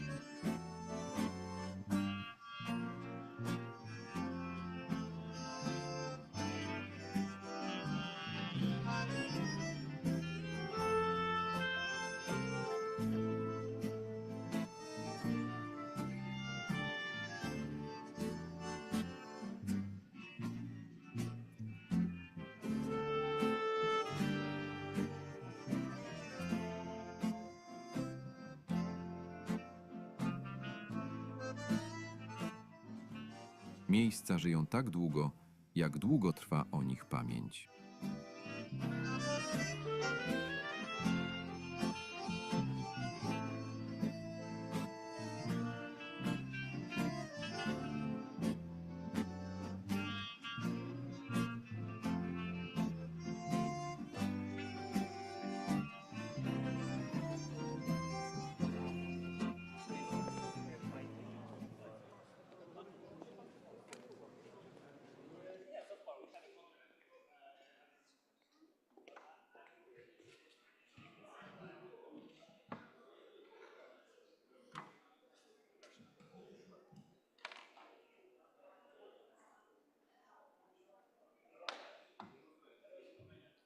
Zapraszamy Państwa na czwarty panel pod tytułem Europa Ladies and gentlemen, let us begin the fourth panel. Eastern Europe, many possible collaboration formats in the European Union. The moderator is Piotr Krygiel.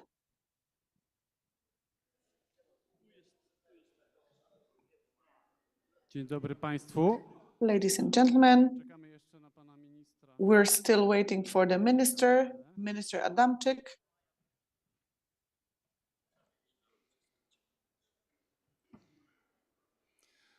Dzień dobry Państwu. Raz jeszcze witam. Mam przyjemność. Good afternoon. Again, it is my pleasure to be moderating this panel about Eastern Europe and its many formats of collaboration in the European Union, and also maybe outside of the European Union.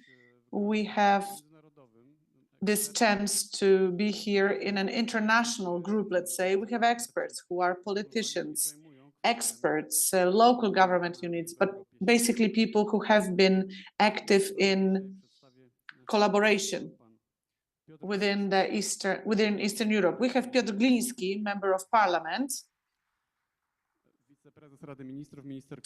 Deputy Prime Minister and the Minister of Culture in the years 2015-2023. Then we have Minister Andrzej Adamczyk, Member of Parliament, Minister of Infrastructure in Poland in the years 2015-2023.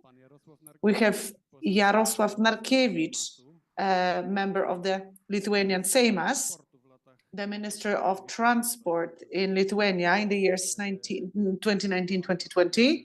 We have Arkadiusz Mularczyk, member of the European Parliament, member of the European Conservatist Group. We have Jan Rafael Lupomeski, a political analyst and former advisor to Václav Klaus. He's also an expert and a political commentator. Online, we have Martin Guillermo Ramirez, Secretary General of AEBR. Hello. Hello. Mam nadzieję, że bo nie widzę pana Ramirez. I can't see Mr. Ramirez. I can't see you on any screen, but hopefully you are with us. Right, now we can see you. We can see you, Mr. Ramirez. Very good to have you with us. So, the topic of this panel, very interesting, very important, because Central Europe and Eastern Europe, it's a really, really important part. And well, Central Europe is a space for a lot of international cooperation. There's many formats. We have the 3 Cs, we have the Visegrad Group, we have the Bucharest 9, and we have parliamentary summits of Central and Eastern Europe, as well as Europe of the Carpathians. That's yet another summit or format. All these initiatives demonstrate that we need to collaborate and we need to start developing the north-south axis, not just east-west. But basically, cooperation in Central Europe is facing many challenges and barriers. So before we talk about them, I would like to ask our guest from Spain. You are online, you are connecting online, and hopefully the connection is all good, but still we would like you to speak first. And if you could give us an outlook as if from the side, because you're in Spain, so how from your perspective and how from the perspective of you representing a regional organization, how do you see us? And what can we learn here in Central Europe from other regions? What can we learn from successes, from mistakes of other regions? If you could hear me, please answer, please address us now. I can hear you very well. I hope you can also hear me. Okay, perfect. Well, thank you very much for the invitation and for such a high level panel. I think this gives us a good perspective of the importance which is given to a space of development like the Carpathian. Of course, this area has enormous challenges. Some of them are shared with other parts of Europe. Others are particular. We are talking of an area of Europe with enormous lacks in development and infrastructure. It has been mentioned there. We are talking about a complex border where it involves an external border of the EU, territory of Ukraine. But it's also true, and you have mentioned many, but there are more networks which are based in the Carpathian, and even European networks paying attention to what's going on there. So we, in fact, the Association of European Border Regions, we have a few members in the Carpathian region, and we pay a lot of attention to some very interesting and innovative initiatives, particularly in the field of sustainable transport, where we have taken part in a few projects, particularly the MOBI one. Well, what can be learned from the experience in Western Europe, where there is an experience of cross-border cooperation, which is our main focus, coming from the 50s, where there is a lot of knowledge which has been accumulated, but the first we have learned is that especially in cross-border areas and complex cross-border transnational areas like the Carpathian one, is we need to tailored analysis, then tailored measures, tailored recommendations, etc. It's very difficult to make a transplantation of a solution given in one area of Europe to another. But of course, we have enormous experience in the Alpine region on the management of mountain circumstances. The same in the Pyrenees, a bit less, but of course the Alpine region has enormous knowledge and experience on how to build up a good structure of networks, how to combine with efficient lobby at the different levels, and how to build up, well, a cooperation that has been given enormous fruits. In other areas, we have more complex ways of cooperation, like the Upper Rhine or the Benelux, because we have more population, but we have to see the areas where there is less population, very much sparse, with a lack of infrastructure, with geographical elements like a mountain chain, plus all the geopolitical elements that cannot be avoided when we are talking about borders. So there are enormous knowledge also on what has been done wrongly that we can learn, and I think it's important also to learn from the failures, to, for instance, to put the expectations very high. But we can go very far in cross-border cooperation. There are cross-border public services which are being implemented, like a hospital, which is binational, corresponding to two different public services. And there are interesting initiatives in the field of cross-border commuters. But also we still need to support small and medium-sized enterprises, young people who want to develop their careers in these border areas, where we need this talent to be used in a proper way. We need more research, we need more programs, and probably one of the lessons that we have learned in Western Europe that can be a recommendation for the Carpathian area is to try to find the maximum level of coordination between the different networks. There are many interests which are shared, but there are also some diverging interests. We have to be able to find a minimum common denominator and concentrate efforts there.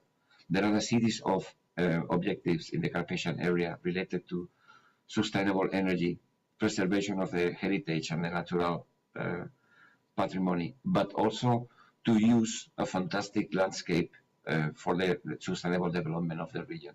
This is very easy to define, but with enormous doses of trust on the one hand, and making numbers about how much savings can be made of sharing services to protect the environment, to develop new touristic products, and even to provide services to the citizens living in remote areas. It can be safe there can be an enormous saving by sharing services, sharing strategies, etc. And this happens across borders in bilateral arrangements, but it's such a multilateral arrangement like the Carpathian area has, at least on paper, but also in some of the achievements so far. I think it's something worth to use the time of the national authorities who have finally the decision-making power, but also of the European institutions. And in this field, in this type of initiatives, the Association of European Border Regions is always ready to support with the experience of more than 50 years working in all parts of Europe. So thank you very much again, and I'm very eager to listen to the different interventions in this panel and to learn more about what is the current moment of probably the future of the Carpathian cooperation. Thanks a lot. Dziękujemy bardzo panu Ramirezowi za podzielenie się swoją perspektywą. I teraz przechodząc już do panelistów. Thank you, Mr. Ramirez, for sharing your perspective. And now I will move to panelists who are in the room with me. So what do you think? What are the greatest barrier to further development of Central Europe or Central Eastern Europe? Are these just financial, infrastructural, political barriers? Are there more barriers? Are some barriers more important than others? So how do you feel about that? And I would like Piotr Gliński to take the floor as the first speaker. Thank you very much. Thank you for having me at this conference. And let me start by saying something hopeful about those formats of cooperation that already exist, because I think they are very, very important. They give us hope for 4 reasons. First of all, there's hope that we will multiply and strengthen the idea of national states. We, in the region, we are stronger as a region, and we can we are successful as a region as well. So maybe we can build on this success even more thanks to those different existing formats. Another glimmer of hope is that for Europe, hope for Europe can come from our region, indeed. I don't have to say more, I guess. Europe is in a very difficult situation, sort of bankrupt, economically not competitive, not able to defend itself against anyone because, well, the defense policy, whatever it was, again, is bankrupt, so to speak. We have a huge social crisis or societal crisis, migration crisis. We have a crisis of democracy. I don't have time to analyze that right now, but I think you know what I mean. In Europe or in the Western Europe, there is no free media. But actually, media are very important in looking at what the authorities are doing. But currently, in Western Europe, certain values have no room to exist because of that. And our region here in Europe is the hope for the future. Now we're fighting for a model of a future Europe. On the one hand, we have the ever closer union, the craziness that destroys the foundation of Europe, trying to create something artificial, maybe helping some groups, maybe helping some stakeholders, but it's not good for the development and growth of Europe. And the greatest proof is what I mentioned already, this multidimensional European crisis that we're dealing with. Our formats in our part of Europe are, again, hope from the point of view of transatlantic relations, because we are the partner for the United States, not for the current administration in the United States, but we are the partner with a shared vision and also a shared vision of defense. Finally, we are the hope of Europe from the point of view of Ukraine, from the point of view of solving all those problems towards the East. We simply know better about these things. And it's been proven. They were waiting and thinking that Kiev would be, they didn't know what was happening. They were just waiting for Kiev to be completely taken over. And we knew what was happening, and we were not sending them defective helmets or something like that. We offered real help.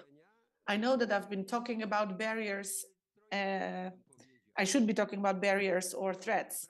There are three threats. One threat is no political will in the countries of the region. Unless politicians of the region understand how important it is to build Central European and Eastern European formats to try to counterbalance what's happening in the rest of Europe, we will have a disaster. Our hopes will be shattered.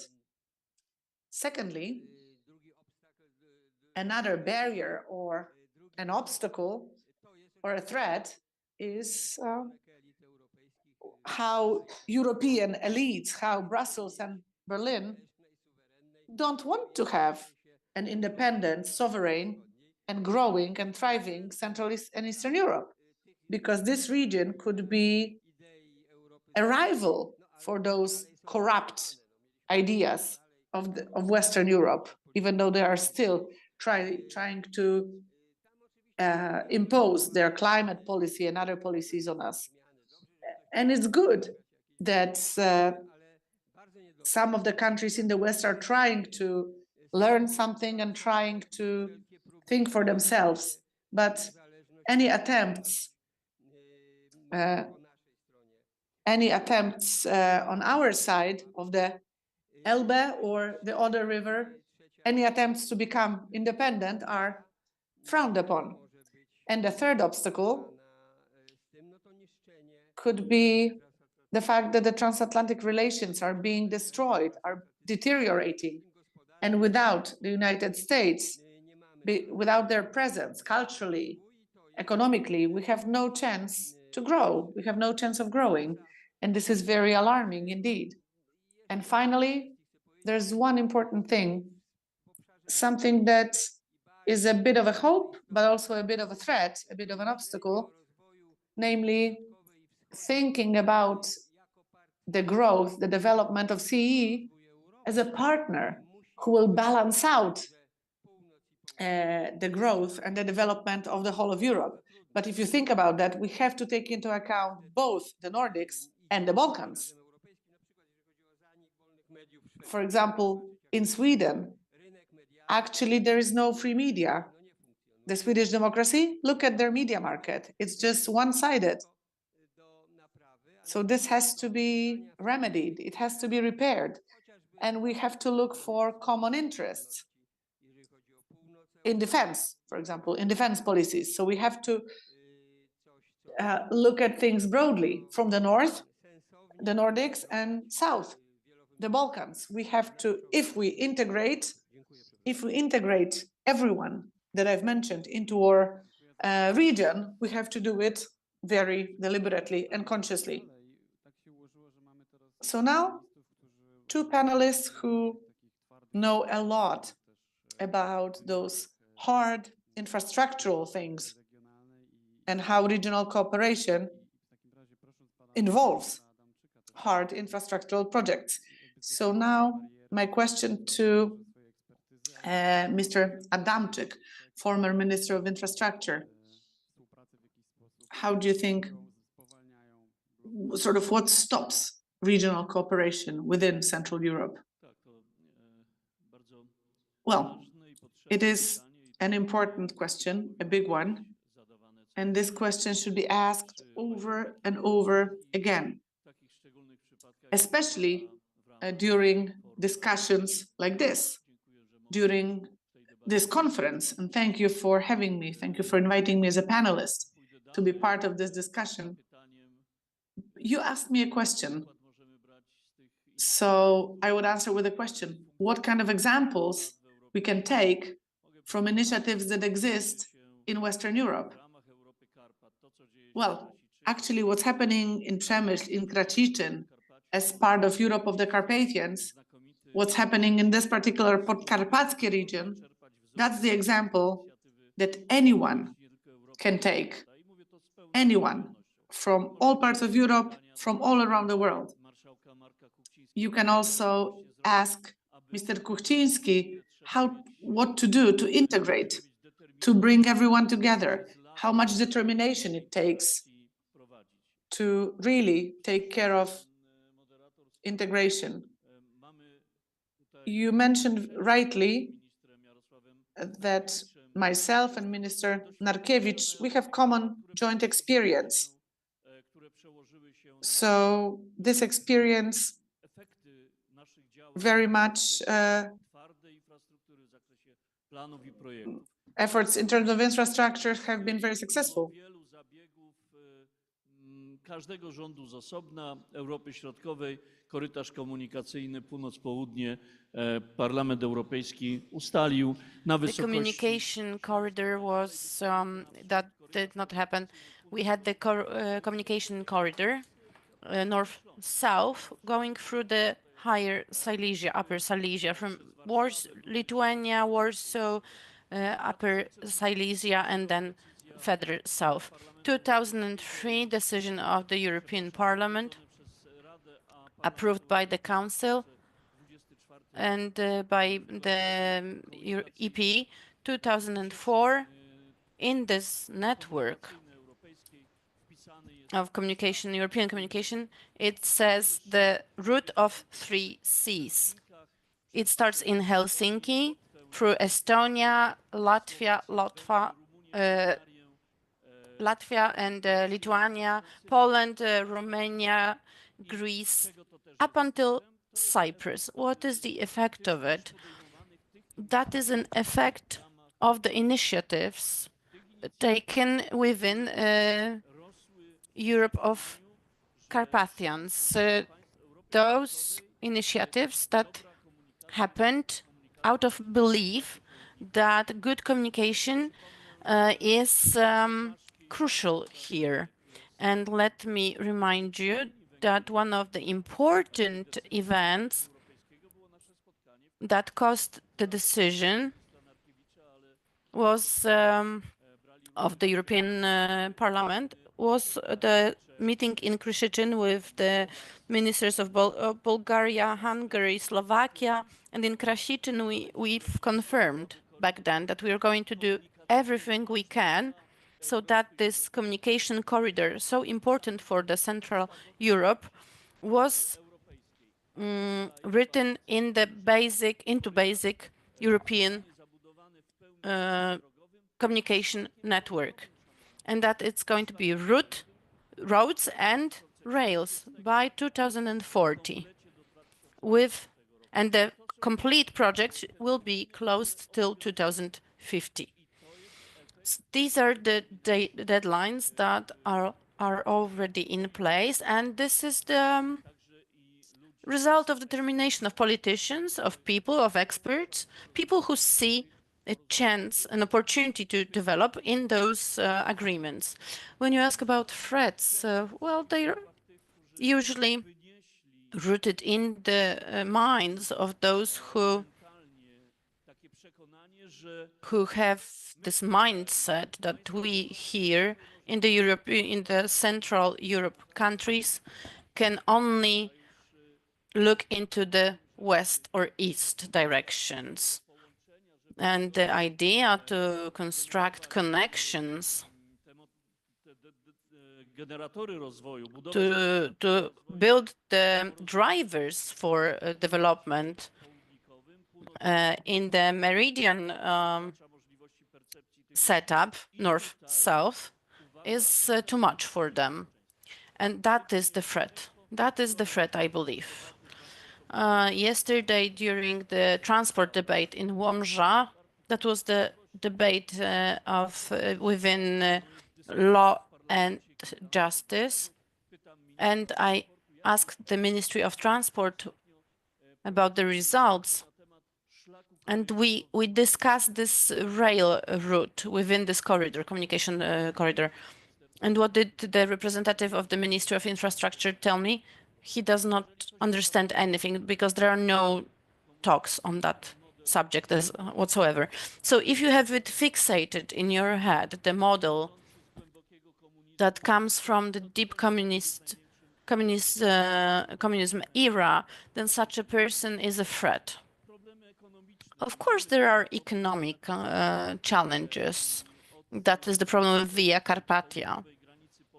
From the southern border of Poland to Świdnik, 72 kilometers, that is right now at risk. So it's an express way. And I hope that we can face that challenge with the Slovaks. We were close in 2024, but we were supposed to have it completed in 2024. But still, even if there's a delay, it's still possible to complete the task. And I have to say that I also announced to the minister, because he's a very modest person, humble, the minister from Lithuania. So we were both thinking on how to convince the governments to build Via Baltica. And I invited Mr. Minister with his colleagues, with his deputies, when he came to Poland. He said, "Dear all, I don't know how we do it, but we have to convince the Lithuanian government to build this road north of the Polish border. I'm sure there is going to be a lot of opportunities." And one conclusion, one more. It's important, I have to say it. 2 years ago, when I was talking here within the experts, in the couloirs, we had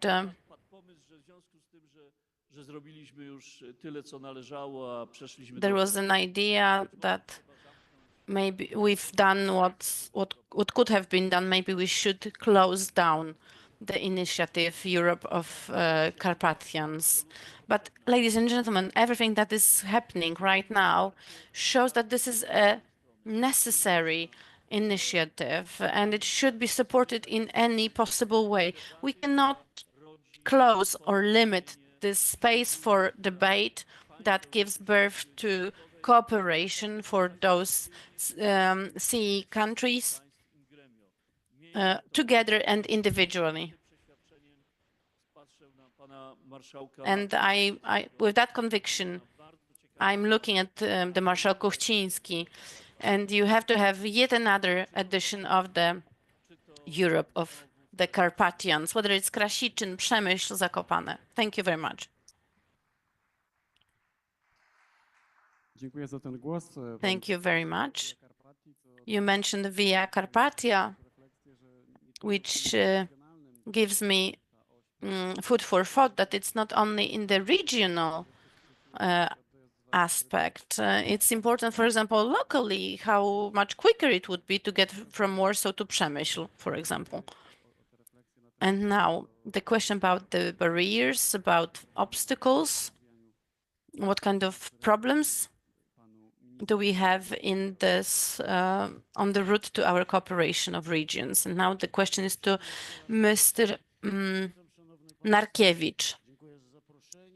One more time, welcome everyone. Thank you for the invitation. It is my great privilege to be able to share my humble experience.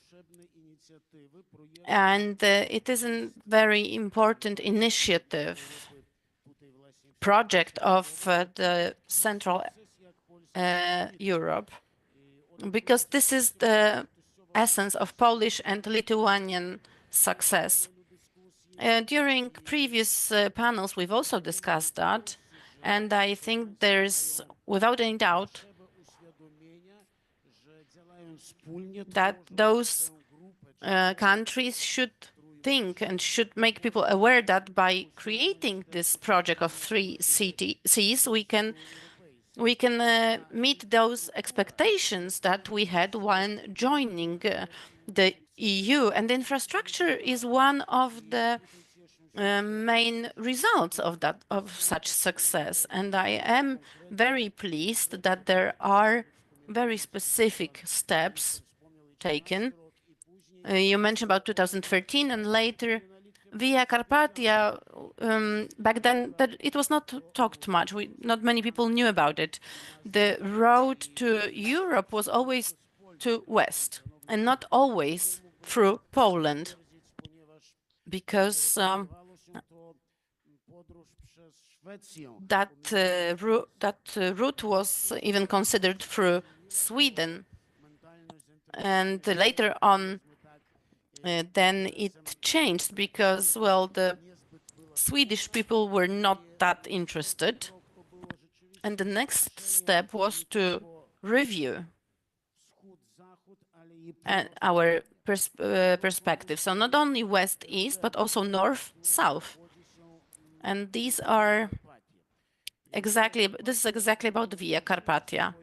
It broadened its horizons and geography from south to north through joining the network that the minister mentioned. That was, I think, the decisive time, and via Baltica, which is the road that was planned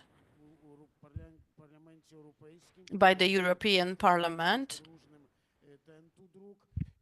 in that strategic network. And from Poland, Lithuania, Latvia, Estonia, and that also was curious what's next. It was also considered to extend this route through northeast direction through Russia and to Finland. Finland is still open today from technological aspect, how we can have an infrastructure through the sea, but it is also very important that we have a lesser problem transporting from east to north than connections with the southern countries. And here Via Carpathia matters. What are the actual challenges?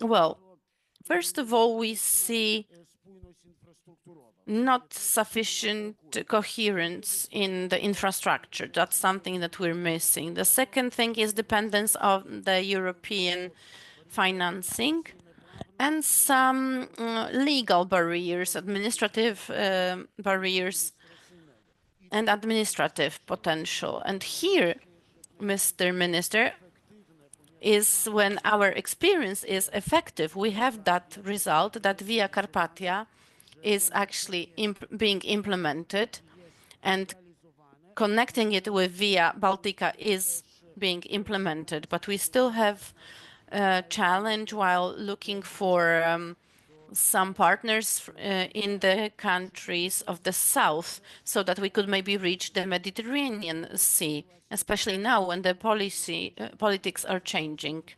Because when we have the possibility to transit through Ukraine, to use the hub in Belarus that was built in a close cooperation with Belarus and China, and back then the rail transit to develop Gdańsk port, but that was possible, but then politics changed. Right now, we know that Ukraine is no longer safe transit, and because of the eastern flank. So south has become to be strategic. Turkey, well, that's complex too. But how to get there?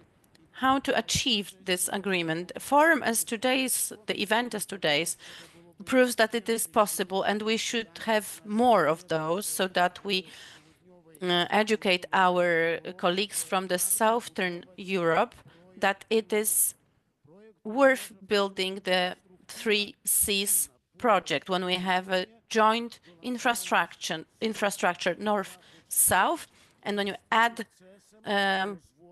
east and west, then it is a success story of development, and what results from it is well-being and prosperity, and also meeting the challenge of being competitive within the European Union.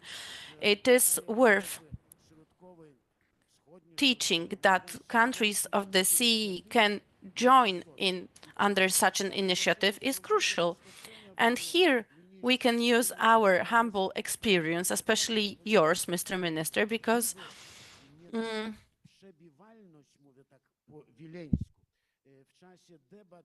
if it wasn't for our presence during the meetings at the European Commission, at the European Parliament, if it wasn't for the ability to join partners, bring partners together, I'm not talking about mobility package, I think that it wouldn't, Via Carpathia would not have happened.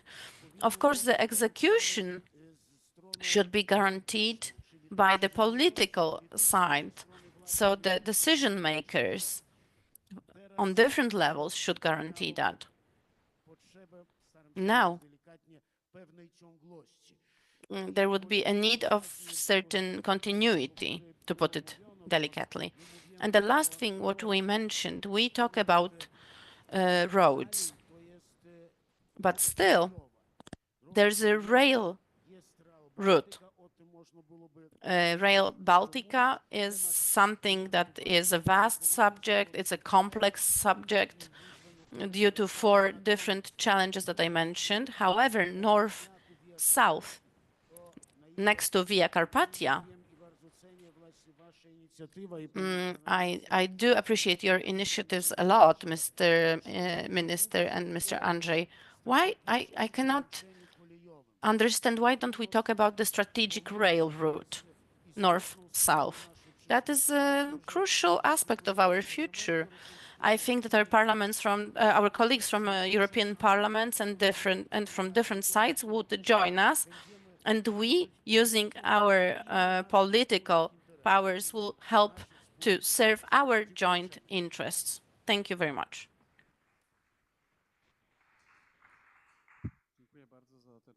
Thank you for that. And I would like to ask Mr. Mularczyk, member of the European Parliament, on how it looks like from his perspective. Thank you very much for yet another invitation to that forum. This forum that continues for so many years now has a vast influence on the understanding of cooperation, international cooperation, and of the value and importance of international projects in the Central Europe. Especially in CE, we have a number of formats. We have the Visegrad group, we have Bucharest 9, but also 3 cities. And without any doubt, since the Russian war on Ukraine happened, the need of cooperation of the countries of Central Europe has increased, starting with the Scandinavia, Sweden and Finland, Norway, Poland, Bulgaria. They all feel pressure from Russia. And thus cooperation, economic, military cooperation increased absolutely and got a new, deeper dimension. And this is clearly visible in the recent years. What is the main obstacle for this cooperation? First of all, lack of political will from the Western countries, because in their interest it is lies development of cooperation west-east, infrastructure, roads, railways. In their interest, the very heart of European Union, the Benelux countries, it does not lie in their interest to support that cooperation of the central countries. So starting with the 13 countries, starting with Scandinavia and Baltic countries and to the south. It's without this determination, political will, it's going to be always an obstacle. My fourth speaker, Bata Muzyczka, she mentioned several arguments, and let me repeat those. From the 13 countries of the 3 seas, it's over 30% of European Union territory. It's over 20% of population, but it's only 15% of European GDP. So it shows how delayed, how we are behind the economy of the West, of the European Union. And let me show another example. Poland has a border with Germany, and there's more than 15, like 19 bridges between them. And on the Danube, where the border is 480 kilometers, they only have 2 bridges. So this shows you the potential, or what's happening in the Western Europe versus what's happening in Central Europe, and how we can collaborate from the north to the south. Because until we catch up, it's going to be very difficult to really meaningfully grow. We need to catch up. But the role of Central Europe has grown significantly after Russia's aggression against Ukraine. Today, everyone knows that Central Europe, the eastern flank of NATO, is a place that has to guarantee, must guarantee safety for the rest of Europe, the rest of the European Union. And we have to seize that opportunity. We have to take that opportunity. Poland has been invited as the largest Central European country to G20. It's absolutely historically phenomenal. Poland has better GDP than Switzerland for the first time in history. So for Poland and for the entire region, it's an opportunity. So it's good that Poland is the representative of the whole region in G20. That's why I think that those meetings that we're going to have in the coming month, like in Mar-a-Lago, in Florida, and in other places, should be an opportunity that Poland can use to improve or deepen transatlantic relations, but also to strengthen economic ties between the region and the states, especially that it's in the states' interest to support and strengthen Central Europe. Actually, recently, the Congressional Bureau of Analysis has indicated in its report that the development of the Tri-Seas area is in strategic interest of the United States. So strengthening this region will be a natural barrier that will be protecting Europe from Russian and Chinese influences. So I think it's a big argument that President Nawrocki should be using in talks with President Trump, in talks with Marco Rubio, so that they can start investing American capital in the Three Seas area. And after 10 years of presidency by President Duda, I think that's that should be one of the greatest priorities of Karol Nawrocki's presidency, to sort of reopen the transatlantic relations. Because I hope that this presidency will be a 10-year one, and we will manage to deepen transatlantic relations. So actually, all these things have an influence on the rest of the region: Lithuania, Czech, Hungary, Slovakia. I mean, you can see that we have new challenges, new priorities, new objectives, and we have to talk about them so that we can shape, and so that those things inform the policies of our governments in the years to come, in the decades to come. Thank you so much. Over to Jan Rafael Lupomieski if you could tell us from Prague's perspective how important this is and where do Czechs see the barriers? Good morning. Thank you for the invitation. I'll try to speak Polish, especially that language is an important part of interpersonal infrastructure. I will talk about these things from the perspective of Prague, but I agree with what Mr. Mularczyk said. The terrible, scandalous aggression of Russia against Ukraine sort of made Central and Eastern Europe a more visible region, just like former Prime Minister Gliński, just like former Minister Narkiewicz said, this region can play a huge role, and we often forget about it. So if I were to mention a barrier, an obstacle, I'd say it could be mentality. It could be mentality. Mentality, even not our mentality, but something that is imposed on us by others. We are an independent European region. We're not a region that a superpower can control or steer. And I think that Western European countries see that, and they try to manipulate us, play games with us, try to sort of break us apart, or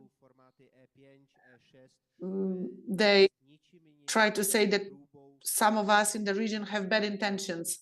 They are trying to come between us, so to speak, because whenever our CEE region speaks in one voice, and presents common interests, then everyone has to reckon with us. Everyone has to, we count simply, we matter. Let me give you an example.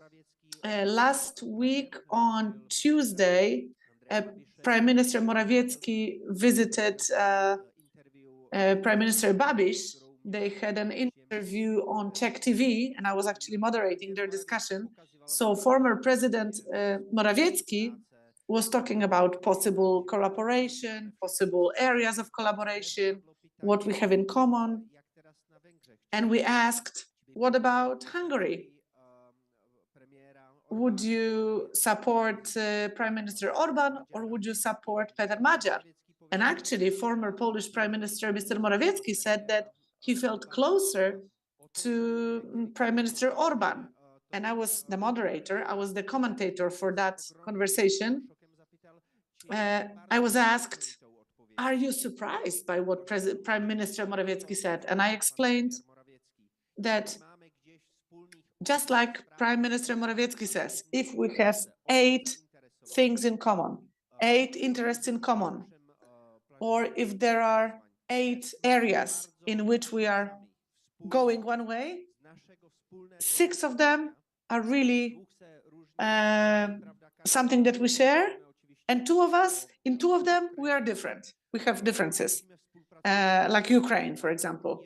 So let's collaborate on the 6 where we agree, and let's not look for this one, even big difference to bring us apart.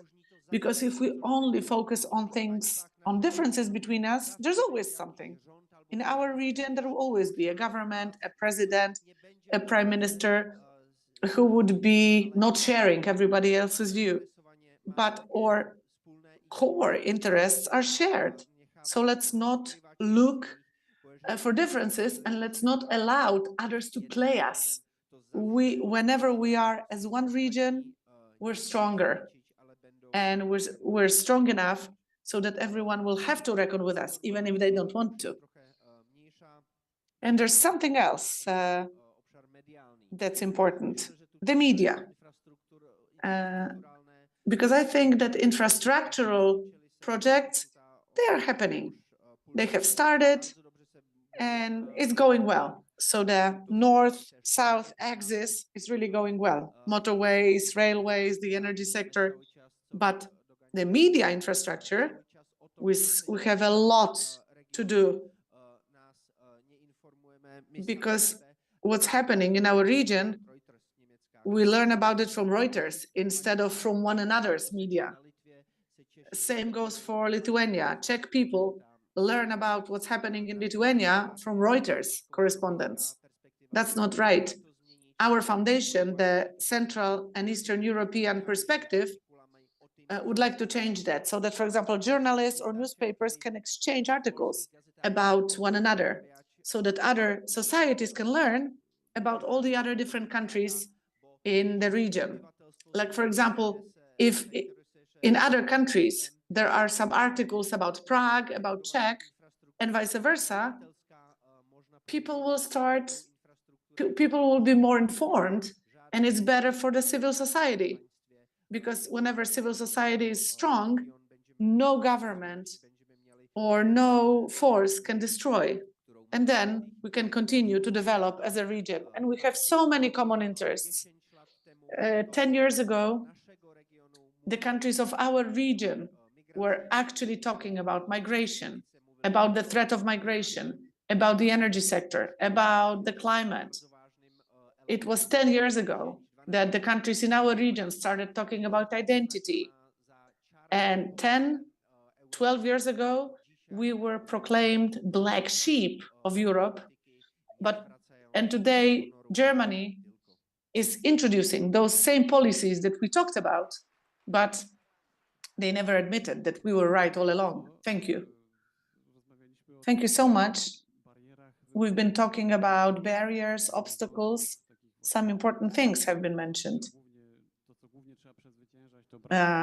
First of all, one of the barriers is lack of political will, inconsistent infrastructure, being dependent on funding from the European Union, lack of a certain continuity. Also, we are economically, as a region, not as great as we should be compared to the rest of the European Union. And also, Minister Mularczyk mentioned the need to talk and the need to collaborate across different formats, including such formats as Europe of the Carpathians. Because even if there is no political will, we can try to counter it by maybe some social pressure.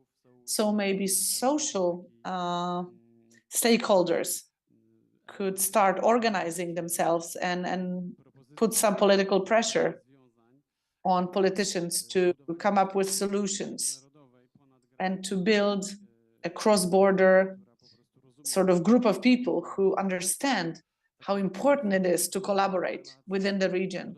So we have to build an infrastructure of relationships, an infrastructure of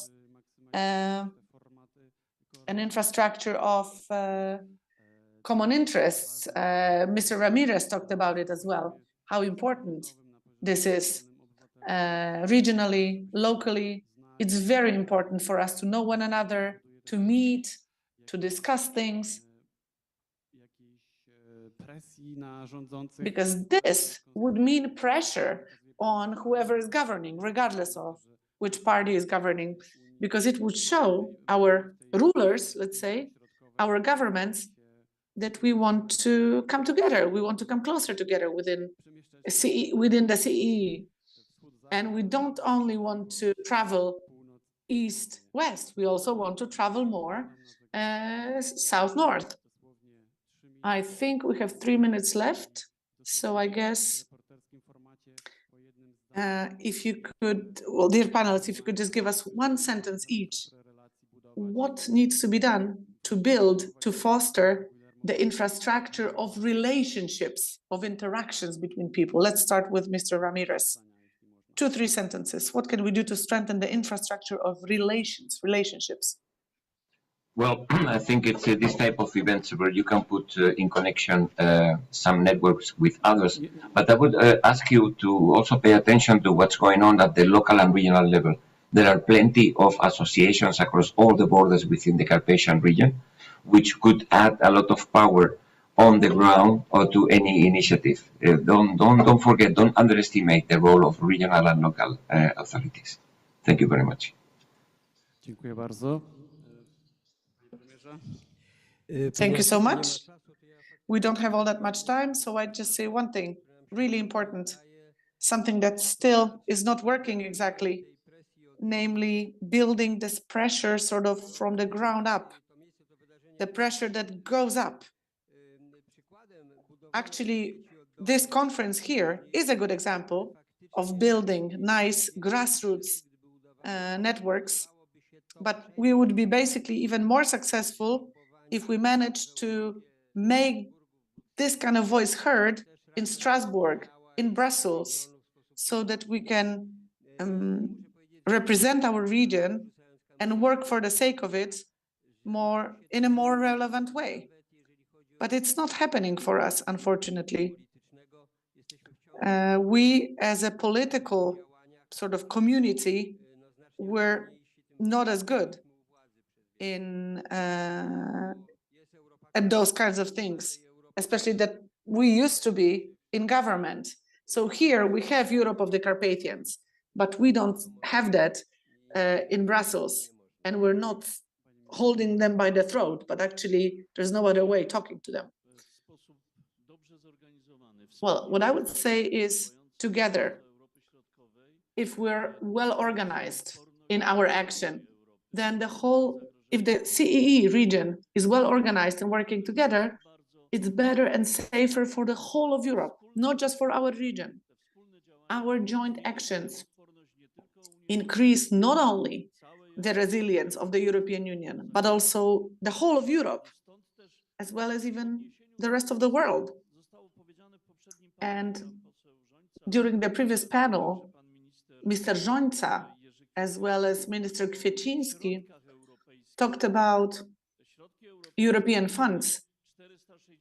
If there's 460 billion euro is going to be dedicated to increasing competitiveness in the next financial framework, then this competitiveness also requires security to all those who are competing in a healthy way and trying to increase competitiveness.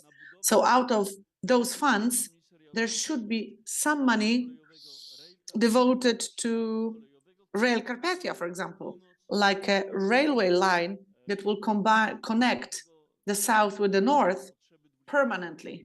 A railway line for the 21st century and for the centuries to come. Minister Narkiewicz, over to you. One sentence, please. Well, definitely having initiative, right? Having the energy, the empowerment.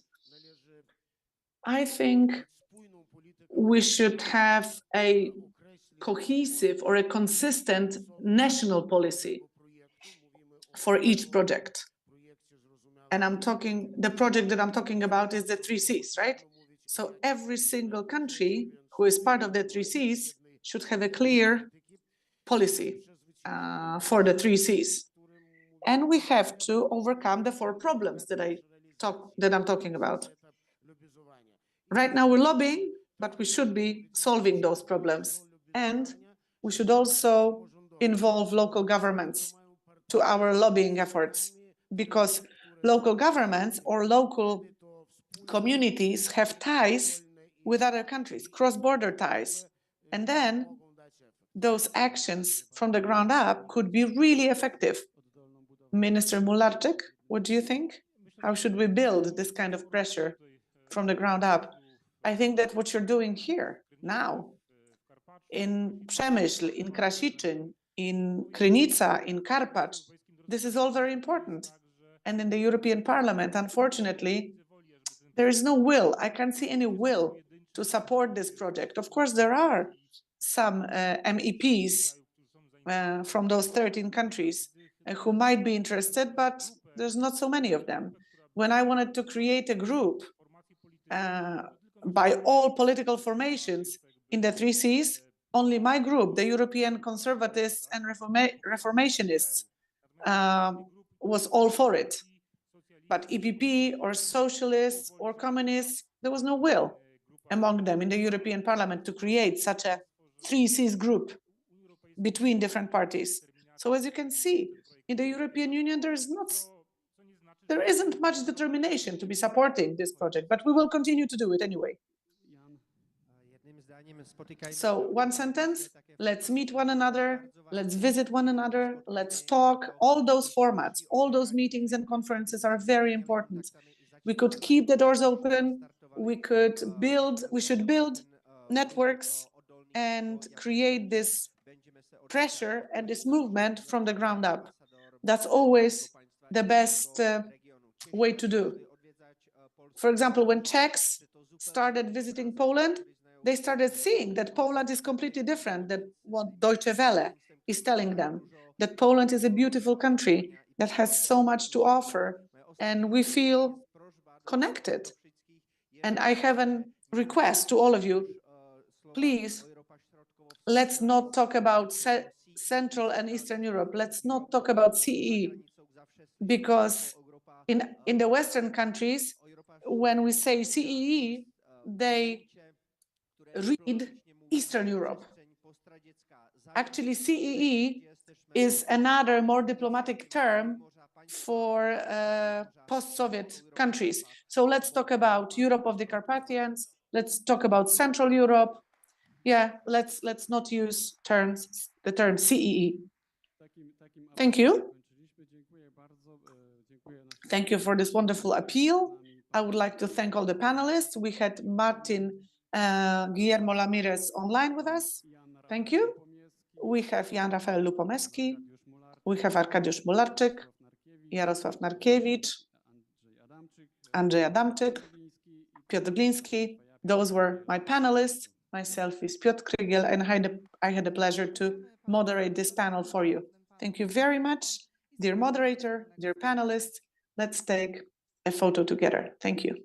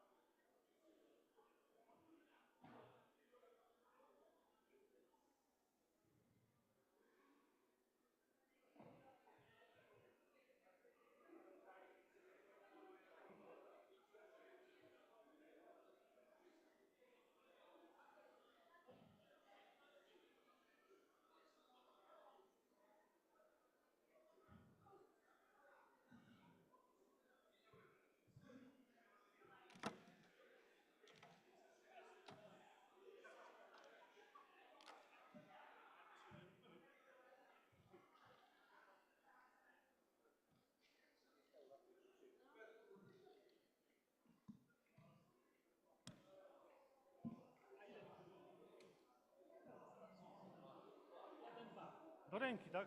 1, 2 do ręki. Dobrze.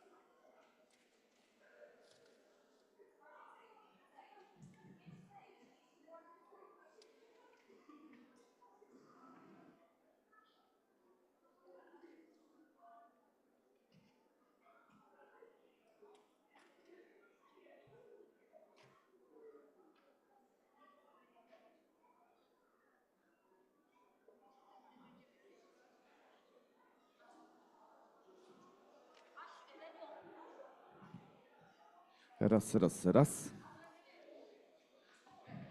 Szanowni Państwo, będziemy rozpoczynać dekorację uczestników Karpackiej Piątki oraz Przemyskiej Ligi Biegowej. Serdecznie witamy wśród nas pana marszałka Marka Kuchcińskiego. Witamy, panie marszałku. I prosimy do nas, zapraszamy. Oraz pana wicemarszałka województwa podkarpackiego, pana Piotra Pilcha. Zapraszamy, panie marszałku. Zapraszamy tutaj. Panowie będą dekorować zwycięzców, a nim udekorują zwycięzców, to my mamy taką małą niespodziankę dla panów. Bardzo proszę, Mieczysław Jałocha. Zimowa Karpacka Piątka zawsze była związana z konferencją Europa Karpat i dlatego 9 razy, dlatego bardzo nam jest miło, że doczekaliśmy się wreszcie na dekoracji marszałków.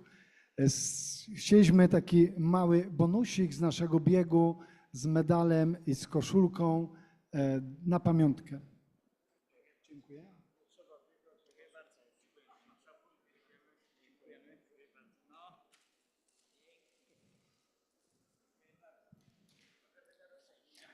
Nie, zostajemy do dekoracji. Tak jak Robert powiedział, słuchajcie, zaczynamy od Przemyskiej Ligi Biegowej. Podsumowanie roku 2025. 6 biegów organizowanych przez Przemyski Klub Biegacza, 5 biegów punktowanych, biegi duże, bo to nie jest tylko te 6 biegów, które robimy, największe biegi, które robimy. Zaczniemy od dekoracji pań, dekorujemy 10 kobiet, które uzyskały najlepsze wyniki za rok 2025. Ja będę zapraszał panie i panie będą stawać po tej stronie od miejsca. Panie marszałku, niektórzy mówili, że te medale podobne jest do policyjnej odznaki. Także trzeba założyć. Jakby się jechało samochodem, to trzeba założyć. Tak, panowie się nawzajem dekorują bardzo ładnie. I zapraszamy tutaj do nas 10. miejsce w Przemyskiej Lidze Biegowej za rok 2025. 10. miejsce Kowalczyk Ewa. Zapraszamy Ewę. 9. miejsce Pękorz Agnieszka. Zapraszamy Agnieszkę. 8. miejsce Majcher Sylwia. 7. miejsce Nanowska Amelia. 6. miejsce Lech Jakubczak Agnieszka. Zapraszam. 5. miejsce Bal Barbara. Zapraszam. 4. miejsce Sikora Kołodziej Irmina. Zapraszam. I przysłowiowe pudło. 3. miejsce Łapińska Anna. 2. miejsce Macek Bogusława. Zapraszamy Bogusia. I 1. miejsce Szablan Violetta. Zapraszamy. Gratulujemy serdecznie i prosimy o dekorację.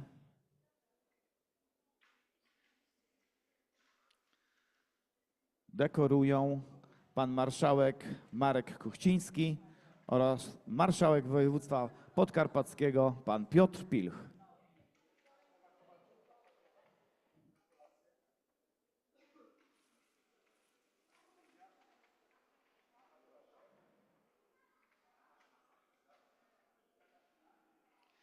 Dziesiąte miejsce Kowalczyk Ewa, 9. miejsce Pękorz Agnieszka, 8. miejsce Majcher Sylwia i 8. miejsce Sawicka Katarzyna ex aequo, 7. miejsce Nanowska Amelia, 6. miejsce Lech Jakubczak Agnieszka, 5. miejsce Bal Barbara, 4. miejsce Sikora Kołodziej Irmina, 3. miejsce Łapińska Anna, 2. miejsce Macek Bogusława i 1. miejsce Szablan Violetta.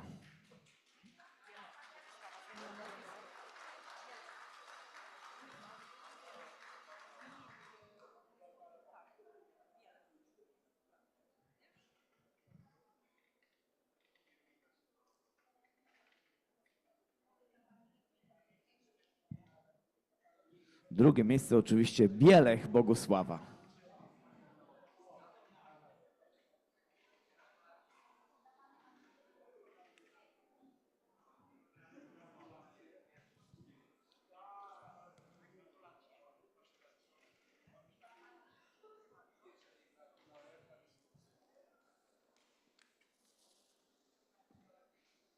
Biegi różne, od biegów górskich, po biegi uliczne, od biegów krótkich do ultramaratonu.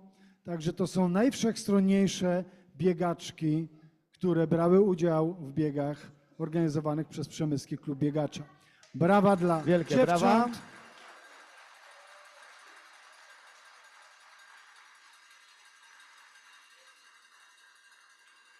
I dziękujemy bardzo. Dziękujemy ślicznie. Panów zapraszam na bok tutaj do mnie, a panie schodzą z podium i zaraz panowie zajmą to podium. Podchodzimy do naszej koleżanki Reni. Ja tylko przypomnę, że rozpoczęliśmy już ligę w roku 2026 i ten bieg Zimowa Karpacka Piątka był drugim biegiem zaliczanym do tej ligi. A my tutaj zapraszamy panów i tak od 10 miejsca. Mucha Wacław. Brawo. 9 miejsce Masłowski Jakub. Zapraszamy. 8 miejsce Naspiński Michał. Ex aequo z Szybiakiem Maciejem. Zapraszam. 7 miejsce Mucha Wacław. 6 miejsce Banaś Mateusz. 5 miejsce Stadnik Wojciech. 4 miejsce Malarczyk Jarek. I zapraszamy na podium w następującej kolejności. 3 miejsce Rusin Kornel. Brawo. 2 miejsce Jaremko Władysław. Zapraszamy Władka. I 1 miejsce Karuś Waldemar. Zapraszamy.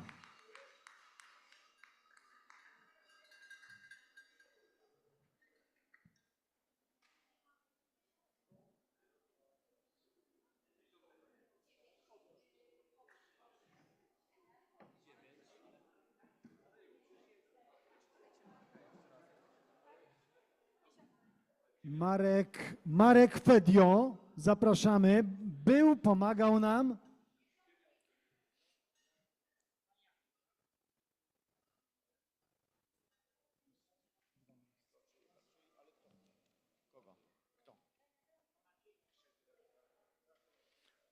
O, dotarł do nas Zapraszamy Marek Marka Fedio. Zapraszamy Marek.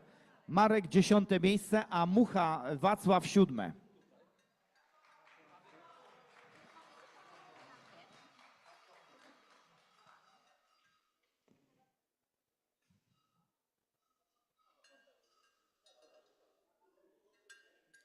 I jeszcze raz przypomnę, Fedio Marek 10 miejsce, 9 miejsce Masłowski Jakub, 8 miejsce Naspiński Michał, ex aequo z 8 miejscem Maciej Szybiak, Mucha Wacław 7 miejsce, 6 miejsce Banaś Mateusz, 5 miejsce Stadnik Wojciech, 4 miejsce Malarczyk Jarek, 3 miejsce Rusin Kornel, 2 miejsce Jaremko Władysław i 1 miejsce Karuś Waldemar.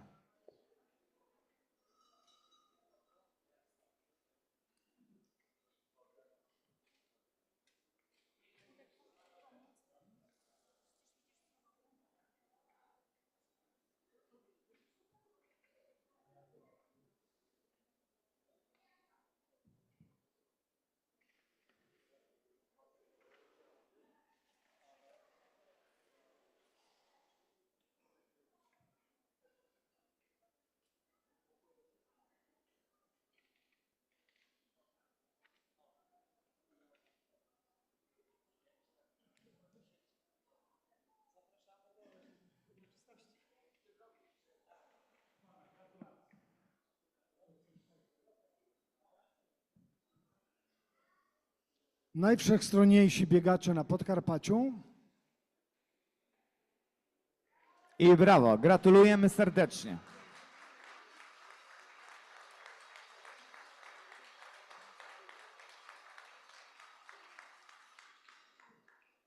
I dziękujemy bardzo panowie.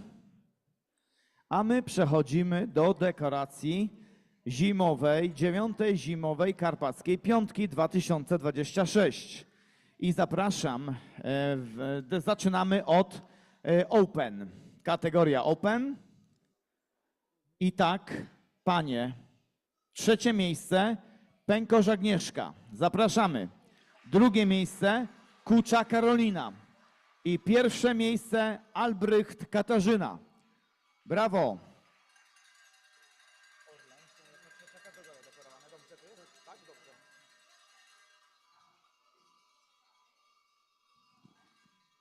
Zapraszamy, drogie panie. I tak, zapraszamy do dekoracji. 3. miejsce Pękosz Agnieszka. 2. miejsce Kucza Karolina. I 1. miejsce Albrecht Katarzyna. Kasia już ma stały punkt do startu w Przemyślu. Wygrywa tu prawie każdy bieg, Brawo. na którym startuje. Brawo, gratulacje.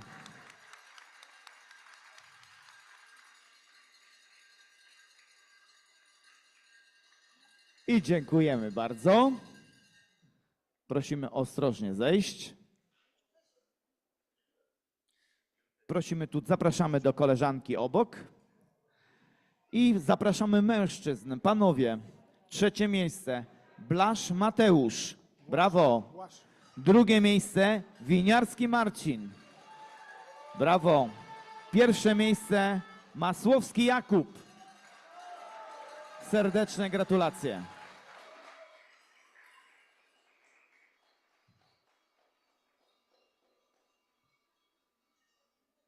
I prosimy.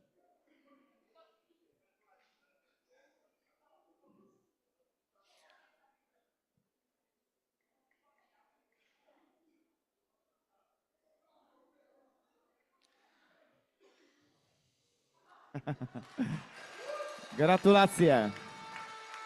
Marcin idzie w ślady mamy. Wielkie brawa.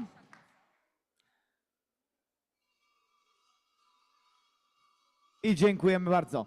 Ten Marcin spóźnia się na pierwszą lekcję. Ja wiem dlaczego, bo mówi, że trenuje rano od 6. Także teraz już widać. Więc nie było tak, że z marszu przyszedł na te zawody, tylko trochę lekcji opuścił. Ale to się wybacza. I zapraszamy do dekoracji mieszkańcy Przemyśla i zaczynamy od pań. Kategoria mieszkańcy Przemyśla, 3. miejsce Józef Eliza. Brawo, zapraszamy Eliza. 2. miejsce Sikora Kołodziej Irmina. Zapraszamy. I 1. miejsce Kic Ewelina. Zapraszamy, drogie panie, śmiało. Panie marszałku, to są najszybsze kobiety w Przemyślu. Jakby pan szukał przypadkiem, to tutaj właśnie one są. I powiatu przemyskiego oczywiście.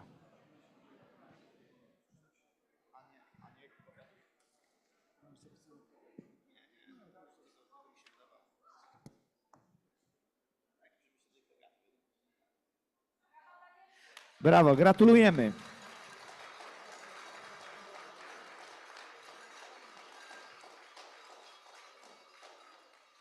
Dla równowagi oczywiście. Dziękujemy ślicznie.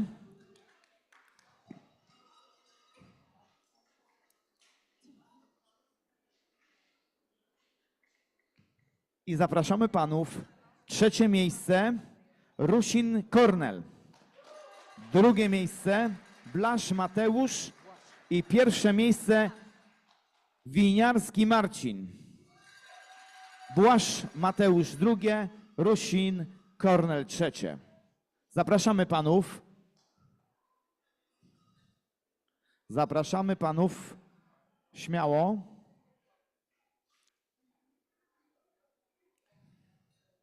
Marcin, ty się obłowisz.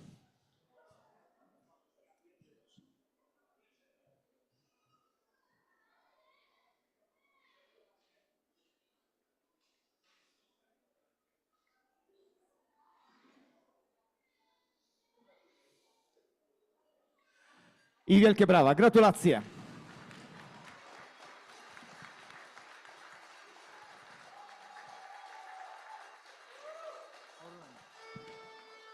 I dziękujemy panom.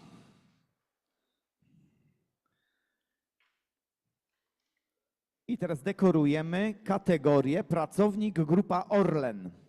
Zapraszamy tutaj pracowników grupy Orlen, którzy brali udział w 9. Zimowej Karpackiej Piątce. I tak 3. miejsce zajął Czwerenko Wojciech. Zapraszamy. 2. miejsce Brykajło Adrian. I 1. miejsce Błasz Mateusz. Zapraszamy.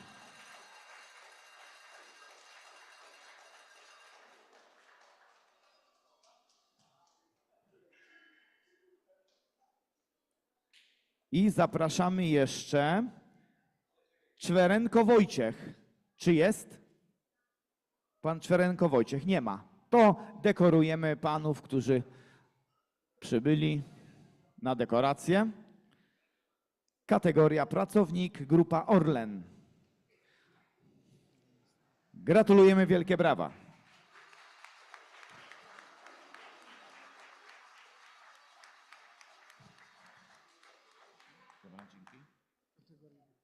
I przechodzimy, dziękujemy bardzo panom.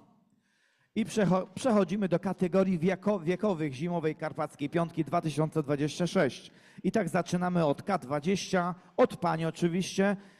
3. miejsce Bazan Wiktoria, kategoria K20. 2. miejsce Kościak Dorota. I 1. miejsce Kic Ewelina. Zapraszamy panie.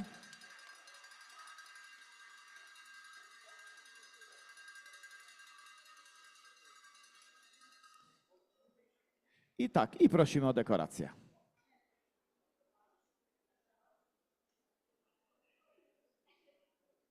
Trzecie miejsce Bazan Wiktoria, 2. miejsce Kościak Dorota i 1. miejsce Kic Ewelina. Przypomnę, K20. Gratulujemy. Wielkie brawa. I dziękujemy paniom. Kategoria K30. 3. miejsce Zubrzycka Pawlikowska Joanna. Zapraszamy. 2. miejsce Kopacz Magdalena. I 1. miejsce Sikora Kołodziej Irmina. Zapraszamy Irminę. Tu widzimy, rosną kolejne pokolenie biegaczek w rodzinie i biegaczy. Pięknie. I proszę bardzo, dekorujemy. Drogie panie, w kategorii K30. 3. miejsce Zubrzycka Pawlikowska Joanna. 2. miejsce Kopacz Magdalena. I 1. miejsce Sikora Kołodziej Irmina. Gratulujemy. Wielkie brawa dla szanownych pań.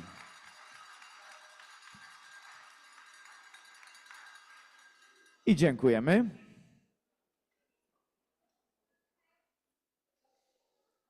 Damy radę? O, mama. Ojej, przepraszam, że...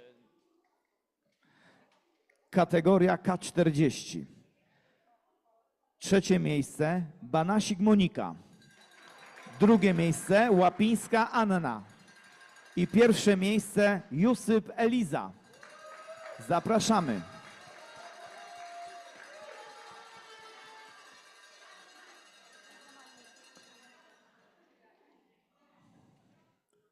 I prosimy o dekorację. 3. miejsce Banasik Monika, 2. miejsce Łapińska Anna, 1. miejsce Jusyp Eliza.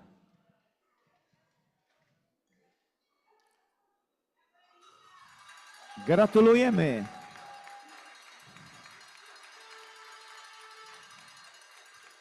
Pięknie. Dziękujemy bardzo.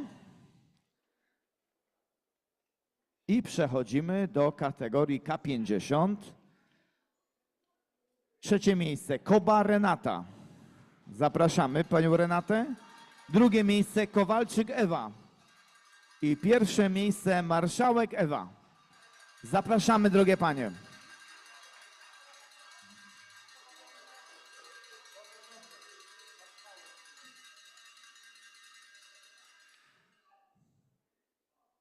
I zapraszamy.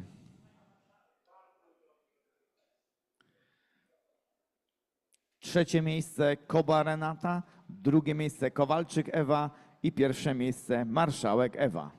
Mamy 2 panów marszałków i 1 panią marszałek. Dziękujemy bardzo.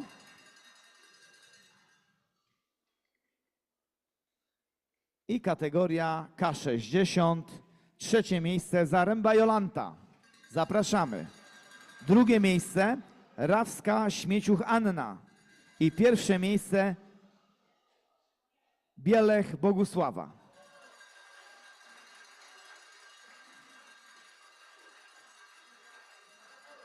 Zapraszamy.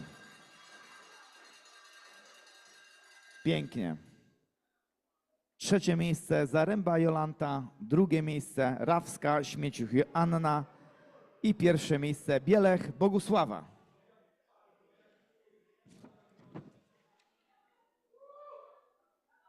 Brawo.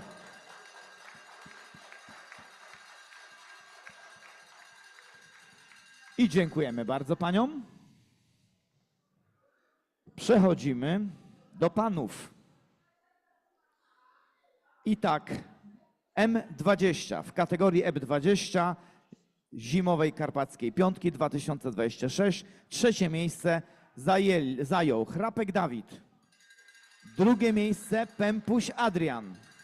I pierwsze miejsce Szybiak Maciej.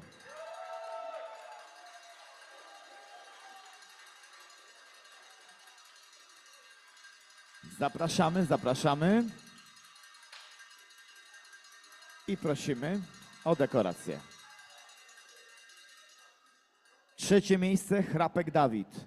Drugie miejsce Pępuś Adrian. I pierwsze miejsce Szybiak Maciej. Brawa, gratulujemy. Brawo, brawo. I dziękujemy panom. I zapraszamy panów w kategorii M30. Trzecie miejsce Kuźmiek Maciej. Drugie miejsce Dudziak Sławomir.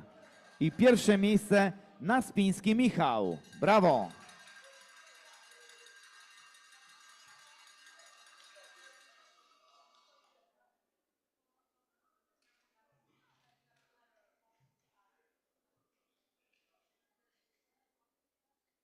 I zapraszamy do dekoracji.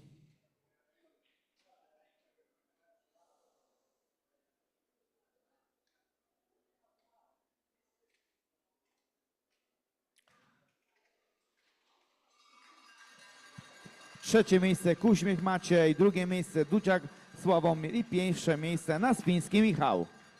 Gratulujemy. I dziękujemy bardzo. Dziękujemy. Kolejna kategoria M40, trzecie miejsce Kobylarz Piotr. Zapraszamy. Drugie miejsce Wojdyło Wojciech. I pierwsze miejsce Kiper Maciej. Zapraszamy panów.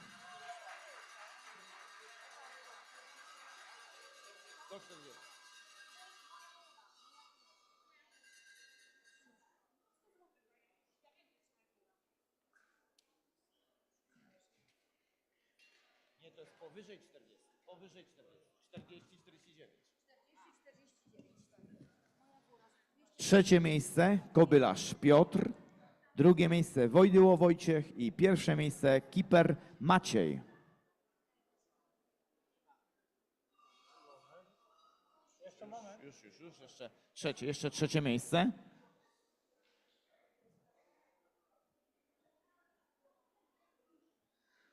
Gratulujemy. Wielkie brawa.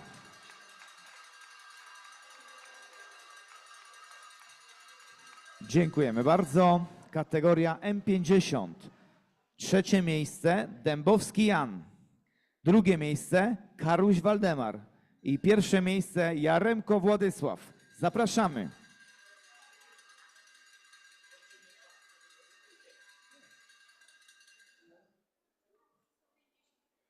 Trzecie miejsce Dębowski Jan. drugie miejsce Karuś Waldemar i pierwsze miejsce Jaremko Władysław.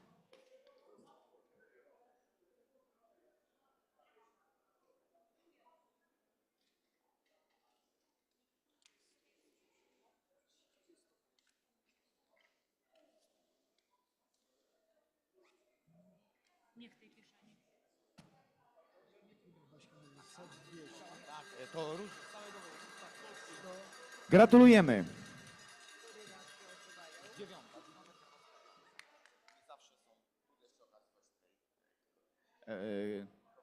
Dziękujemy bardzo. I ostatnia kategoria M60, trzecie miejsce Trzonek Andrzej, drugie miejsce Skórka Ireneusz, pierwsze miejsce Moskowicz Stefan. Zapraszamy panów.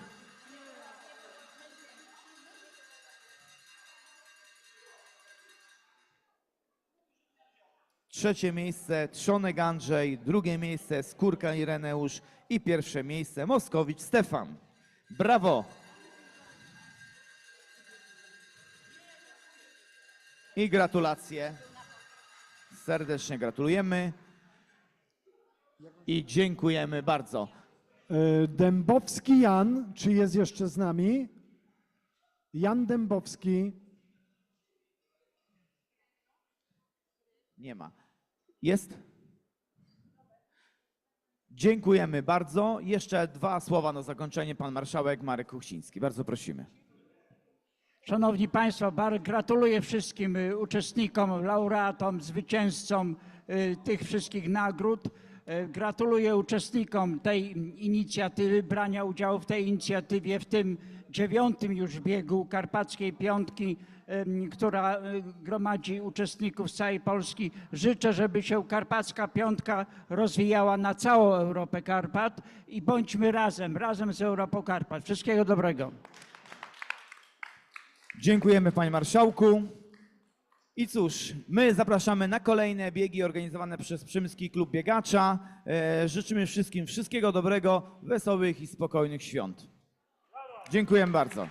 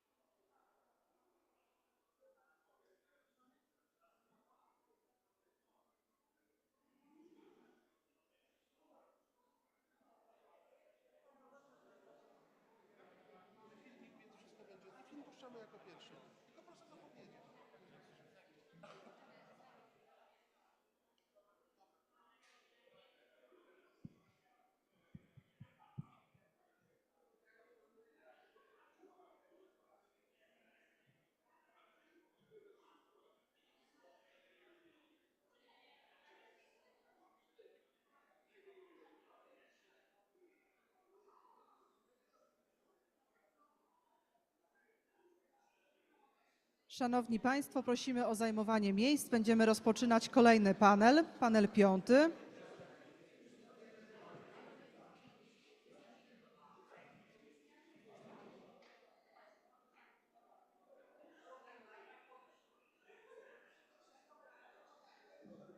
Szanowni Państwo, rozpoczynamy panel 5.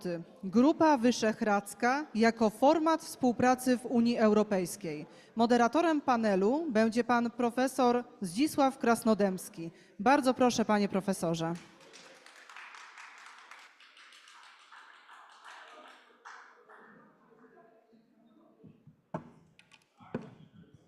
Bardzo dziękuję, ale nie widzę moich panelistów, więc jestem zaniepokojony, mimo że zaczniemy, proszę Państwa, to spotkanie. I am a bit worried since I cannot see my panelists. We will start the meeting with a video. Please join me, Mr. Daniel Obajtek, who is one of the panelists, could not join us, but we'll still watch a video recorded. I made a joke that I wish I was more of a person into movies, but I'm sure that we'll see a movie about Daniel Obajtek one day. Let me introduce all the panelists first. I'm very pleased that we have two ladies participating in our panel. I'll start with introducing Madame Barbara Bartuś, member of the Polish Parliament,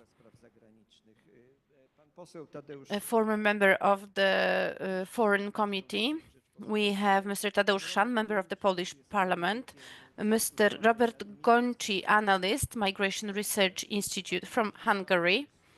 You will speak English, I presume, and well-known from the previous wonderful participation in the panel, Jan Rafael Lupomeski, political analyst, former advisor to President Václav Klaus.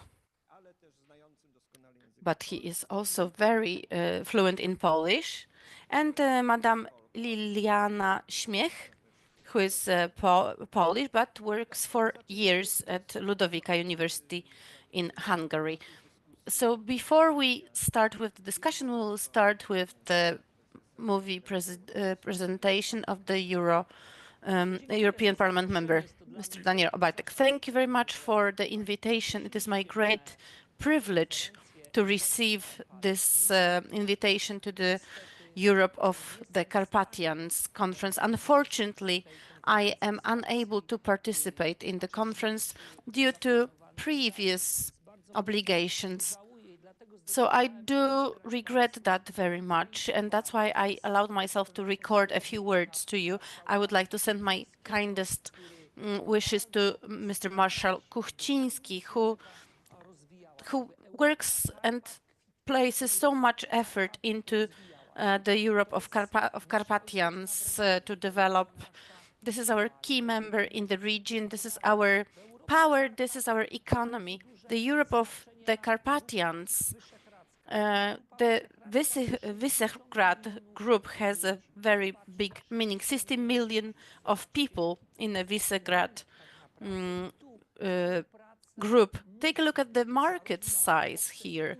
We have to have a cooperation here also through infrastructure, because infrastructure brings nations together.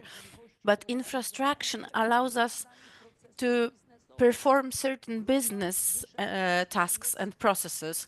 The Visegrad group is a very important group in the whole region. We, being a member with that group, through the infrastructure activities, through business activities, through creation of business, through deciding on the narrative, through the use of the 60 million market, we can have even greater determination to develop, not only within the Visegrad group, but also to become a much stronger power within the European Union and to impose certain solutions on the European Union. We have to build a strong European Union, but we have to be strong while doing it. And the Visegrad Group can be that power, that dominance on the European level. As the president of Orlen, I was always keeping in mind the region, because this is something that develops both in Poland, in Slovakia, in the Czech Republic, and Orlen is a guarantee of security for the Visegrad Group, the fuel security, fuel safety. And we have to add next elements of business here. The first one is about the gas and fuel, but also liquid gas, the whole fuel industry and the development of this industry within the 60 million of people. So stimulation of economy, of the economic stimulation of the Visegrad Group is very important. You are doing great work organizing the conference, talking about it, pointing directions for development. It's important to all of us. Thank you for that. And one more time, kindest wishes to all of you. And I wish you fruitful discussions. All the best to you. Okay. Thank you very much for that, for this call for action, really, and saying quite optimistically that the four countries creating the Visegrad Group have such huge potential. But that's something that we want to discuss. Is it, in fact, the truth? Has the potential been fully utilized? How can it be used in the future? Let me remind you when the group was established in February 1991, so 35 years ago. 35 years ago, the world looked a bit differently. Our countries looked differently. The European Union was non-existent in this form as it is right now. Maastricht was about to get into force. The European integration was only starting, that no one expected it to be, to result in something that some of the politicians even say it's a federal state. But I looked at the documents of the V4 group. Do you think that the points included in the declaration of the V4 have been met or not? Or maybe are we still trying to meet those goals? Because if we wrote that declaration today, let me remind you what stands in the declaration. First of all, a full return of independence, state sovereignty, democracy, and freedom. So after 35 years, the question is, did we bring back the full sovereignty, democracy, and freedom? The second one, liquidation of all the social, economic, and spiritual signs of totalitarian system. Let's remember that back then, 35, that a lot happened. And then building a parliamentary democracy, a modern state of law, rule of law,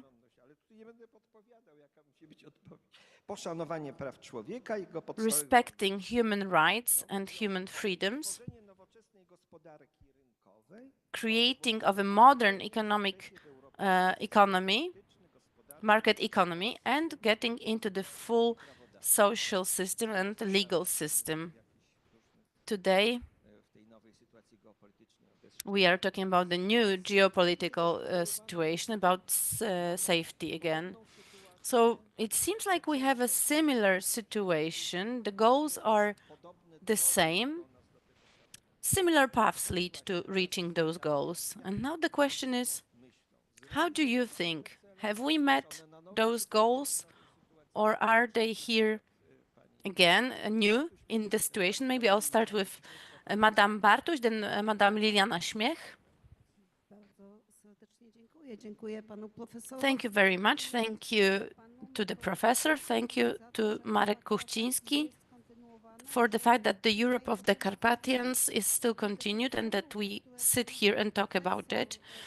The goals that professor mentioned, in the 1991, in the best years, when the Visegrad Group, after Czechoslovakia was divided into the Czech Republic and Slovakia, well, the goal was, at the time, was not only to get away from the post-Soviet influence zone, but also to enter the EU and NATO. And I believe that back then this cooperation was really good between our countries, I mean. And today, when I was thinking about the panel, about what it can be about, and about those goals, I thought about the romance movie when you see the time of engagement, of being engaged, then the time when they're trying to be together, and then there's a happy end, the wedding. And then you say, and they lived happily ever after. So in 1991, we joined NATO, and 2004 the EU. But when we take a look at the goals we had back then, were they really met? I'm not sure. I believe that we've never before needed each other as much as we do now, especially after the war, the brutal attack of Russia on Ukraine. And I have to say that I was looking at the priorities of our presidency starting from the 1st of July 2024 to the end of June 2025, because that presidency was later on taken by Hungary. And what I read in all point, no matter what it touched upon, whether that was safety, connectivity, whatever there was help for Ukraine. And it seems like we were supposed to take care of the interest of our country. So we Polish people, in order to take care of our democracy, of our safety, of our comfort, it should be done according to our constitution. But Professor, you mentioned when we talk about democracy, the rule of law, we see a breakdown, I think, and something that is, I believe, very dangerous. And I feel, especially, I'm thinking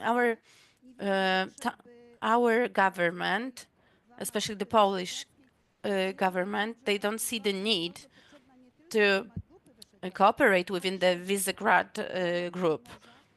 But also, I believe it's necessary, not only the Visegrad group, 60 million inhabitants, citizens, and we as Poland, we have 38 million less, I believe. That's a vast problem as well. And we should talk about those problems together with those states, those countries that share this interest to oppose the big dominance of our Western neighbor, and also to oppose this dominance of big countries within the European Union. Visegrad Group is the union of 4 countries. All of them are member states of the European Union. But I believe that the European Union is overwhelming for us. It's oppressing us. We do not develop quicker. We meet more and more obstacles.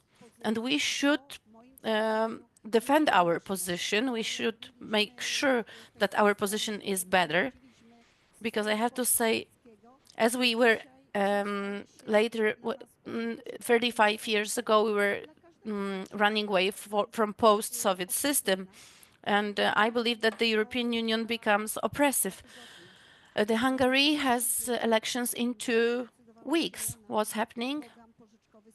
They've decided to use SAFE for the safety, for buying weapons and equipment. And what happened? The European Union said, no, you won't get it. So I believe that each of the countries' subjectivity together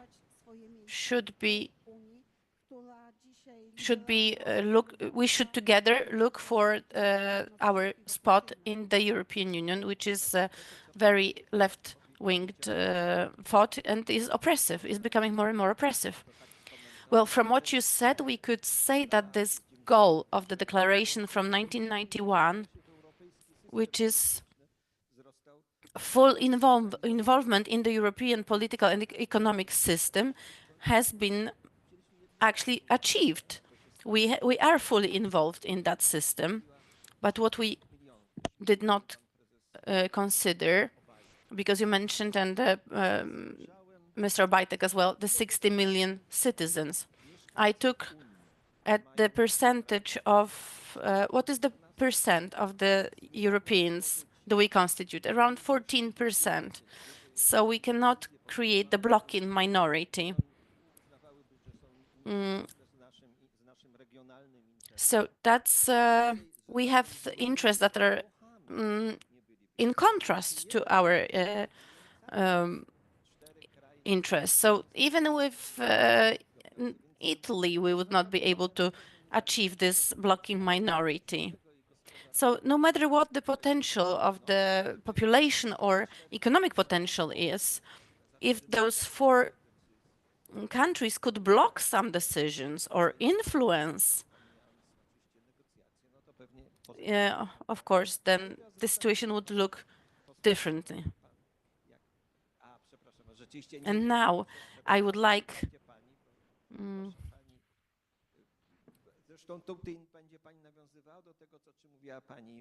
will you comment on what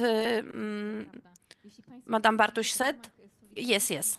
So if you allow me, then as an expression of solidarity with my students that I brought with me, I would like to answer in English. Thank you very much to Mr. Marshall for the invitation to this great conference. It's not my first time here, so it's good to be back. So I would probably agree with what has already been said about the objectives from 1991. I would say they were mostly achieved. If we're thinking about restoring statehood, about building democratic institutions, and going or undergoing a very transformative changes. However, I would strongly question whether actually all of these goals were achieved in a way that we would understand it in the previous century, because even though we have formally regained the sovereignty per se, but exactly what was said, we are increasingly every day confronted, and here I'm talking mainly about the current situation in Hungary, but that's also your situation that was happening when still the Law and Justice Party was creating the government, because we're confronted in a situation in which sovereignty is being reinterpreted, it is being limited, and at times it is being challenged within the European framework, unfortunately. And as was mentioned, the elections are upcoming, 12th of April in Hungary, and the pressure that is being observed coming from European headquarters, from Brussels, is tremendous. And exactly these are the questions and the answers that maybe we would be able to touch upon today, because the goals that were partially completed, I don't think they are actually finished, and the challenges that we are experiencing right now are redefining actually the objectives that were set in the previous century. So I would say, rather than expecting a full alignment within the Visegrad group, I would maybe rather suggest to treat it now as a platform, because Professor, you have mentioned that we don't have much of an influence because we are rather small. But I always like to say that it's not about the quantity, but about the quality. So maybe let's treat it from this perspective, and let's maybe treat V4 now as some kind of a platform for defending shared interests that are being exactly under pressure right now in the headquarters of the European Union.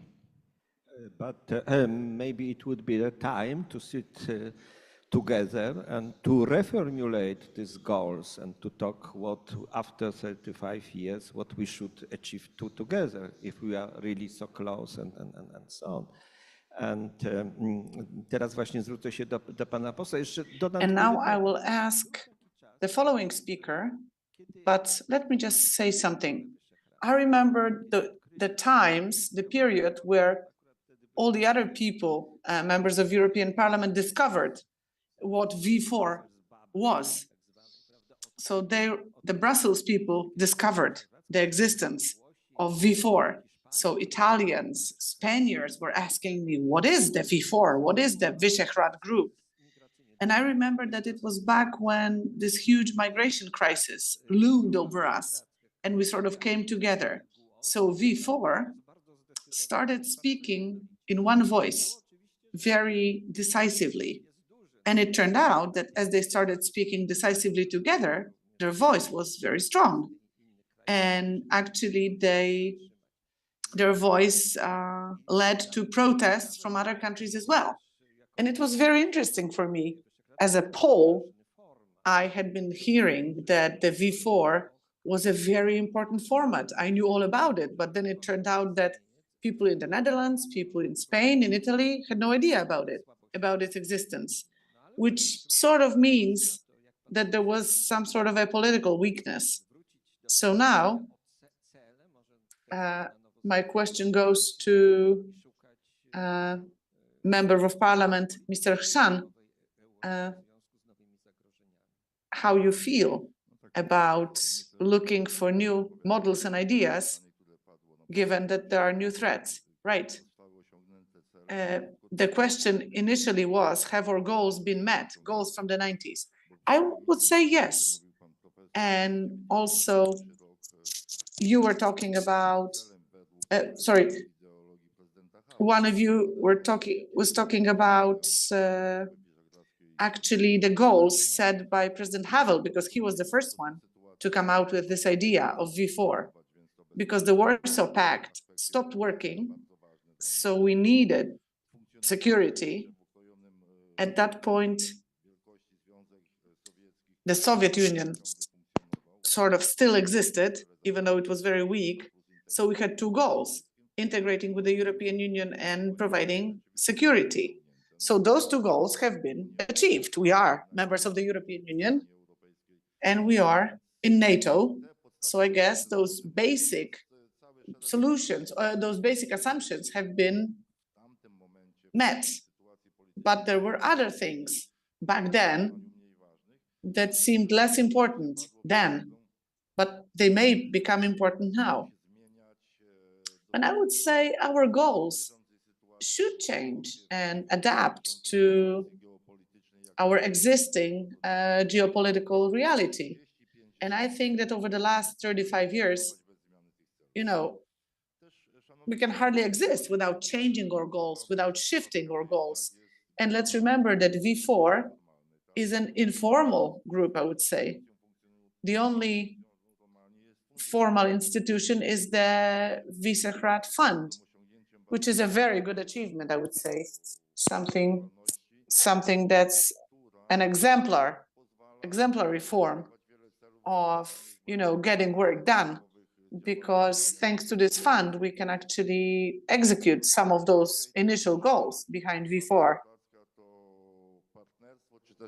Are we even wondering? We're wondering today, is V4 something, partnership that we want, or is it a partnership that we simply are forced to maintain? You know, we have some common interests, of course. There is space for partnership, but there is some necessity as well. Of course, we are working together in the area of national heritage. We're working together in the area of youth and youth development, and this is happening thanks to the International Visegrad Fund. But there are new things for us to do, and we have to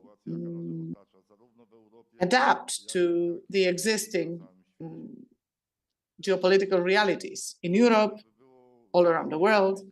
So what could be changed? I would say after what we've achieved, after we've achieved those two fundamental goals, entering NATO and entering the European Union, our collaboration sort of slowed down. It was less intense. But our economic interest, and I think for all of the members of V4, Hungary, Slovakia, Czech, and Poland, I mean, we have common economic interests. And we want V4 to be more active. And it's in all of our interests. Of course, there are certain differences between V4 members, and they slow us down a little bit. Because, for example, within V4, we have two different positions when it vis-a-vis Russia's aggression against Ukraine. In the past, Hungary had a completely different position than we in Poland and in Czech. And right now, Hungary has been joined by Slovakia, but I wouldn't focus on differences. I would focus on what we have in common. I would focus on what's shared. So you can look at it economically speaking. Probably Hungary feels a little bit disappointed that we left them with the energy mix, that we shouldn't have left them with. They're being dependent on coal from Russia. They are much more dependent than the rest of Europe. So maybe some of their position is understood or understandable. And I think that Poland, as the largest country in the V4, should have the obligation, the responsibility to sort of moderate this collaboration, this cooperation, to oversee it, to maybe indicate new directions for this cooperation. Just like Madam Bartosz said, I think we maybe haven't taken the opportunity of the fact that the Polish presidency in the EU also overlap with the presidency in V4. Maybe we should have taken more advantage of it. But V4 is one of the many formats in Central Europe. There are a lot of other formats. I mean, we've mentioned 3 Cs. There is the Lublin Triangle, there is B9. And definitely, we have to mention what's happening in Europe of the Carpathians. Thanks to Mr. Kuchciński's work, there is a lot happening in Europe of the Carpathians. And I'm very happy that in the European Parliament, we see it more and more. Then V4 has to become more dynamic. And actually, the parliamentary team for V4 is being created in the European Parliament. So we may not be working right now at government level. Let's get back to collaborating on any other possible plane or platform, like, throughout parliaments and in any other dimension we can. And hopefully, in this new EU reality, V4 will also have a new face or a new chapter with, which will benefit us all, especially that we have, as I said, many common interests. Thank you so much for this.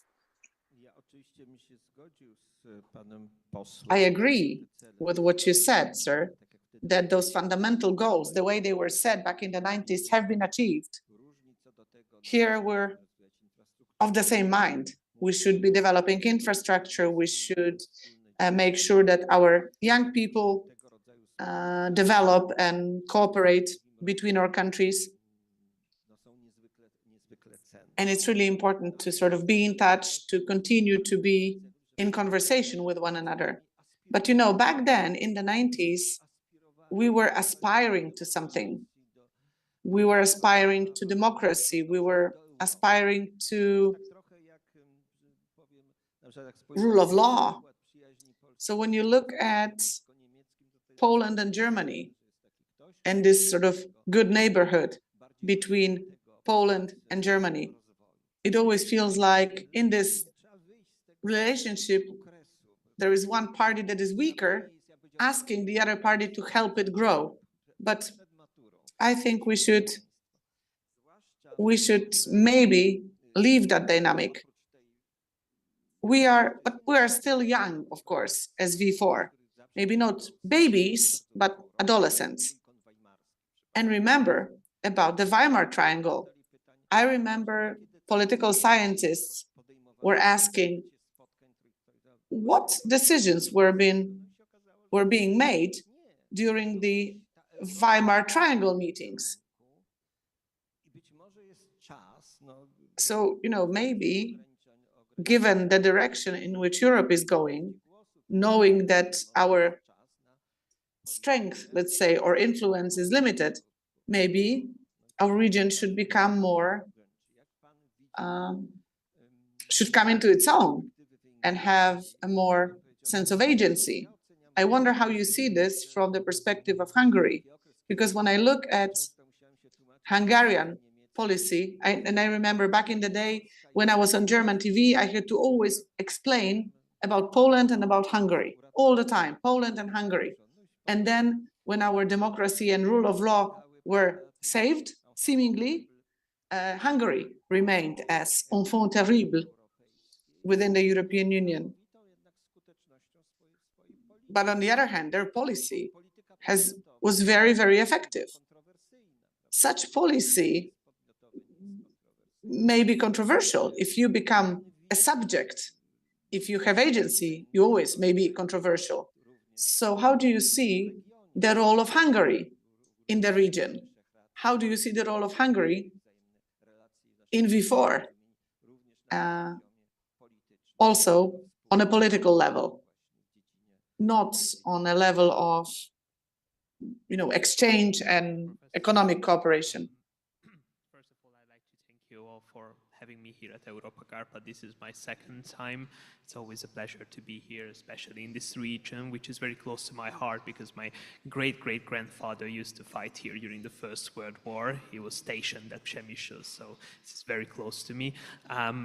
But to return to the question, first I'd like to start with the positive thoughts because there are some. First of all, we have to see how our region has turned into a powerhouse from periphery in the last 30 years, because it happened. We have seen, first, economically speaking, a huge convergence. If we are comparing the data from 2004, which is the common joining to the EU, to as of last year, it's enormous. For example, I have some data here. If you look at the GDP per capita, we have seen that from 52% in 2004, we have come to 80% of the EU's average, which is huge. Or if you look at unemployment, from 13%, we dropped down to 4% of the EU's average. And this was all thanks to low-cost labor, which was very prominent in the region, used to be, and that's an important one, productivity, which is great, and nearshoring, which is a very unique Central European structure that we can use among ourselves, but is generally not used anywhere else. Secondly, if you look at the security, the region, our region, if we are talking about broadly the Central and Eastern European region, has become one of the most prominent member of NATO, as the NATO's eastern flank. If you look at the 2% GDP benchmark, these nations, our nations, were always the top-tier runners. If you look at the Baltic states, Poland, Romania, Hungary, it's not just done what was necessary, but even overdone it. If we're looking at modernization, if we look at rearmament, these things were enormous in the region. And thirdly, we have energy.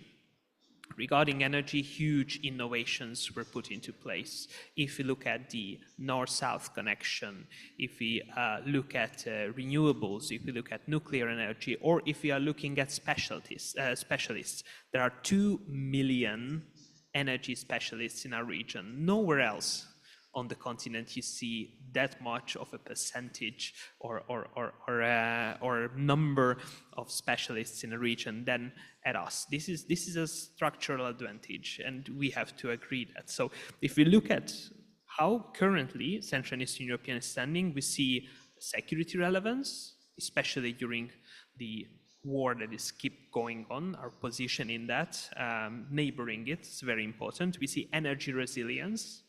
We see industrial upgrading, huge industrial upgrading compared to 2004, and technological capacity, which we do have. So, are we at the place where we need to be? And that's where I turn into my negative thoughts. Because, ladies and gentlemen, the current situation is not just troubling, it's almost depressing what's going on in our region. Because one last key component would be needed for Central and Eastern Europe to be successful, and within that the V42, which is integration. And ladies and gentlemen, the integration story has stopped in 2022. There is no integration whatsoever. We see a V4 which is totally fragmented. We see a 3Cs initiative which is visibly disintegrating. None of them are existing at its form as it did before 2022 anymore. We need to restart it from scratch. The war completely abolished it. We have to agree on that. Because currently V4 and TSI only existing in words. That we sit down like here today and we talk about how important the nations in our region are for each of the nations. But generally speaking, when we are looking at high policies, nothing is happening. The Central European dream has completely gone out the window with the war, and we have seen, and that's what I'm most sad about, is that the region has become a fast track for Western European political interest.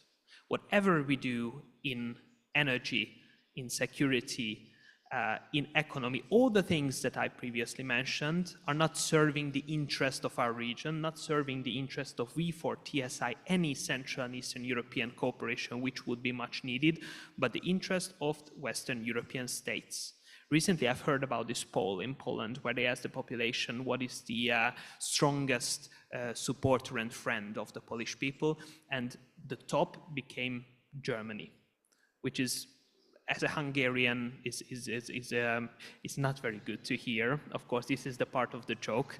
But generally speaking, Germany is not an ally of Central and Eastern Europe. It is a competitor of Central and Eastern Europe. Let's agree that currently our position and where we should be in Central and Eastern Europe is not being like somewhat of a submission to our Western European partners, who are partners but not allies. But we should be the competitors of them, because together in the TSI region, and especially in the V4, which is the heart of this cooperation, because without the V4, the TSI wouldn't exist, we should agree that it's not right that currently we see top-tier politicians, especially in the last few years in Poland and Czechia, following the rules of Western European leaders and submitting their policies under the Western European partners' will. And the war is playing a huge part in it, because there is clearly a Western European interest in the war in Ukraine. We have to agree on that.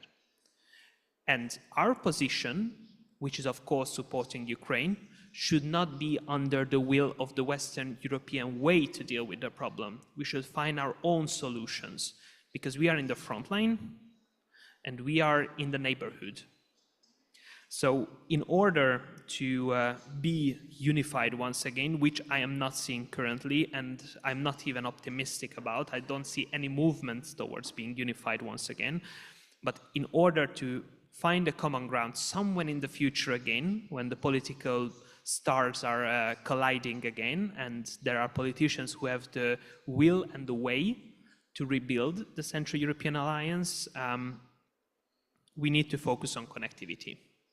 We need to focus on the connectivity of the region and our position in the continent, because we are not just strong, we are well positioned.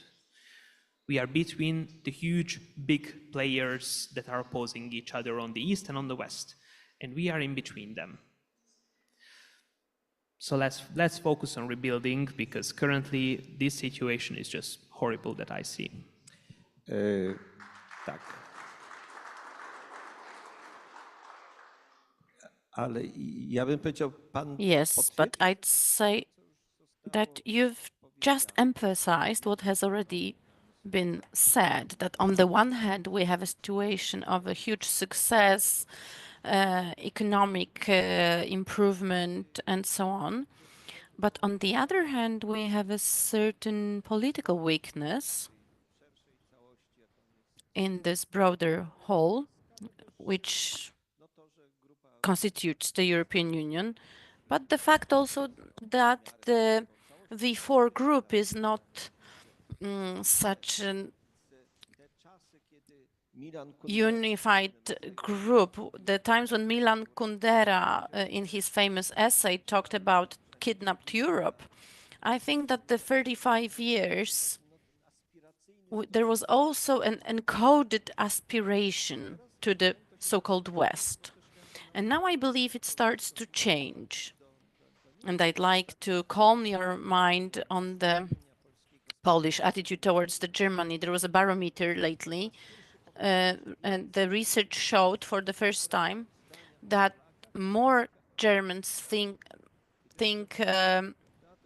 well about Polish people than Polish people think well about Germans. So that's a certain revolution. And now I'd like to ask about the Czech perspective. Would you agree with this diagnosis that comes up from our discussion? Success? Greater power? But at the same time, we are unable or have been unable so far to use it for the subjective politics or to leverage the position of our countries in the European Union. Good morning one more time, Mr. Professor. I'd like to answer your question in a very clear and decisive way. We've achieved all the goals that you mentioned. The states of our region are very involved in the Western politics, and if they try to say something else, if people say otherwise, then they do it with bad intentions for our countries. Let's not say that we are not. Let's not allow them to say that we are not a part of the West or not the part of the European Union. We are not only an integral part of the European Union through achievement of all of those goals.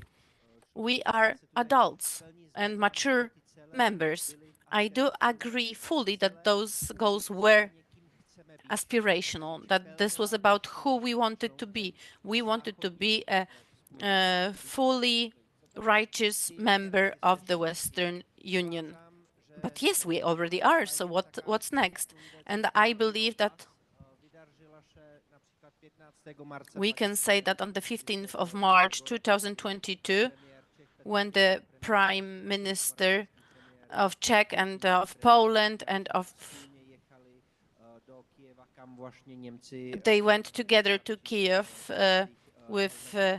where the Germans were supposed to deliver helmets. And I think that that was the most recent moment when we had this subjectivity, that it showed our power. Although I believe we've already had many moments like that before. For example, 2015, mentioned by you, the migration crisis, the fact that those countries of the V4 were warning against illegal migration. That was not about we believed it's not a good idea.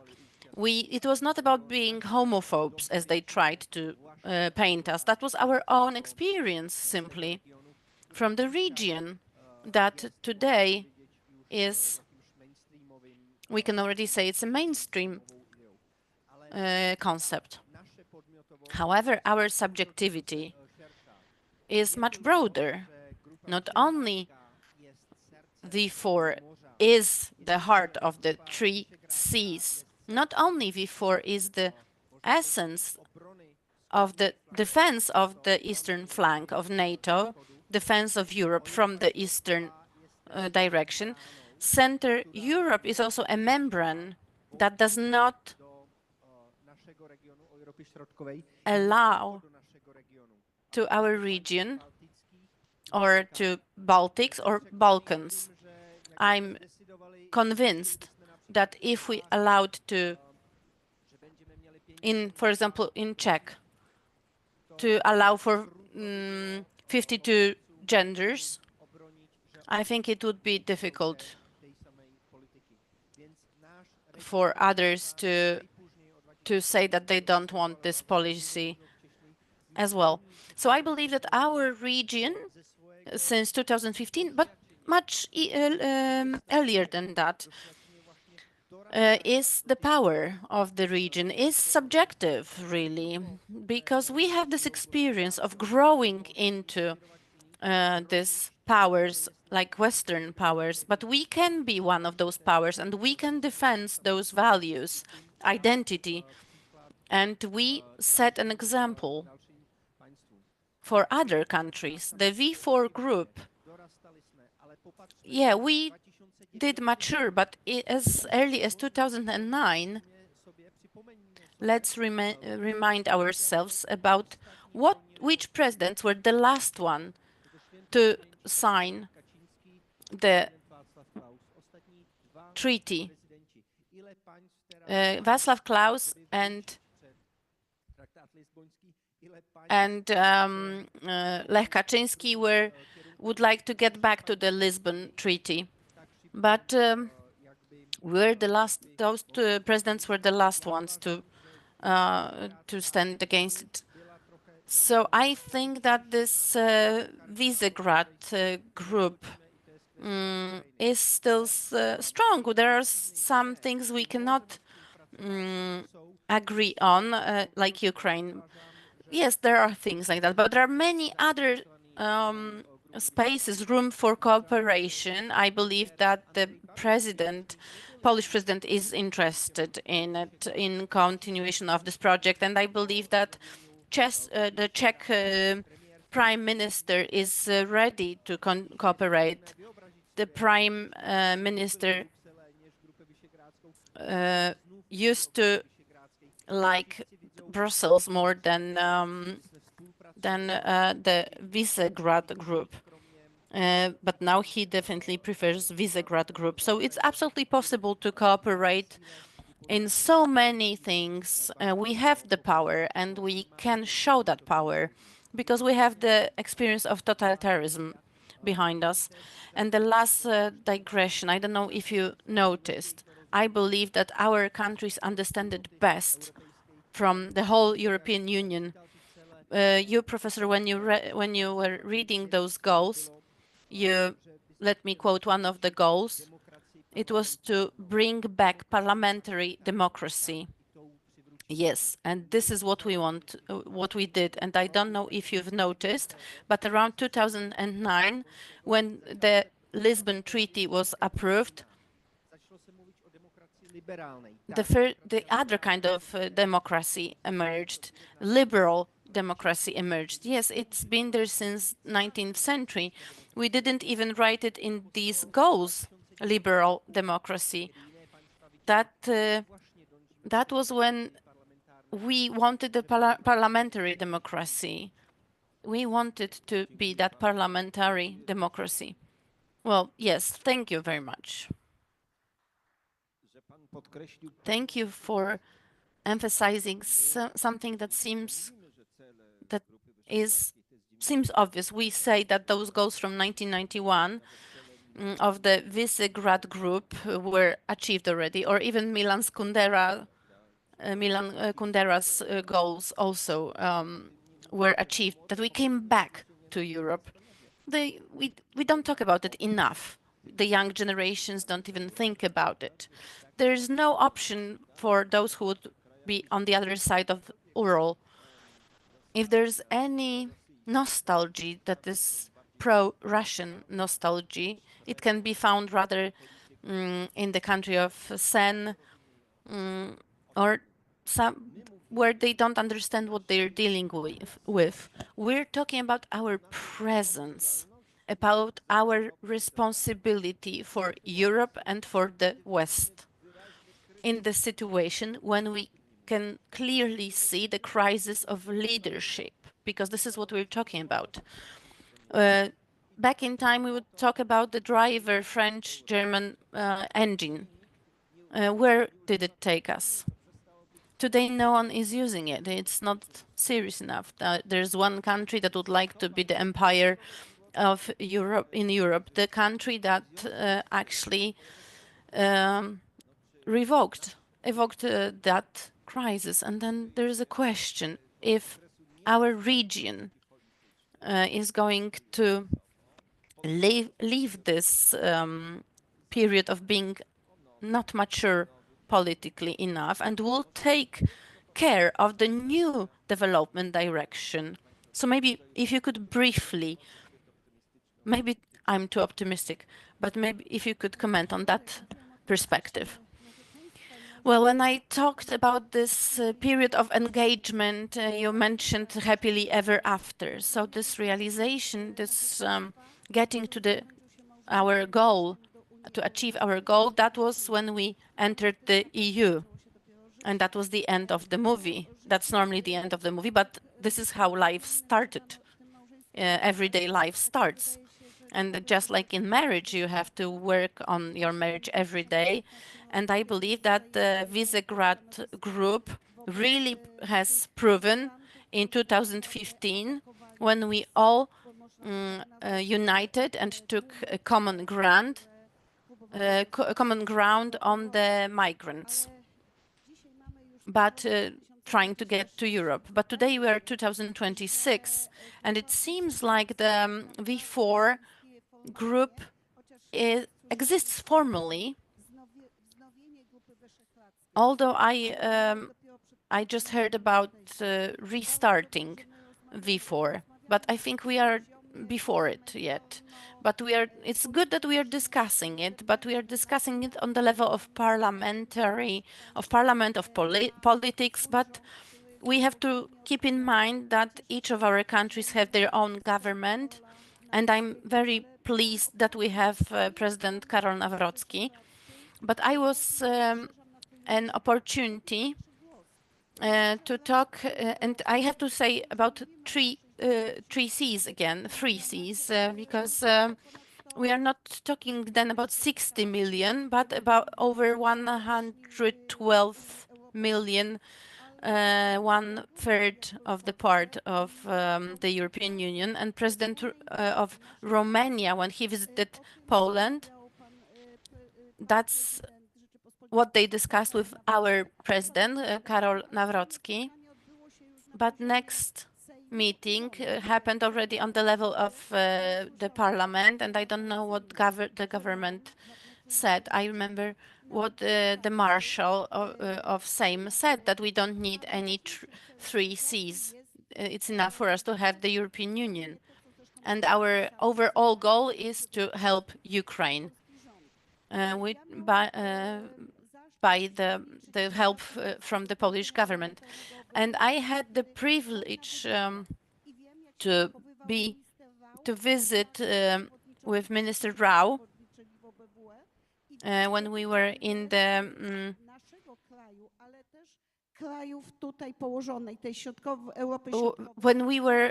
when I remember that those interests were actually fulfilled back then of the region. And today, if we want to have this subjectivity, we have, as Poland, we have to cooperate really with our friends from V4 and with the 3Cs initiative. How do you see it, Liliana Śmiech?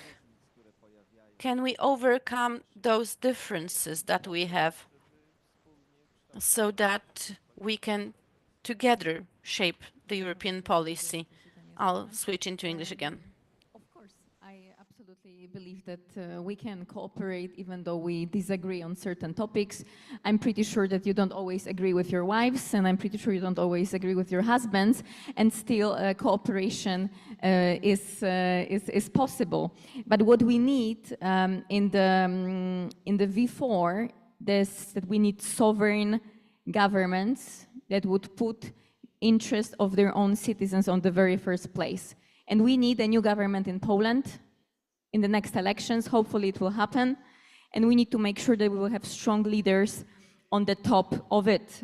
And we need the leaders who will be defending national competences against excessive centralization that is happening in the European Union. We don't need this. We need a Europe of sovereign, diverse countries, and that should be the point. We shouldn't be discussing it anymore, and hopefully it will happen. Tak, wracając, używając tej metafory tutaj, którą Coming back to this metaphor that Professor Bartuś introduced, after the period of engagement, there's a wedding. We don't want a divorce. We want a partner marriage. Do you think it's possible to achieve? Coming back to the first question, partnership or necessity, I believe it's a necessary partnership. A partnership that will allow us to leverage our position within the European Union. So using the 30-something years of experience and the success story that we had thanks to this cooperation, the migration package, but also remembering the failures that we unfortunately had, mobility package, where we had a common statement discussed, and then Slovakia and the Czech Republic withdrew from this. So basing on this 35 years of experience and of that joint interests, and also Europe built of sovereign countries, diverse countries, I believe that if we approach it from this perspective on building our position, central position of the eastern flank of NATO, then we have a necessary partnership because it's of benefit to all of us. I'd also say that if we think about European nature of Europe, then we believe when we think about Europe, then we think about the Central Europe. Prague used to be the capital of the empire to describe modern situation. Hungary, Czech Republic, Slovakia, our countries used to. I'm just agreeing that we're talking about the very center of Europe. And you wanted to add something? Yes, V4 is not a competition to 3Cs. I believe it's a form that wonderfully complements 3Cs initiative and can be actually a support, very helpful platform. That's what I wanted to ask also. How do you see it from two countries that would gain access to the sea through this initiative? Hungary and how do you perceive those other formats when you compare it to V4? Those initiatives that we mentioned, the 3C, the B9, we have a clear interest in cooperation with the Scandinavia. How do you perceive this new architecture? always a skeptical supporter of Three Seas initiative. From my point of view, what I see is that there is so many different point of views and opinions, even that pulls V4 apart, that to invest more in an even bigger alliance than the V4 itself is risky. First of all, we need to put V4 into right. Every nation's first and most priority should be to be responsible for their sovereign citizens, so their own nation. Second, the smaller alliance, the better. First, the smallest regional alliance that you can find that strengthens all the nations. That is V4, ladies and gentlemen. We need to find a format to make V4 a strong alliance again, like it was in 2015 and 16. And once V4 is embedded into stone, then we can focus on an alliance that's trying to form a link from Estonia to Greece, which is, let's be honest, two very different type of mentality and approach. Of course, this is a very nice corridor, but it's let's, at the beginning of that, just focus on logistic, transportation, and economic opportunities regarding TSI. But V4 is more than that. V4 is the heart of our nation, since most of us, not Poland, Poland is a huge nation, but most of us are small nations, small capitals. We need to have this alliance in order to have our voice heard, because it's clever to work closely with Western nations, but make no mistake, those are not our friends. We are our friends, we are our allies, we share our history, we share our heritage, and we share our future. So in order to have a working region, we need a working V4, and that's why I said that we need to start rebuilding it, because currently it's not really existing. A jeszcze pytanie o perspektywę czeską, tak So pomyślałem. this question now about the Czech perspective. I thought maybe about this symbolic change. Maybe some institutions could shift, like why, for example, the European Commission needs to be in Brussels, the whole of it. Why couldn't it be located in this beautiful city that Prague is, which is absolutely an icon for all the Europeans? Or maybe some other institutions could be moved. I mean, I know that Frontex is in Warsaw, but anyway, the fact that certain institutions are concentrated in one country, this is anachronic. This is becoming obsolete, and this structure was created when we had been aspiring to the European Union, but now we want to be fully fledged partners. Right, we're inviting everyone to Prague, of course, but let me say something about V4. V4 has always been active and has always been working when those countries had common interests, and it's always failed when one of these countries believed it can use V4 as a tool, as an instrument to push for their own interests, while all the other countries didn't care about those interests. Twice you've mentioned 2015 and our uniform, united voice against on migration. But right, that was a unanimous voice, that was a clear voice, and still we remember in Prague that it was the first test that V4 faced.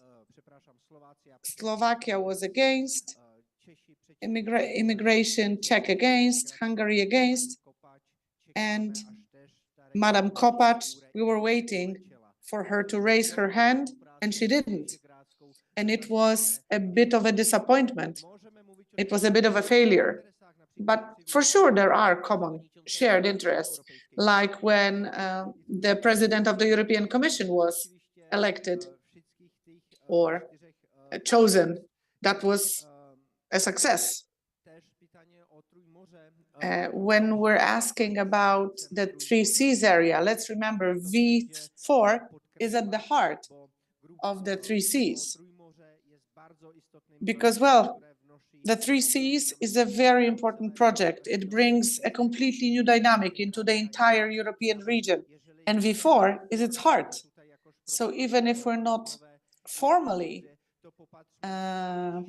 involved, let's think, let's look who our American friends are talking to these days.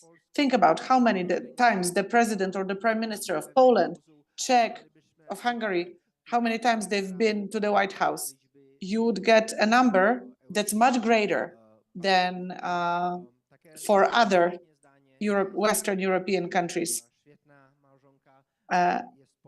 I'm from Czech, and my wife is Polish, and I always agree with her.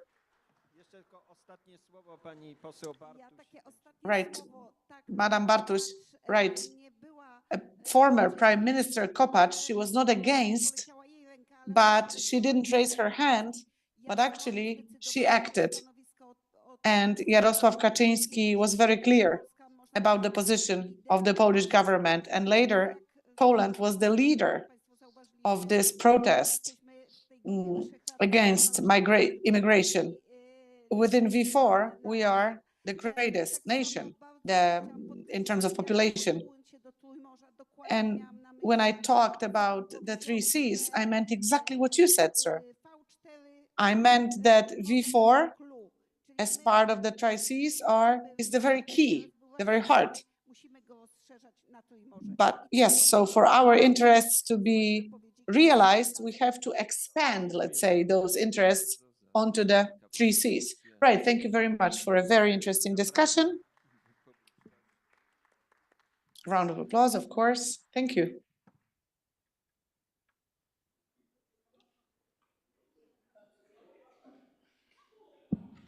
Serdecznie dziękujemy panu Thank you moderatorowi. very much, dear moderator. Thank you, dear panelists. Now you are invited to take a photo, all the panelists with the moderator.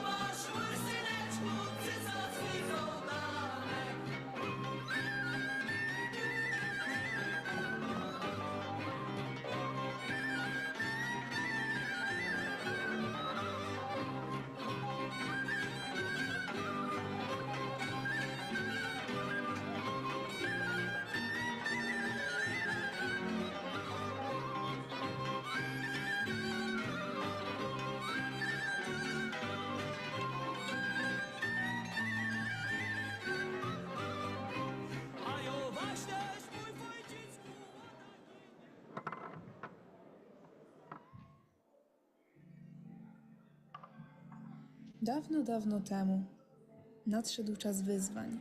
W ciszy codzienności narodziła się myśl Europa Karpat. To wspólnota wierna wartościom nadała tej drodze kształt i siłę. To nie tylko historia, to zobowiązanie, które trwa.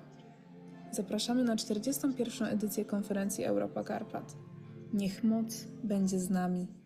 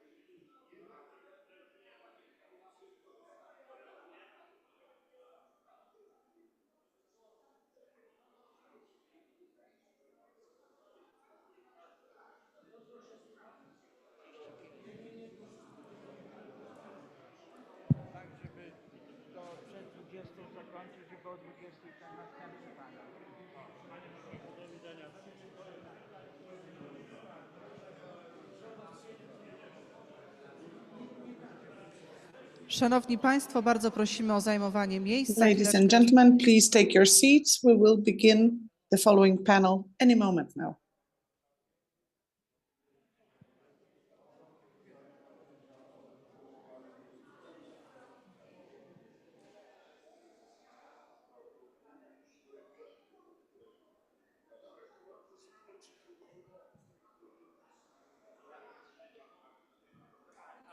Wie Pani co, z języka angielskiego czy rosyjskiego nie będzie tłumaczenia na polski?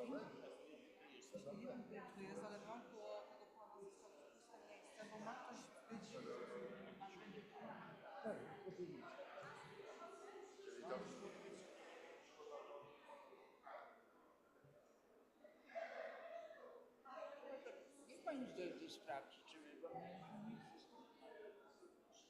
bo tak, to proszę sprawdzić.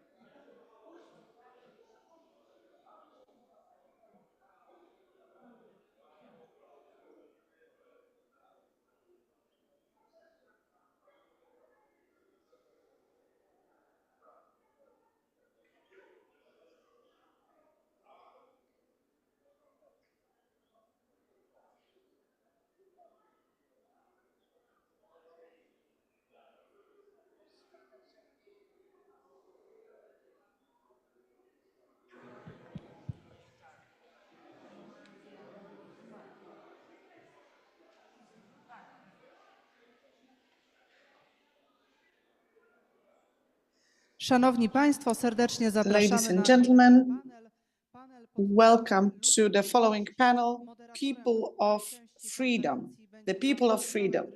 The moderator is Ryszard Terlecki. Over to you.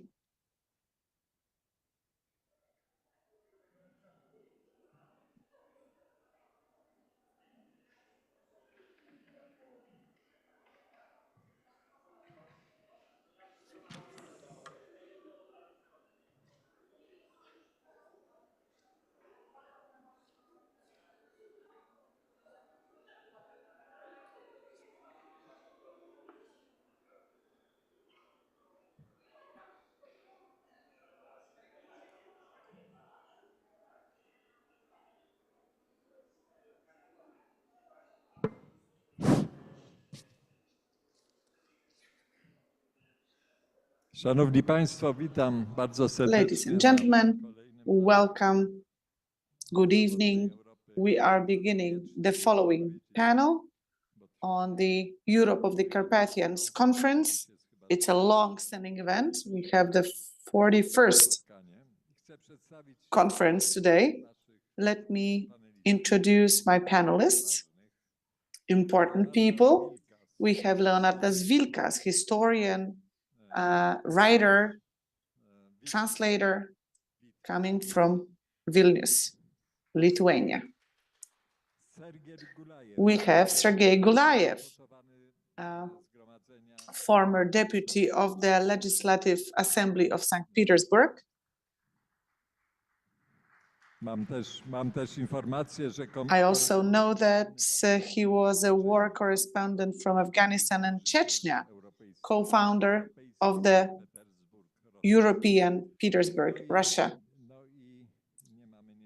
And, well, Bogusław Sonik is not with us. He couldn't come, but we have Paweł Machala, a great panelist, always can be counted upon, board member of the Scientific Association Personalism from Slovakia. actually Slovakia, Poland, because now he has been living in Poland for a while. And that's it. Myself as the moderator. We are supposed to be talking about the people of freedom, the people of liberty. So we're talking about those who have been fighting against the communist regime in the past decades. So we're going to be talking about those who fought against communism, and especially when we're talking about Lithuania and Vilnius, also it was a struggle against the Soviet Union. Slovakia and Poland were similarly oppressed, even though we were not part of the Soviet Union. So I'll start with something that seems only loosely connected with the topic, but it's very much connected. We're talking about people who in Lithuania, in Romania, in Ukraine, in Poland, in Slovakia, fought against the communist regime. But we seem to be forgetting about important people and institutions who were active in immigration, who all of our nations actually had some serious representation in the West. And we are sort of forgetting, we are sort of maybe ignoring their accomplishments. When communism fell in Poland in 1989, when the Soviet Union fell in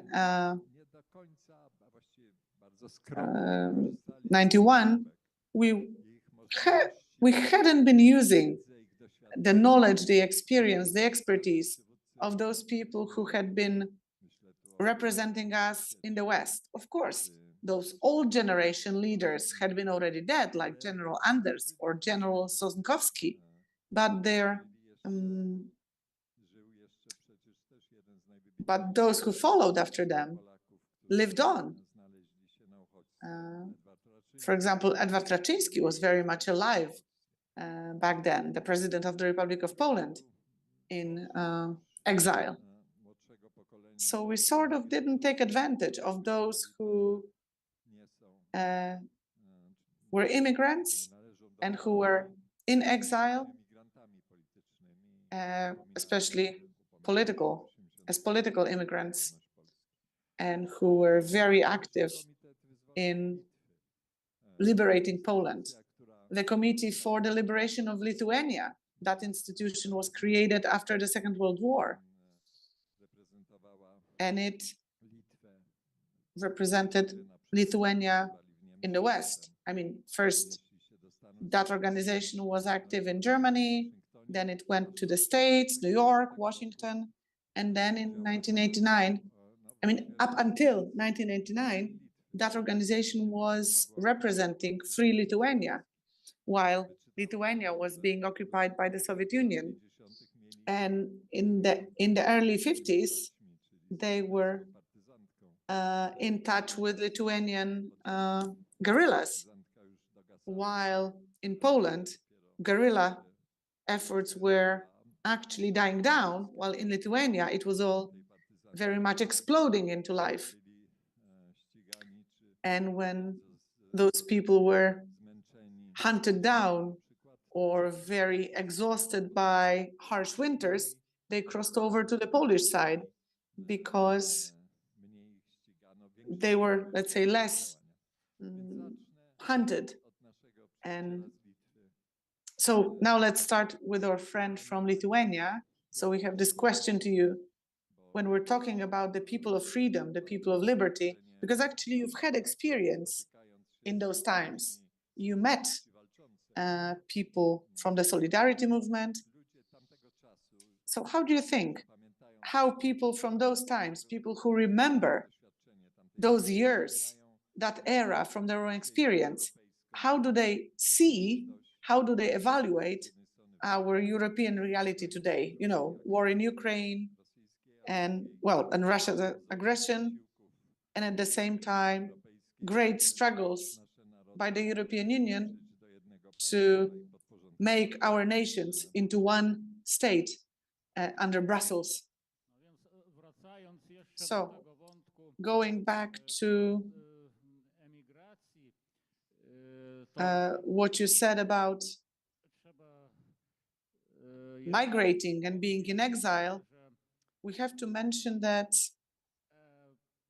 well, that committee for the liberation of Lithuania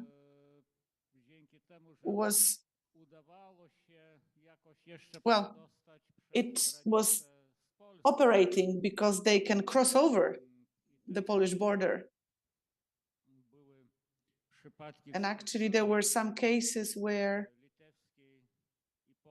there was Polish-Lithuanian collaboration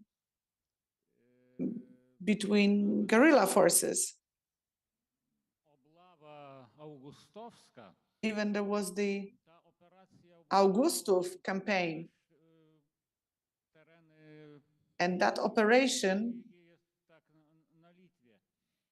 also included some areas that are currently in Lithuania. And that operation might have been carried out because of Lithuanian guerrillas. Tutaj niezupełnie może emigracyjne, ale działało przecież poselstwo. And also there were embassies and consulates of the Free Lithuania in the States and in the Holy See. Right, the United States never acknowledged or approved of Lithuania being part of the Soviet Union. Yeah, you could even get a diplomatic passport of the Lithuanian state, the Lazaraitis passport.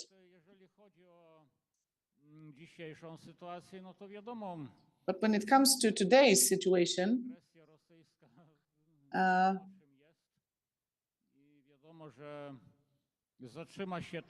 everyone knows what Russia's aggression is. It will stop whenever it will be stopped by someone. It will not stop all on its own, but I think there's not enough will to stop it currently. When we're talking about the European Union,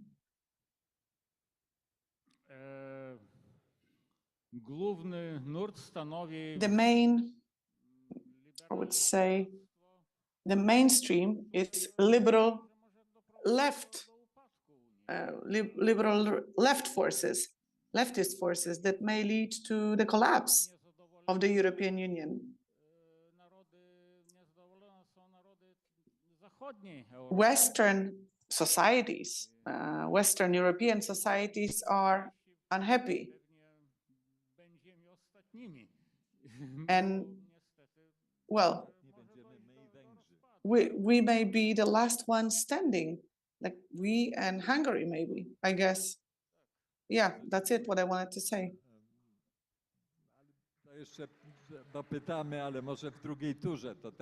Okay, we will have more questions for you later. So now over to our friend from Slovakia. There is a name that's really interesting. Maybe you know it. Juraj Slavik. Do you know this name? Do you know this figure?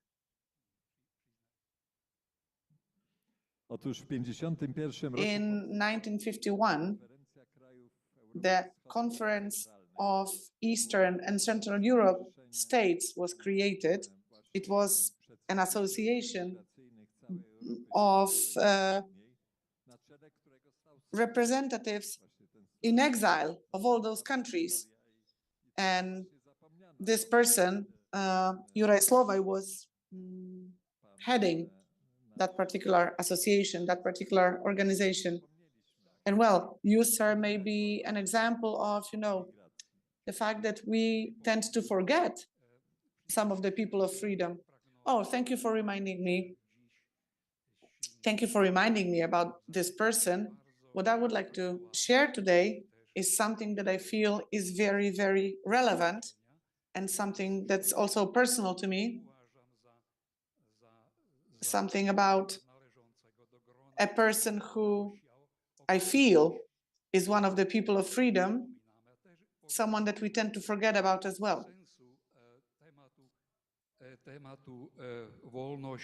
And I would like to talk a little bit about freedom. And well, there are many, many conferences about freedom, about liberty. Historians speak about it. We all look into historical facts linked to freedom.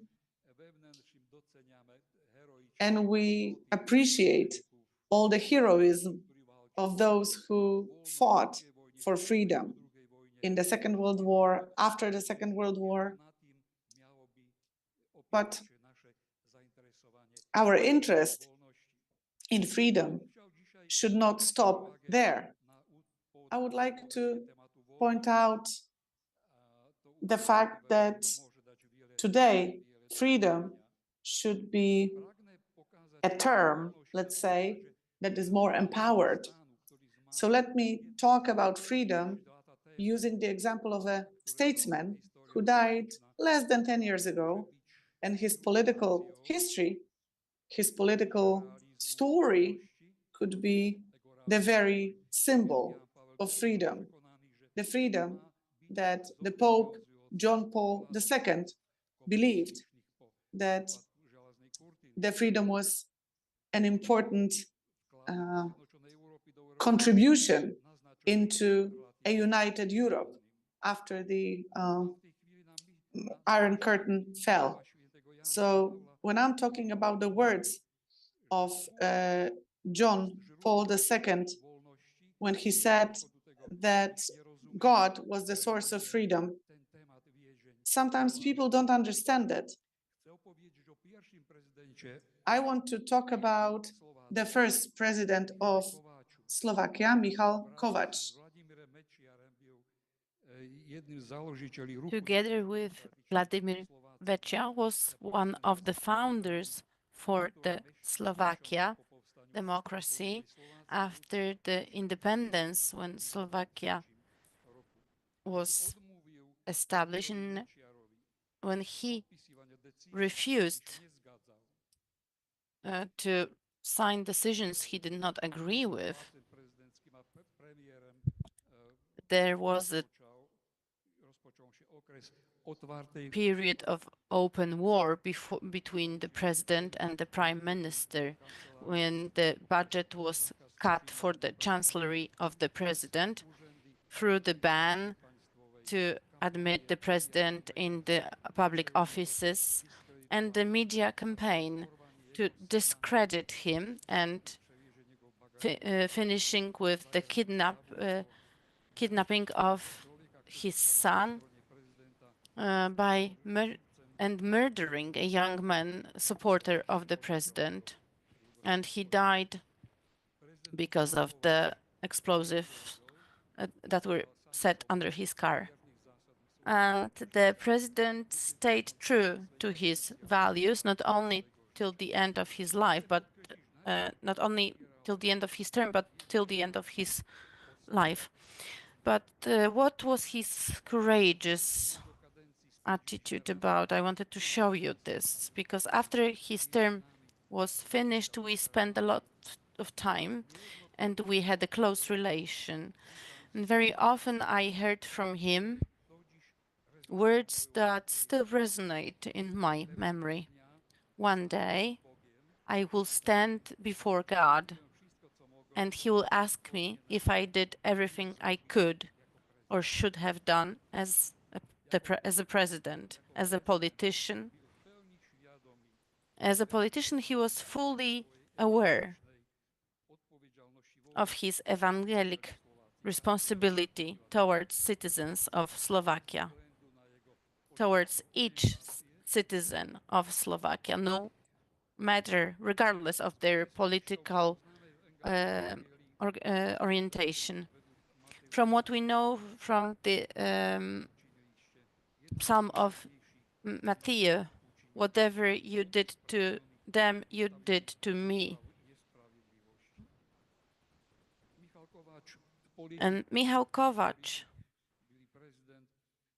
the president, the politician, shows us the way that should be chosen by the politicians, and that was also the path of the founders of the European Union, coming back to the source of freedom, that is the love for God and for other people, human beings.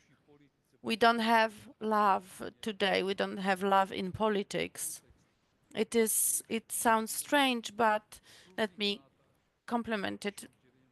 The Pope Pius in 1927 said the politics that can help the whole society is the space for the broad love and kindness.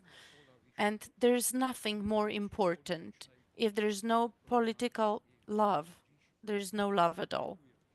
And today in the politics, the global politics, geopolitics, is actually lacking this basics, this cosmic dimension that is the basics. That's love. What should we fight today for? That's to conclude the fight that we very often witness. We can see the political fights. What should we fight for? I very often think about the words of the Cardinal Wyszyński. He mentioned very often that the most important victory is the victory over yourself. But I would also say, what is the truth of our faith? To love other human beings before elections and after elections. Is it something that we can bear? Thank you. I believe that that was a personalism, a lecture on personalism, I have to say. And let me add, when you had one country with Czechia, you had the Council of Free Czechoslovakia, and I remember that in 1986, the president of this council, and they signed, that was in 1986, they signed an agreement that referred to the confederation that was done in 1940s. There was a plan to build a common state, joint state. That was in the war times. Of course, Stalin quickly put an end to those dreams that Poland and Czechoslovakia could create one confederation, not state, confederation. But for the next decades, political representations on immigration of our countries had constant talks and negotiations in many different configurations and of these countries of Europe. And as a result of those negotiations, among others, was the agreement between Poland and Czechoslovakia, was in 1986. Was to come back to this idea from the 40s to build a confederacy. Well, it did not happen. Czechoslovakia was divided into Czechia and Slovakia, but we are in the V4 group today. Maybe our guest from Petersburg. How, from the perspective of the European Petersburg, because that was the institution that you represented, how could we evaluate today's situation of the European Union and the relations between the EU and Russia? which are of course disrupted by the war, but we used to have such relations, and maybe in the future we'll also have them. Спасибо. Прежде чем ответить на ответ на ваш вопрос, я хотел бы поблагодарить за пана Маршалика за приглашение на этот высокий форум.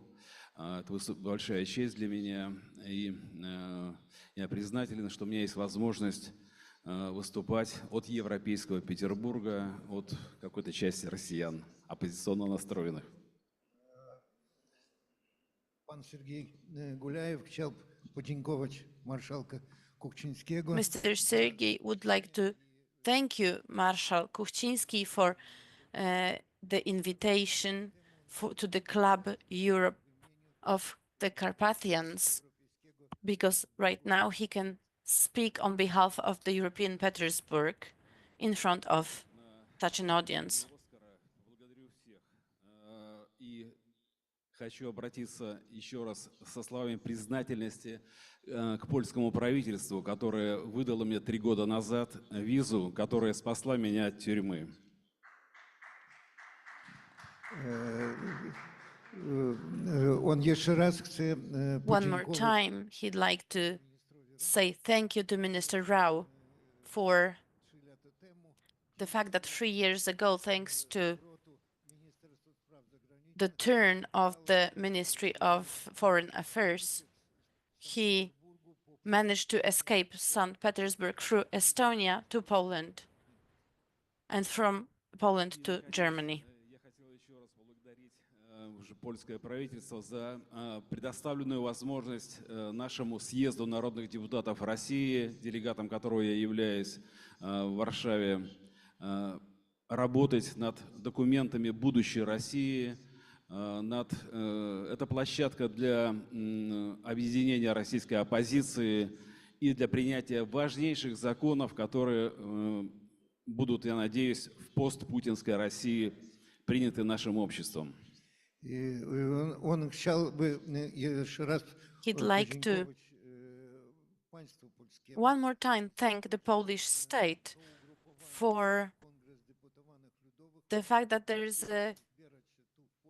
that the Congress of the Deputies has an opportunity to meet here in Poland and think about future acts for the future Russia.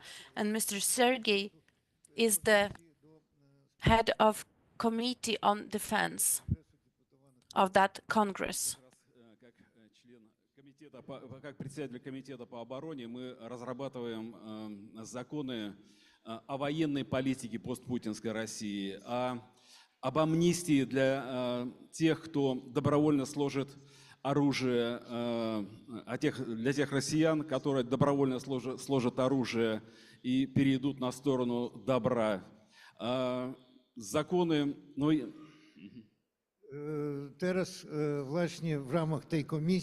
And now within this committee, they're working on the acts on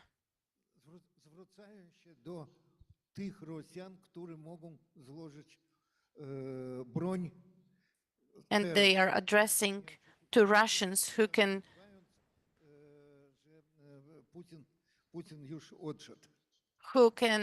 leave their weapons already and not wait for Putin to leave. Которую мы ведем сегодня для того, чтобы ослабить режим Путина, чтобы вернуть Россию в нормальное мирное русло. There's quite some opportunities for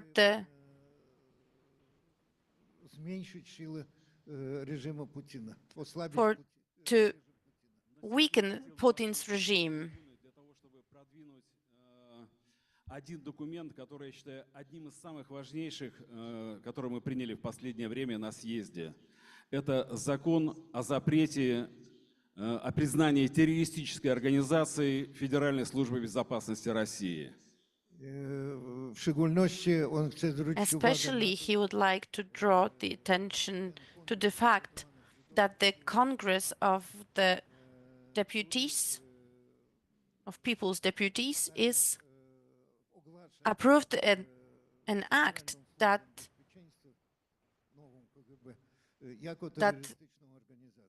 that names the new KGB as the terrorist organization.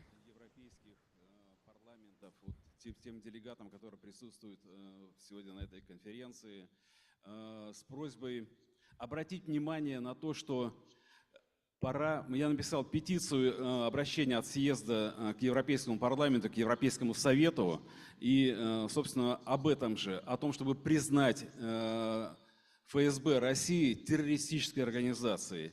Это важнейшая вещь, это те санкции, которые действительно могут ударить по становому хребету российской власти, по тем людям, которые сегодня контролируют в России все. Их надо поставить вне закона в Европе.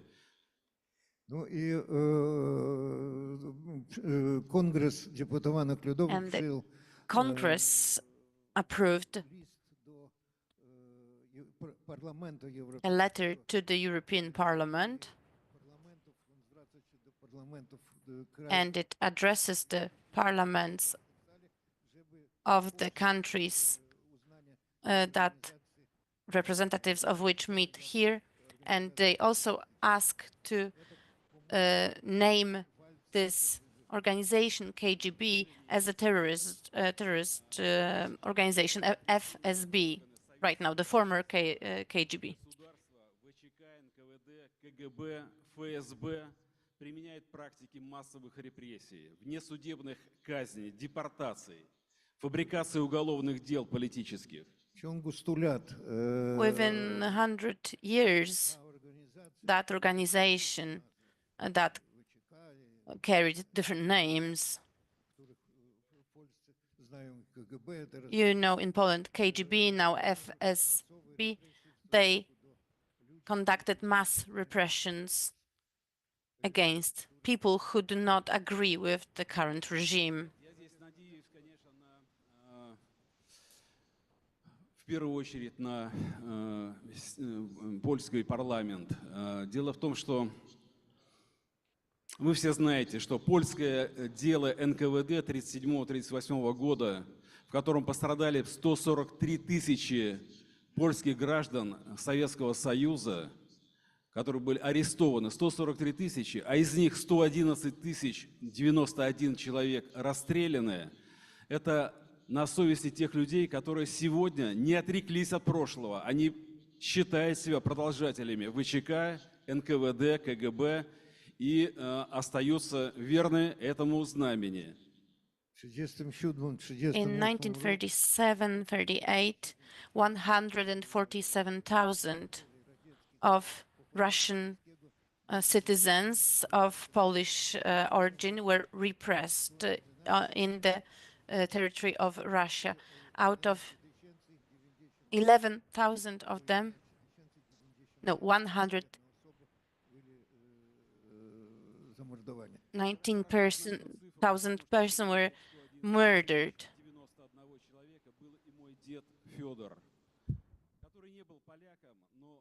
Дружил с двумя своими самыми близкими друзьями, которые были поляками, и не отрекся от этой дружбы. И был расстрелян 26 сентября 1938 года вместе с ними.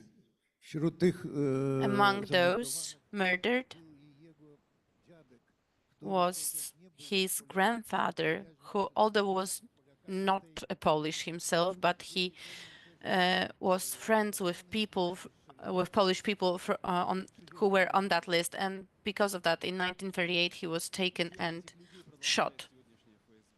Мой друг Алексей Навальный был убит, отравлен самым зверским образом в тюрьме. Мой хороший, добрый товарищ Володя Карамурза дважды был отравлен, чудом выжил. Убит Борис Немцов, Анна Политковская. И эти убийства, политические убийства, расправы творит сегодня ФСБ. Сергей, вы меня Sergei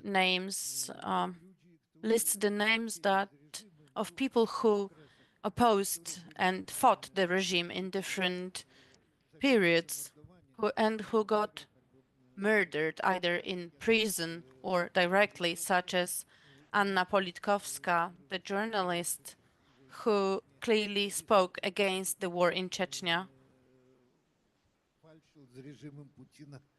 and other Volodya, his friend Volodya, who was fighting with Putin's regime. He also mentioned Alexei Navalny. Доказано убийство Литвиненко и причастность к нему ФСБ. And he mentioned acts of poisoning when different people were poisoned. The one Litvinenko, who was poisoned in Great Britain. На днях мы узнали о том, что Путин создает центр 795, центр, в который вошли сотрудники ФСБ, ГРУ, которые будут заниматься политическими убийствами за рубежом. Это расследование провел Христо Грозев, инсайдер и еще несколько расследовательских групп. Установлено более 500 человек, которые будут рыскать по Европе и убивать политических оппонентов, и не только своих политических оппонентов. Recently, not that long ago, there was, thanks to the president's decree, there was a new center set up, 795, that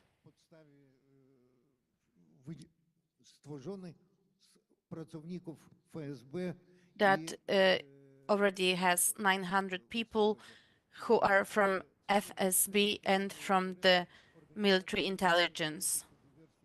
And through different actions, эти люди придут завтра сюда, в Европу. Вы спрашиваете, чем может помочь Европейский Союз? Примите, наконец, признайте ФСБ террористической организацией. Это очень важный сигнал тем людям, которые сегодня находятся в России, которые поймут, и даже тем людям, которые служат в этой службе, потому что когда они будут вне закона, они будут понимать, что они преступники. Назвать их преступной организацией, террористической организацией. Это важнейшая, на мой взгляд, вещь, которая не требует денег, она требует только политической воли европейских государств. Well, once again, it's being stressed that acknowledging this organization as a terrorist organization will be an important message to those who are inside of Russia and who are opposing to Putin, and it will be a strong message to the organization itself that they are being seen as a terrorist organization. They will know that they are seen as working for a terrorist organization. The Russian government considered the National Deputies Assembly a terrorist organization. The Forum for Free Russia by Garry Kasparov was also considered a terrorist organization. The Anti-War Committee by Khodorkovsky was also considered a terrorist organization. But we are not terrorists. We never killed anyone.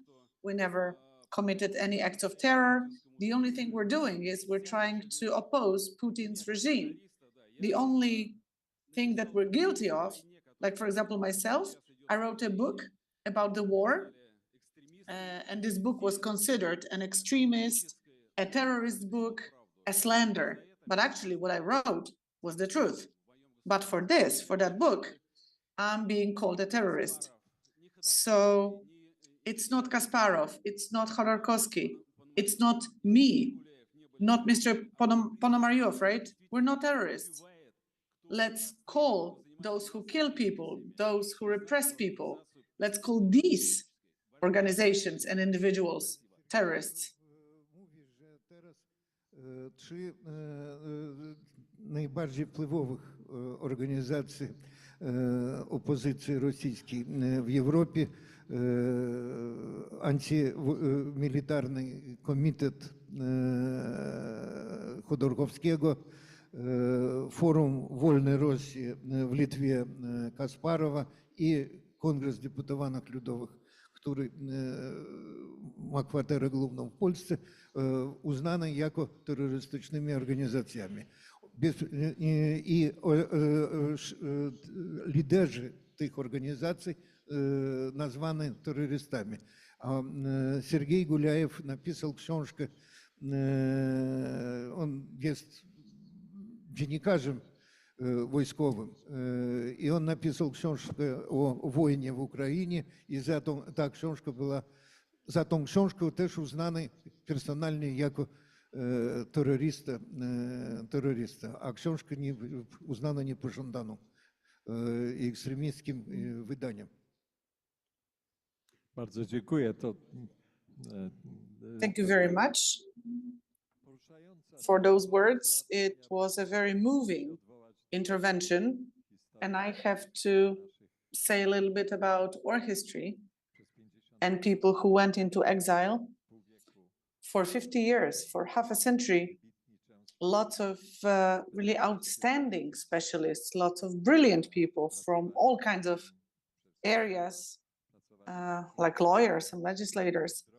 They were working on healing Poland and healing the Polish system after the fall of communism. Like they were wondering what to do about Poland, how to make it thrive when communism falls. And in the end, communism fell, and all their ideas actually were not used. All their ideas were forgotten, and we started coming up with all kinds of crazy projects coming from other countries. So we hadn't taken advantage of the work of all those brilliant people.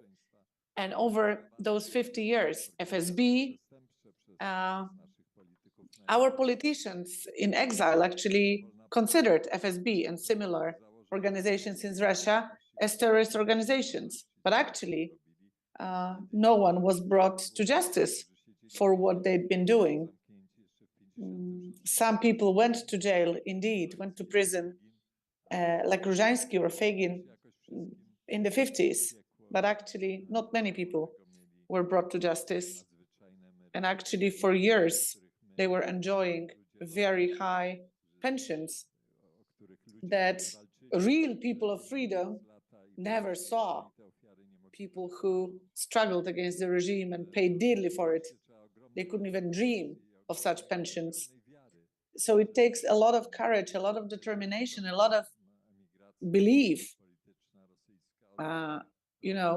to really feel that Russian activists or people in exile will really be able to do something meaningful should the regime change in Russia. But let's go back to Lithuania. With Lithuania as well, for a long time before the war, we had tensions. After the war, we tried to alleviate those tensions. Our representatives in exile were trying to come into an agreement, but some things couldn't be agreed on because those people working in exile didn't have the competences to do that, because certain things could have been done only by the parliament, and the parliament didn't exist.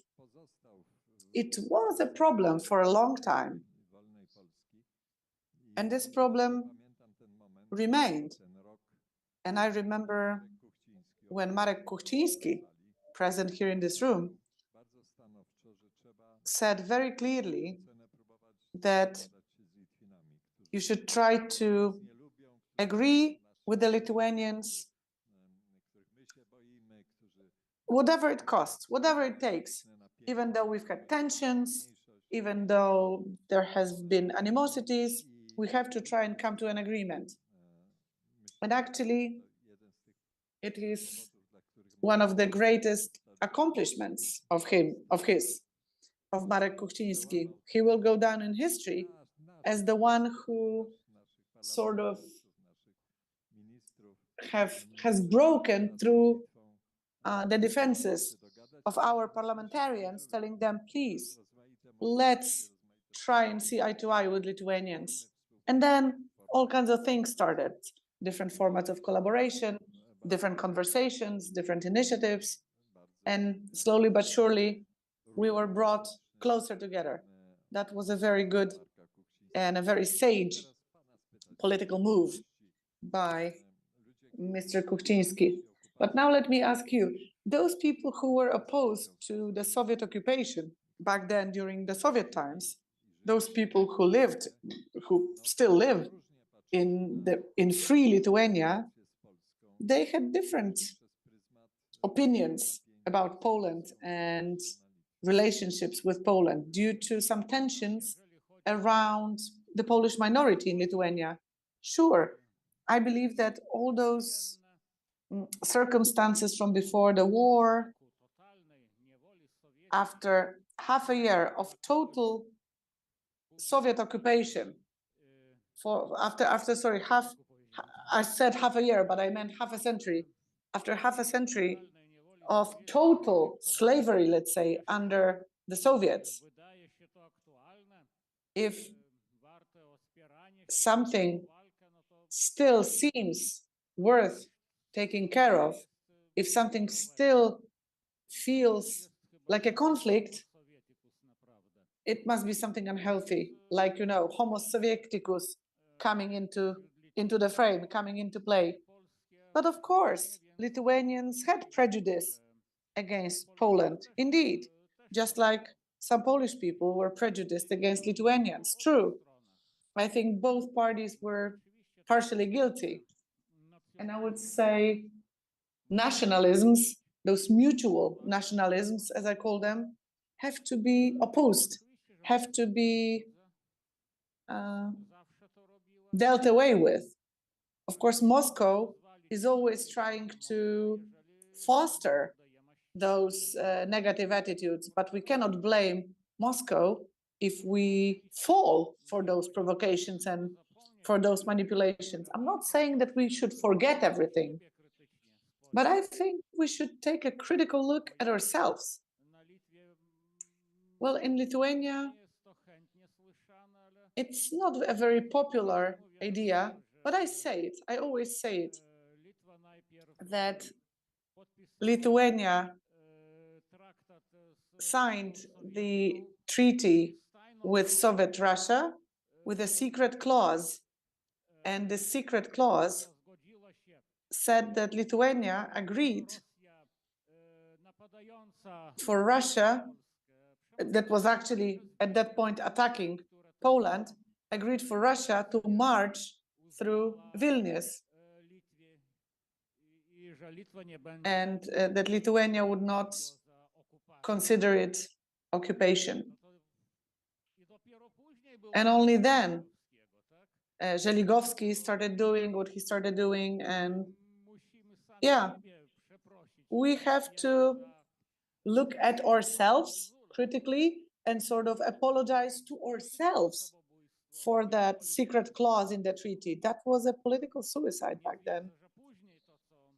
I'm not saying that what happened later was right, but yeah, things happen this way, sure. Such tensions and conflicts should be avoided. And we, well, created one shared republic. So unless we create one shared trimarium, we will lose independence one day. I don't want to be a negative or a bad prophet, but I may be right.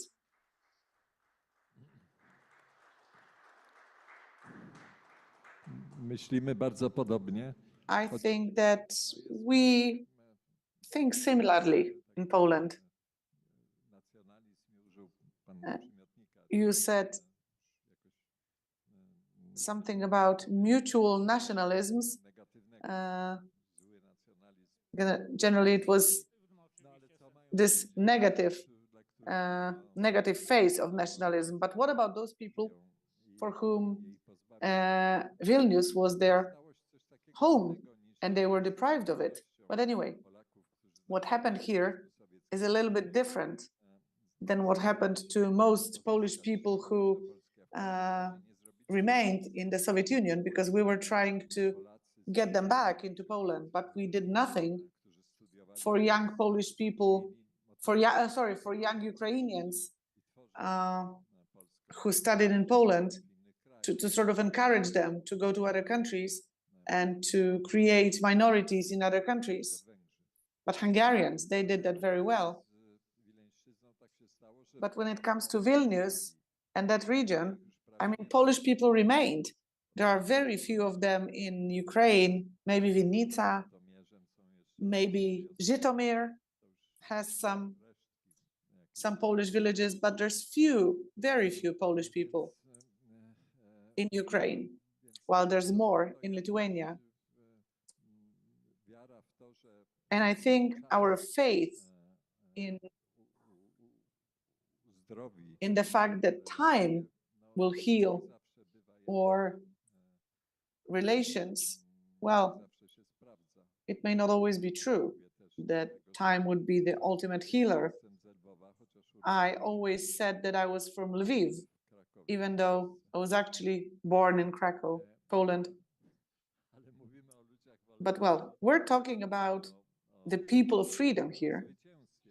We're talking about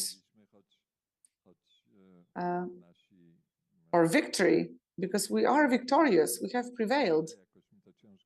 Can I call them friends?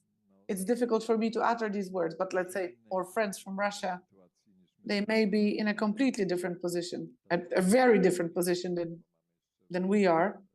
We have a few minutes, so let me try and conclude and summarize this panel.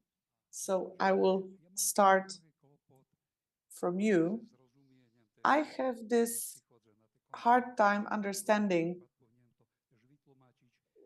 that whenever I participate in the Europe of the Carpathian conference, I like to explain that some years ago I left the world of politics, and I'm trying to understand all those problems of the political world from a different perspective. I met Professor Parnik, and I was fascinated by his ideas, and I'm coming to those conferences, but I feel like I live in no man's land, like I live outside of all these stereotypes, all the political stereotypes. Because as I said, I left the world of politics. So I'm coming with, or from this whole mosaic, I'm selecting a few pebbles here, a few pebbles there, and that's how I build my life. I thought I would finalize my publication about realism in politics and how we can understand our reality. I think that politicians need help, intellectual support, spiritual support. And I'm totally convinced that we will find a way out of this crisis, but it will not happen until we start revisiting the very foundational, the very rudimentary categories of life and human beings. What I'm thinking of is the objective truth. So do we have one objective truth, or do we only have individual truths? And how should we capture this one objective truth that would bring us together? And is there something like normative ethics?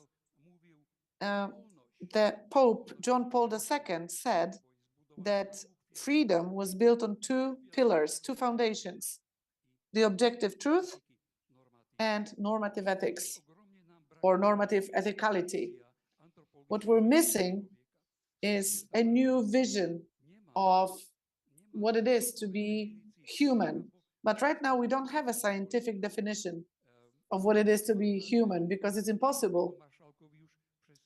And well, for many years, I've been telling many of you We even had a meeting in Ružomberok about it years ago. I've been saying this for many years, that we should organize a conference about realism in politics and what political realism or realism in politics should be. And it's very much relevant in Central Europe because we have a problem with interactions, with relations within V4, but not only V4. We have issues inside of our countries, those divisions that sometimes divide families. So objective truth, normative ethicality, and thorough understanding of what it is to be human. You are an example of a politician who sort of immersed himself in philosophy, and for politicians, you became boring because politicians take little interest in philosophy. Yeah, they would hardly listen to someone who talks about love and understanding. Right. I commend you, I respect you, because you are brave enough to talk about things that you find important. Our friend from Lithuania said something very important about the 3Cs. The 3Cs initiative is one of the most important political projects in Europe. I don't see anything else that would be equally relevant or important, apart from the German/Brussels idea to build one state. But it's but this idea is in a complete opposition of what we're talking about here. Are we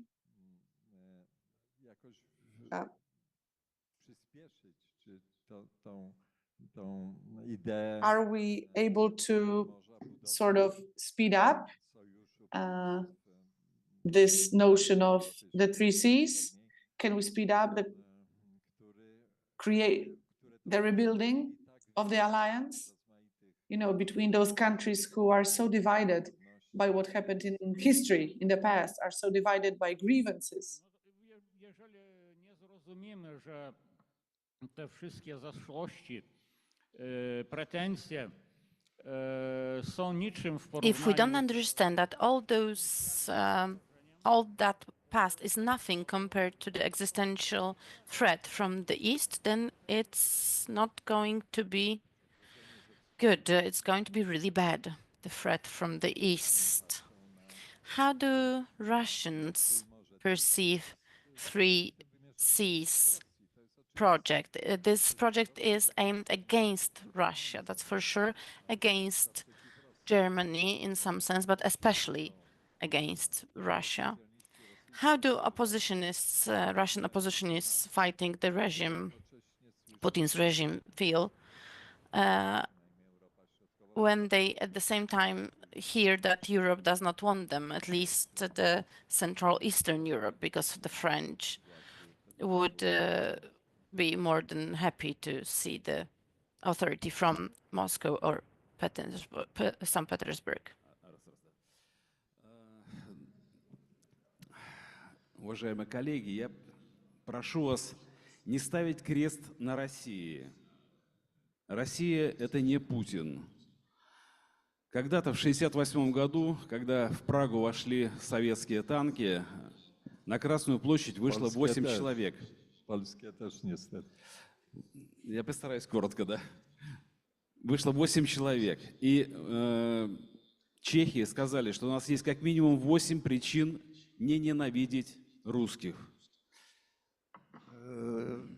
Он звертається до всіх, żeby nie addresses everyone, asks everyone not to hate Russia, because, and he provides an example that the Czech, when the Russian tanks entered Prague at the very same time,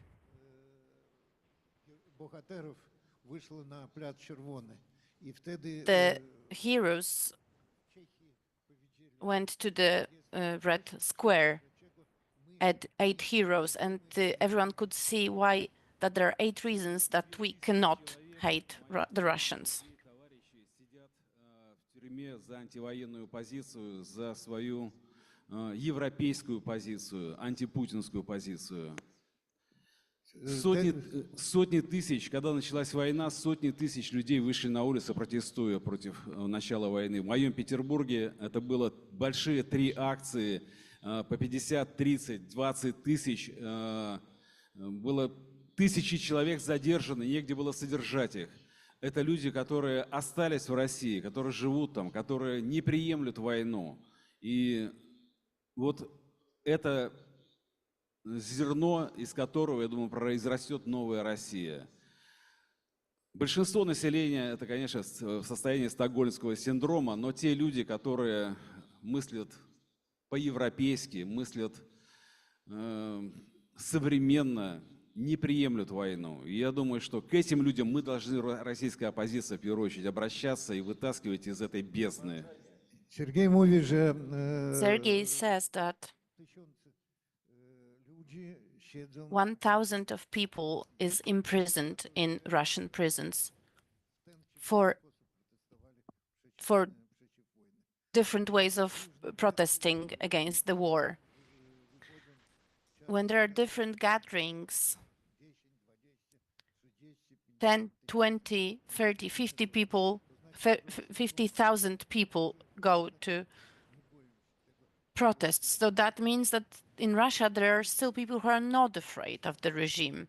And this is how the anti-Putin opposition, these are the people that they try to address. Лишь тот достоин жизни и свободы, кто каждый день за них идет на бой.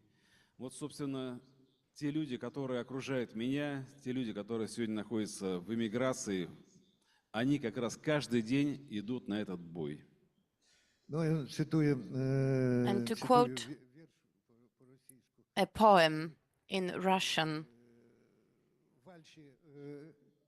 the one who fights, the one who wants to be free, has to go and fight. An important question that we have to ask is if those who protest against Putin, who maybe one day will take him down and will take the Moscow's regime, the question is that maybe they will believe that Lithuania is a part of the territory that belongs to Russia, that Poland is the territory that should be belong to Russia, sorry. We don't know the answer to this question, unfortunately. Ladies and gentlemen, 1 hour has passed. Marshal Kuchcinski is looking at me that I should not prolong and exceed the time. So thank you very much to our guests. Несколько петиций, если кому интересно, да, можно познакомиться в печатном виде, я поставлю здесь. Sergei ma kilkanaście egzemplarzy. Sergei has several those materials in Polish and English, so he is happy to give those out, and you can read about everything that he read, that he talked about. Thank you very much to the panelists and to the moderator, and please join us for the family photo.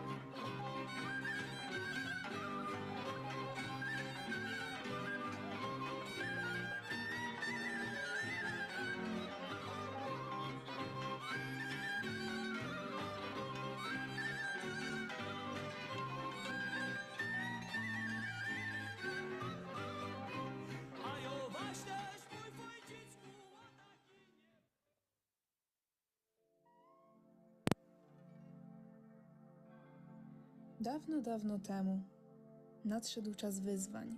W ciszy codzienności narodziła się myśl Europa Karpat. To wspólnota wierna wartościom nadała tej drodze kształt i siłę. To nie tylko historia, to zobowiązanie, które trwa. Zapraszamy na 41. edycję konferencji Europa Karpat. Niech moc będzie z nami.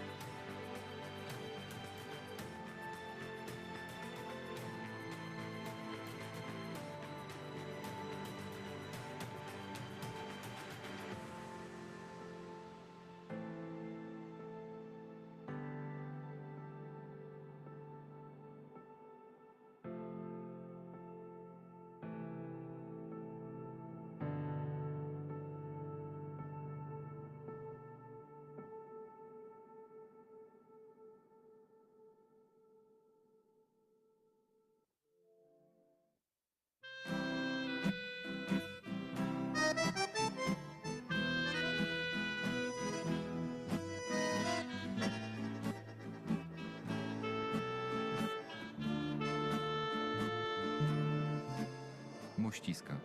Niewielkie miasteczko położone niedaleko Przemyśla przez stulecia było miejscem spotkań kultur, tradycji i ludzi różnych narodowości. Dla wielu Polaków to ziemia rodzinnych wspomnień, historii przekazywanych z pokolenia na pokolenie i ważna część dziedzictwa Kresów Wschodnich.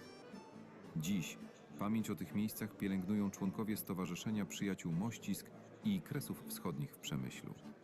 Ich działalność to nie tylko wspominanie przeszłości, ale także budowanie mostów między ludźmi i pokoleniami.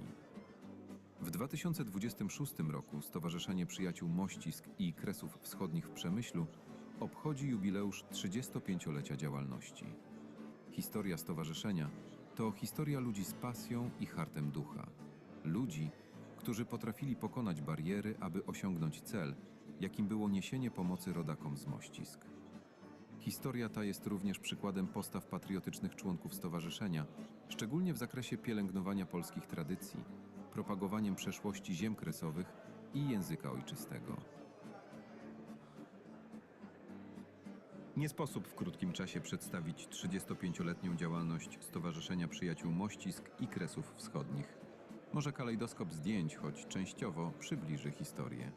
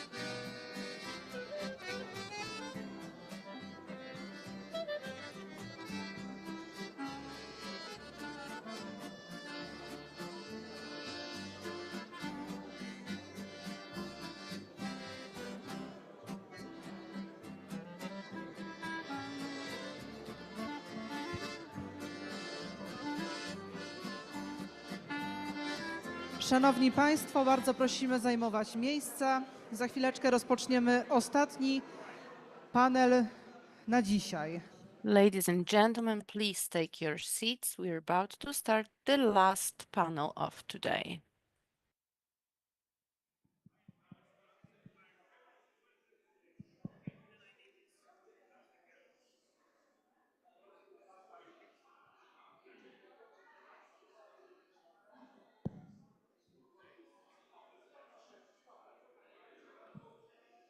Bardzo prosimy o zajmowanie miejsc. Ladies and gentlemen, please take your seats now.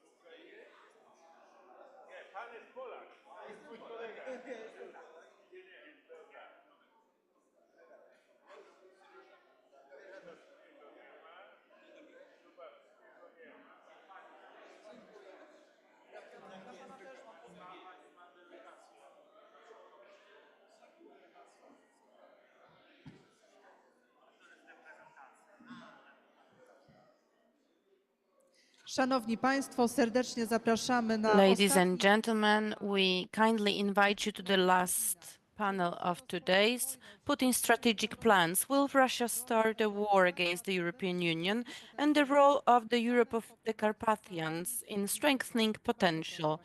And the moderator is going to be Mr. Minister Zbigniew Rau.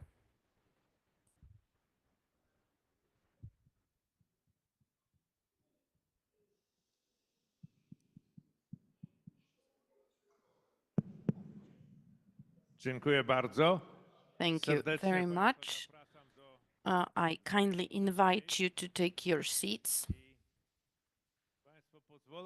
And before I present our distinguished panelists, I'll share my brief discussion with our host, Mr. Marshal Kuchcinski, who I offered that since it is the last panel, because that was decided, so, and maybe as a reward, we should not be hold to the time discipline, and I offered that our panel will last until there's a last person in the audience sitting.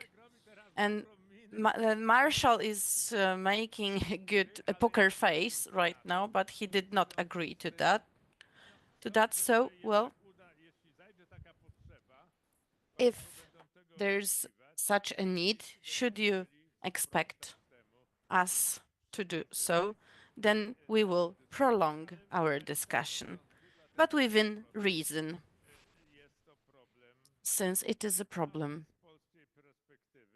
from the Polish perspective. What's it called? Putin's strategic plans. Will Russia start a war against the European Union? Well, it's a fundamental question, existential question, so we can spend a bit more time on our dwelling and our reflections with elements of disagreement between us.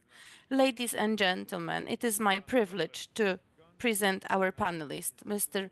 Robert Gonci, analyst, Migration Research Institute, Hungary. We've decided that he's a veteran already, that he's been so many, because it's the second time and the second panel on the first day for him. Mr. Mykola Kniarzycki, member of the Верховна Rada of Ukraine. Then Mr. Radosław Fogiel, member of the Polish Parliament, deputy chair for our Committee on Foreign Affairs, and two guests from Russia, Mr. Volodymyr Ponomarev, Institute for Security and International Development, and Mr. Sergei Kovalev, member of the Council of the Congress of People's Deputies, Russia. Right? A very warm welcome to you, gentlemen. And let's try and ask, in fact, 3 questions, but I would like to collect them together so that each of you can have a chance to answer them. Ladies and gentlemen, we here in Poland, I just realized it today, very rarely have a situation when the opposition agrees with the government. But I think I managed to find such an element.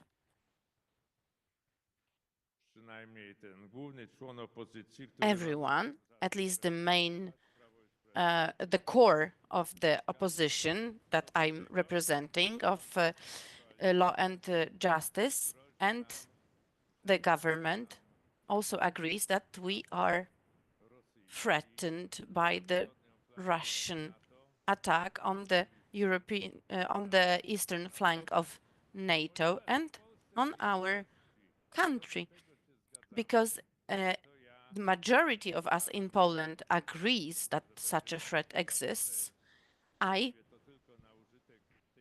Hopefully it will be forgiven.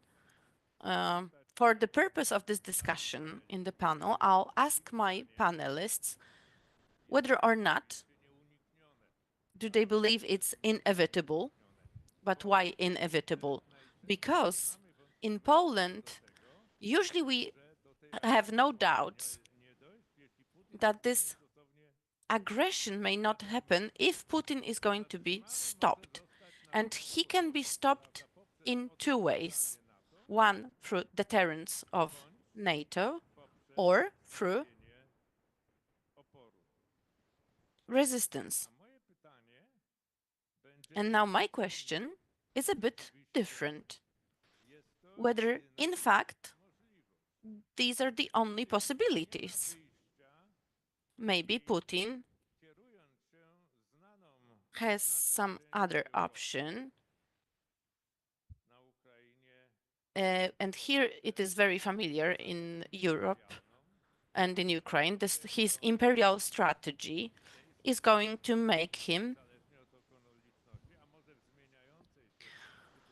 to try in this situation, regardless of circumstances, or maybe due to the situation in the Middle East and the war in the Middle East, maybe he will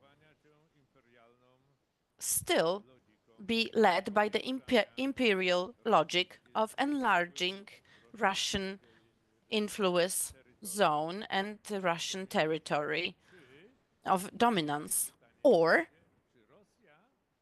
and that's my question, if Putin's Russia, for now at least, or Putin himself, isn't he able to learn from his own and Russian mistakes? Because in Russia, there was an idea that if there's an internal problem, you don't know what to do. Some war, historically, best if it's victorious and brief, is going to be to solve this problem. That was in the case of Russian-Japanese war over 100 years. That was with the invasion in Afghanistan. And both those wars were supposed to solve internal problems.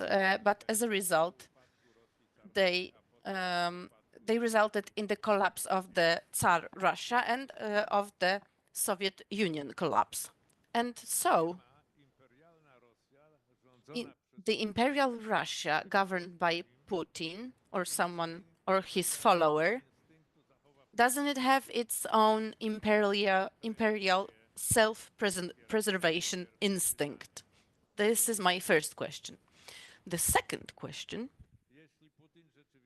if Putin, in fact, is about to attack us, how are we supposed to defend ourselves?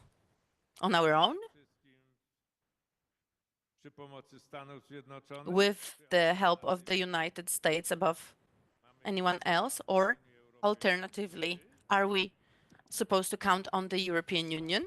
Or are there those who, even today, are hoping that Putin is going to come to his senses and even declare that you can trust Russians after some negotiations that are unsuccessful on Ukraine? And now,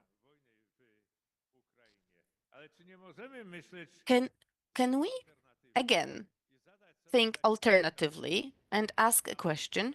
Maybe best defense would be to find agreement with Russia from the position of the smaller one, as some time ago Finland was forced to do after the Second World War. Let's keep in mind that the Soviet Union agreed for the neutral status of Austria because it hoped that the United Germany could be taken out from the NATO, and then neutral Germany would lie in the interest of the Soviet Union. So, in 2026, would it be reasonable to think in that ways? And here I would address our neighbors here, especially. And the last question, maybe a rhetorical one, maybe unnecessary one, but I feel that I need to ask it. In the perspective, in the perspective of the Russian politics, in the 3C, in the V4, in Central Europe, can we think about our unity when we are next to or vis-à-vis imperial Russia?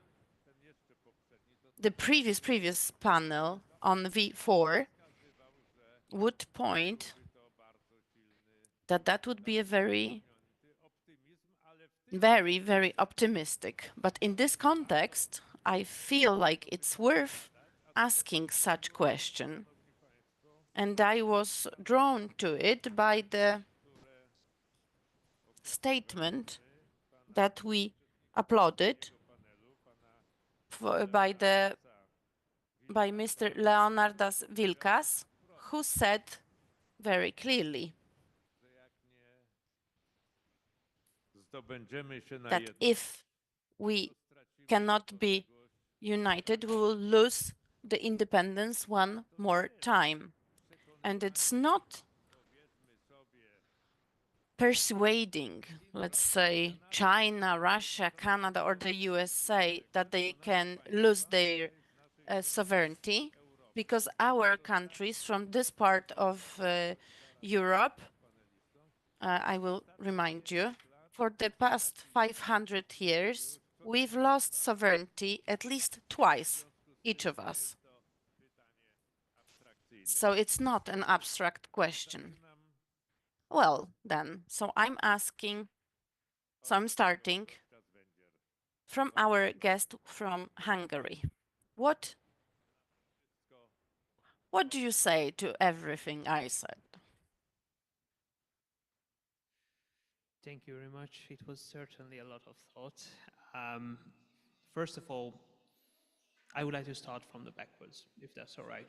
I would like to start from the backwards, if that's all right. Since my last panel, we spoke about the integration of Central Europe, and I do certainly believe that one of the greatest successes of both, I will not be popular with this, but both the Russian Federation and Western Europe together during this period was to make us believe that our only way to look forward in Central Europe in this very crisis-driven situation that we are in the middle of, that we are neighboring an actual war zone, is that we cannot be focusing on these simple, naive things like Central European unity.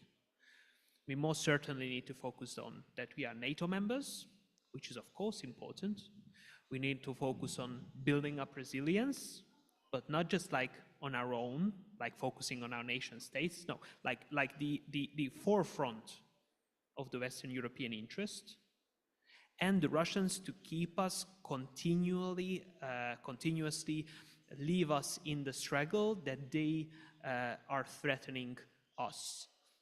Meanwhile, we are constantly hearing both opinions that, and you know it in European discussion, this keeps popping up, that Russia on one hand is threatening us with attack, and on the other hand, we keep hearing that Russia is too weak and we lost the war.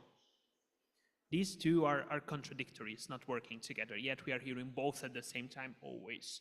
And that is exactly what led us that we are spending too much attention on the threat from the East while it's existing, but not on the same level like we are perceiving it, and keep losing focus on our main issue, which is, and it's supposed to be, the integration. And we completely lost that track. What I would like to continue with that, since I'm no military expert, but I'm a migration expert, is that what the war actually has cost for these nations, both Russia and Ukraine, and we need to talk about it. And in that context, we need to highlight why this war needs to end and why is it good for us also, because once the war has ended, our neighborhood and Central Europe can start the rebuilding and build up that bridge that connects the East and the West that's now demolished completely by both interested parties, and we lost also communication within our region. So this is, I would say, the worst case scenario that we are at currently at this moment. First, I would like to talk about with Russia. There are natural things that when we are talking about Russia, we are mentioning, like the full-scale invasion, the aggression, the brutality of the war. But I would like to highlight another factor that it's not very much shown up in the media, and I do think it's a historic sin from the Russian Federation, and it is against their own population, which is that how many people has the current regime in Russia let out of the country through the war, people who have emigrated because of the war. I have some data here. We know that 1.5 million people has left Russia since the beginning of the war. And of course, we see people returning, but haven't even half has returned. And this became, through that, the hardest emigration that Russia has experienced since the USSR. I'm sorry that I'm highlighting this instead of focusing on the points, but now that I have the opportunity and I'm a migration researcher, I would like to highlight this point. And the real problem is that who has left the country? And that is the powerhouse, the future of Russia, basically. So the young, urban, well-educated. We have seen hundreds of thousands of IT specialists in Russia that has left. We see that the wealthy and the middle class with possessions, with remotely working opportunities has resettled in other countries, in Georgia, in Kazakhstan, in Thailand, in Israel. And we also seen a very serious brain drain in Russia from finance through education to science, engineering, all the major components that would help build a future for Russia after the regime. And it's gone. And it's gone completely. So we see through that innovation slowdown, we see weaker tech sector, and we see reduced competitiveness alongside with all the money that has left, not just because of the war, which is a tremendous amount and is creating a constant crisis in the country, but at the same time, through all the people that has wealth on their bank accounts has been transferred out of Russia to abroad, approximately $42 billion that has left completely the Russian market and now is foreign. And also, like previously, before the war, Russia was not in a good demographic situation. Russia was in serious demographic crisis, and the war made it even worse, not just through the people who has died on the front zone, but also through the people who has emigrated. The trend is worrying. And regarding Ukraine, of course, Ukraine is fighting an existential war. And it is a very noble thing to help out Ukraine wherever we can, but from a migration point of view, I have to highlight that Ukraine's best interest is to finish the war as soon as possible, and I tell you why. Because in migration studies, we have a term that we call the window of no return, that we have observed through countless crises that resulted in migration waves out of countries, where we have seen that after 3 and 5 years, those who have migrated before that are not returning anymore, not at the same level. And currently there are 5.6, 5.9 million Ukrainians who have left Ukraine, who has by now reached the window of no return, which is meaning that their identity has transferred into the host societies, that they have integrated well into the labor market of the host societies. They have started to develop personal linkages, like marriages, and their children are currently in the education system for more than 3, 4, 5 years now, who, of course, are now more connected to the education system of the host society, and that can create problems too. So what I would say from this point of view is that in order for our region and for Ukraine and for Russia to help out their own situation, we need to find a solution to end the war as quickly as possible. Of course, this is a very hard problem since we see no end to it, but the reality, from my point of view, is that the threat is not outside, but rather reversed, to the inside. Okej, to znaczy, że pan uważa, So, że do I get it right that according to you, the main problem with the war that Russia started in Ukraine are the migrations, or the sort of brain drain, those people who from both nations? And you would say that's the only problem, or that's the end of the problem that I'm asking? But how is that connected with, you know, the perspective of imperialistic aggression against actually all of us on the eastern flank of NATO? So what does it mean? This war against Ukraine, well, it's been going on for 4 years. Russia has been doing it despite the 5 million that left, and they're still doing it. So I'm not sure I understand your conclusion, let's say. What's your conclusion? Are we threatened by Russia's attack or not? Can it happen? And how should we take care of it? How should we deal with it? In a military sense, through negotiations? Should we try and make an agreement with Russia? Because brain drain and the fact that people are leaving the country, or both countries, it's a fact. People migrating is a fact. But this war actually launched or started certain migration mechanisms. And it added already existing migrations. But migrations were happening anyway.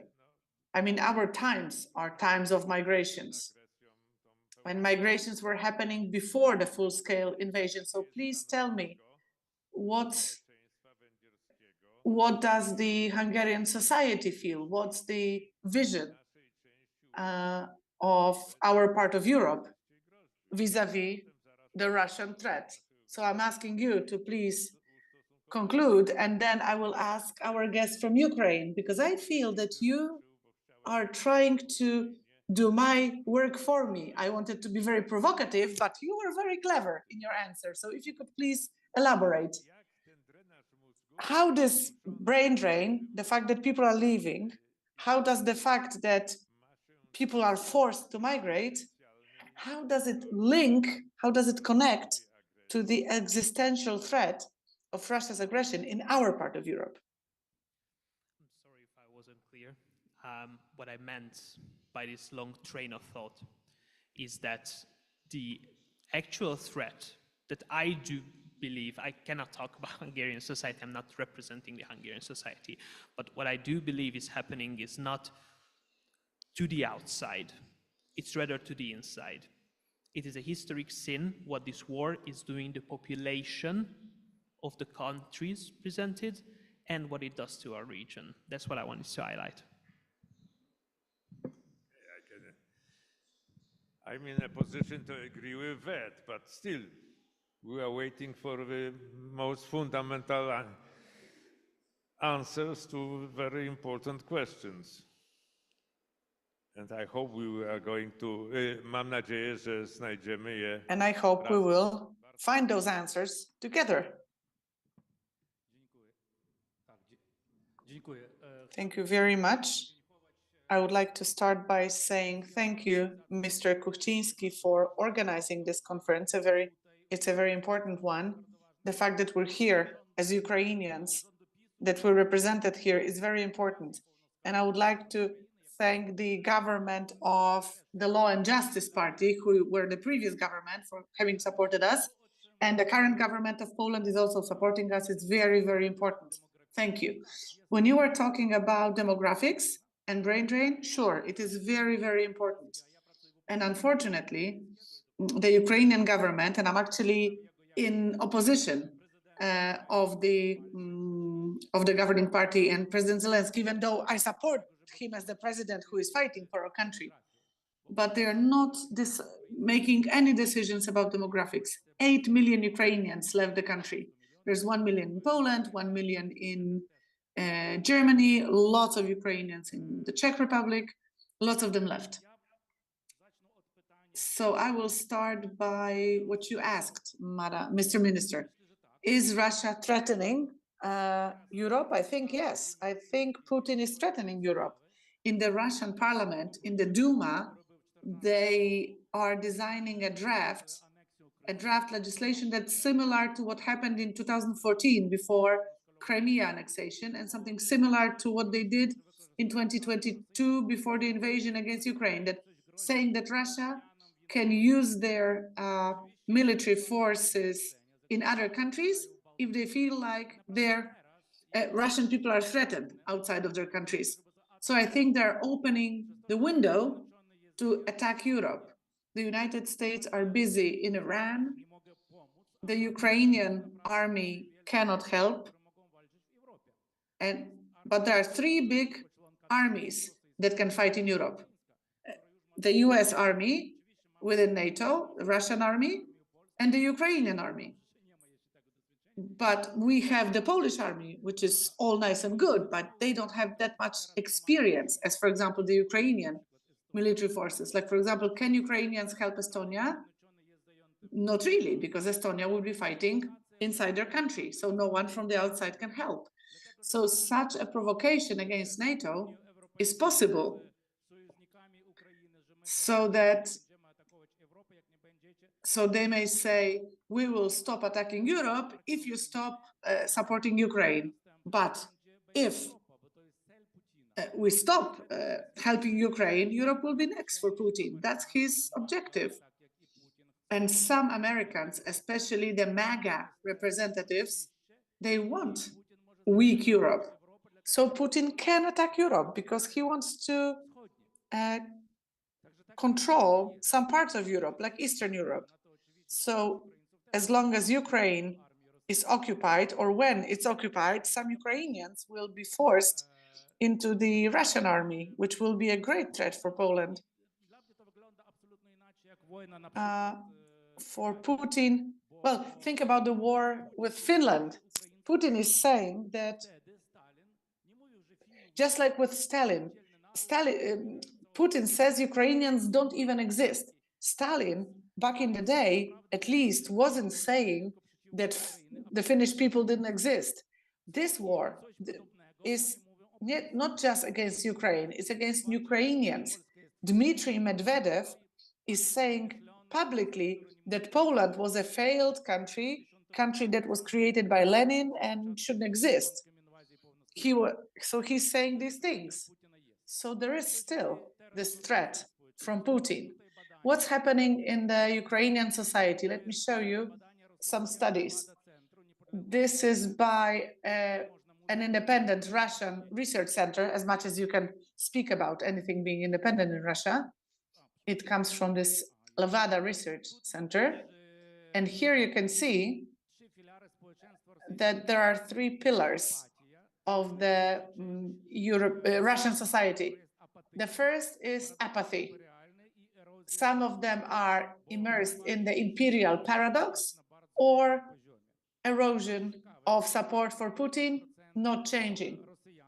61% of Russians they feel normal. They don't feel like there's war going on or something like that. 61 people, they feel normal, business as usual. So this is interesting. Those people who support Putin are those who watch TV, because television is the main source of propaganda. It's completely censored.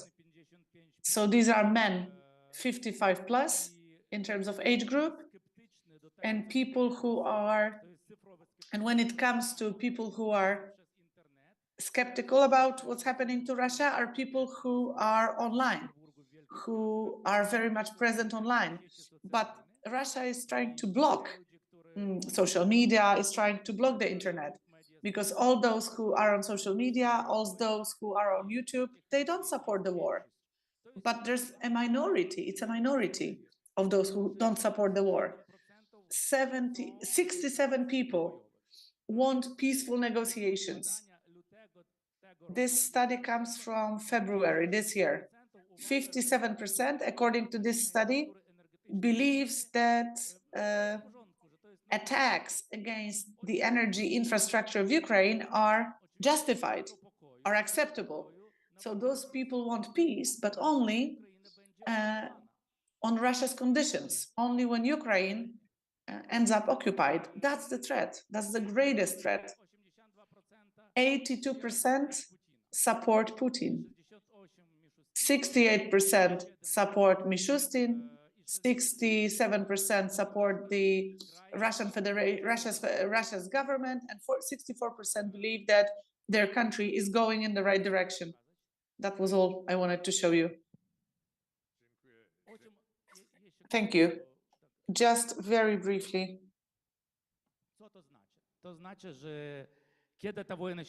So everyone is asking me, when will this war end? Everyone is saying that the Russian economy is in a very difficult situation. They're going to lose money for defense or for arming themselves. Of course, the war in Iran and the price of oil is sort of maybe not saving them, but at least keeping them on the same level. So solidarity is one of the most important things.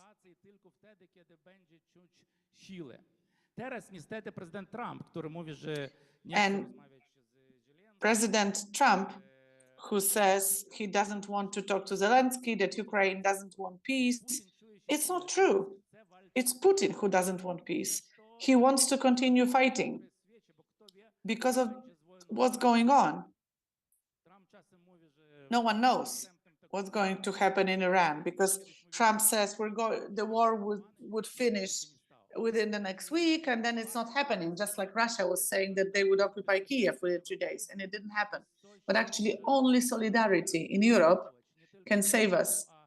When I say us, it's not just Ukrainians, it's also Poles and everyone in Central and Eastern Europe. Thank you very much. Thank you.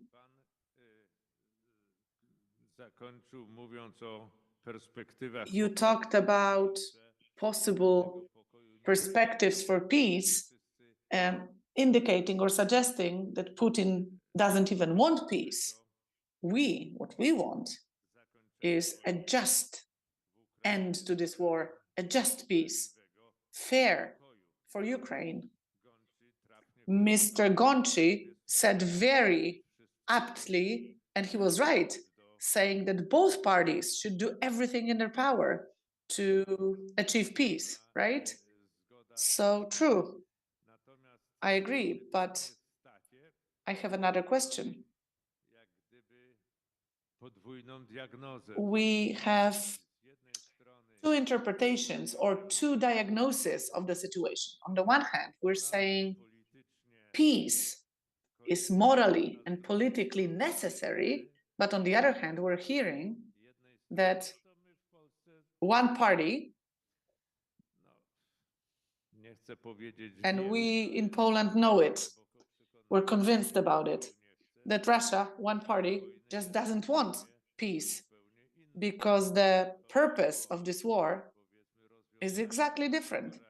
It's not about a solution like in Korea. It's about eliminating, annihilating the independence of Ukraine, and then going for further expansion. So if it is the case, I would like to ask Mr. Vogel,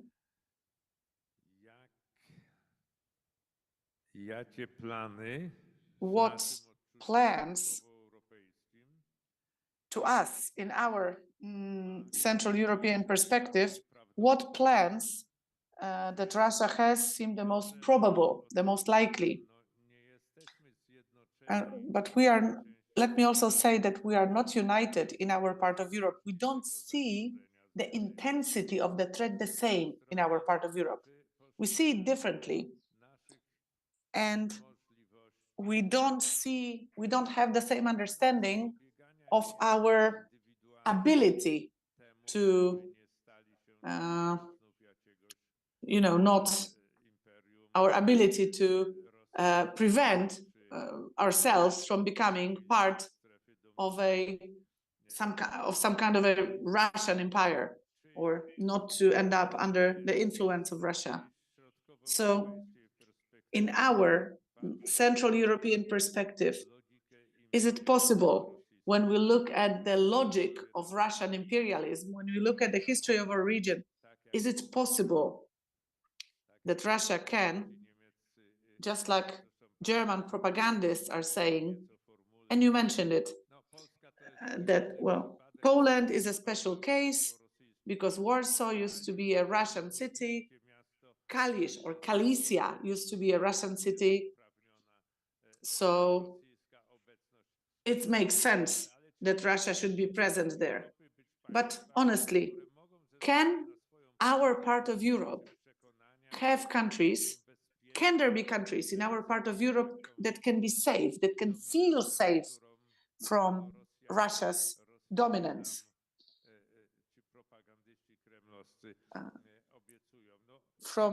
Safe from what Kremlin propaganda is promising us? Probably it all depends on what we've experienced throughout history as nations.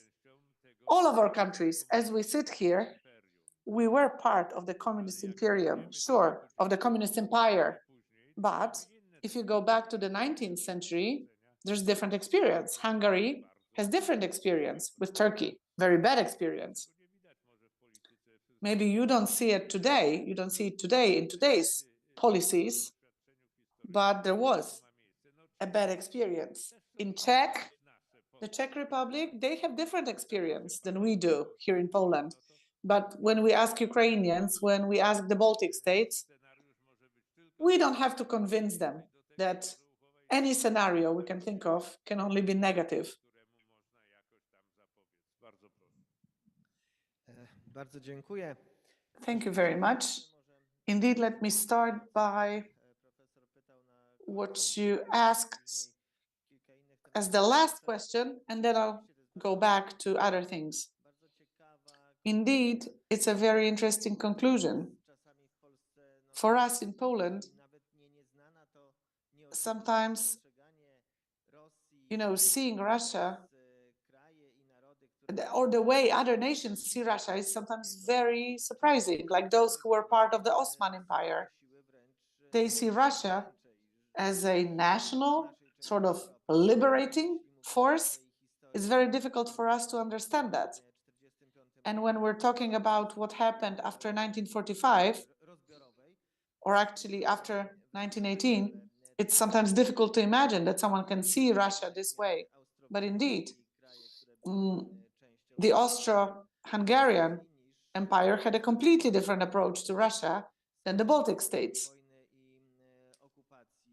And if you go to the Museum of War and Occupation in Latvia, you will see clearly the attitude of Latvians. There's a huge disproportion of Soviet presence during the Second World War and a marginal presence of the German occupation during the Second World War. So it's shifted again, sort of more anti-Soviet. In Poland, we are sort of looking symmetrically at those both occupying forces.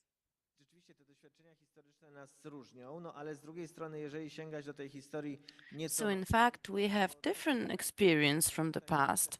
But if you take a look at more recent history, that's something that we have in common, whether it's 1956 in Poland or in Hungary, 1968 Poland and Czech Republic, and next experience of occupation of the Soviet Union should actually make it clear to the countries of our region that this threat is real.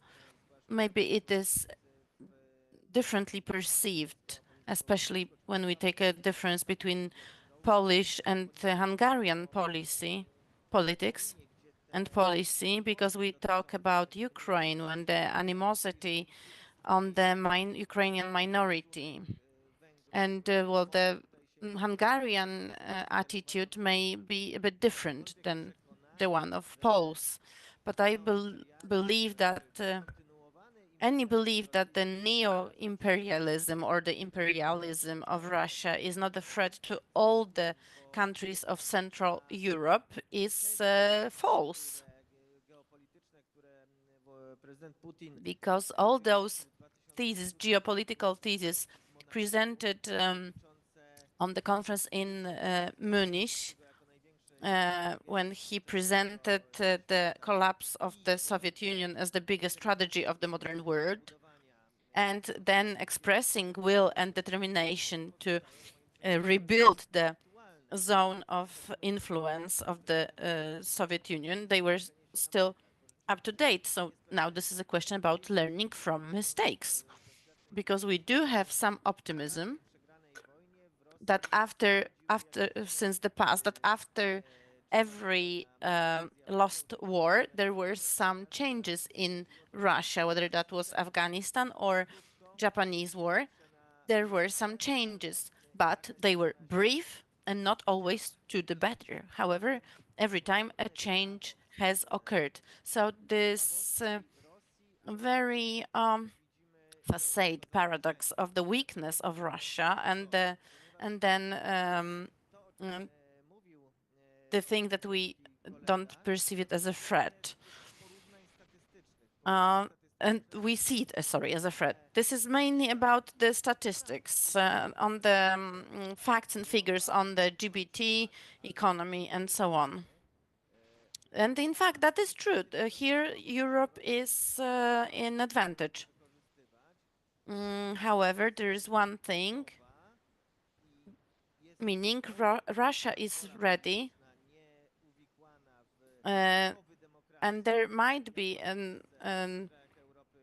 opposition that wants to follow the democracy, but Russia may be ready to use even limited resources in a complete way in order to conduct aggressive, offensive activities, regardless of their kind. I will say about it more. Europe is not ready for it. Europe is not determined to switch its economy to the war time, to war economy, to use this number of this amount of resources as Russia to defend itself or to mitigate the Russian threat. And when I talk about possible forms of aggression, today we can't be sure whether that would take the form of a direct attack, armed attack, especially at the beginning, in this initial phase, on what we call full-scale aggression, as it is in the case of Ukraine. It's very probable, and I believe the draft of the act that was mentioned by the deputy of using armed forces in case of Russian-speaking minorities threat shows that this thesis is very probable. So many different hybrid activities that happen before the direct invasion happens. I can imagine about that. And we can talk. We are now talking about the minority, the threat to the Russian minority in Estonia or in Latvia, or, for example, some Crimea forces to defend themselves in those territories where such a threat is seemingly present. And this is a challenge for NATO, how to define their procedures and what do we perceive as an aggression on a member state, because this aggression is happening from some time now.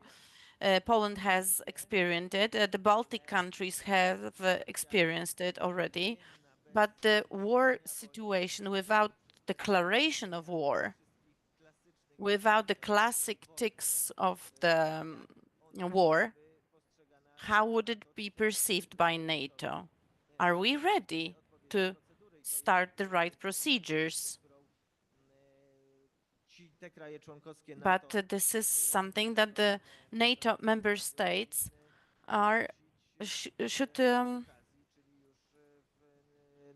put up for any possible discussion, for example, the Ankara summit this year. And of course, the situation in Iran is not helping our part of Europe, because it's one thing that our main ally is engaged elsewhere. And another thing is that there are those dangerous tendencies. Actually, yesterday I came back from a short visit to the US, and we heard it as well in the American Congress from some of our from people who talked to us as an accusation or as a hypothesis that the situation in which today's administration, American administration, would expect, although it's not formulated in any way, what would they expect from NATO? They would expect some kind of engagement of NATO. And if there is no such engagement, it can lead to the situation when we have a situation something for something. We lose some, we win some. So we're going to have an attempt to punish the European allies with the reduced engagement of the USA. That's also dangerous.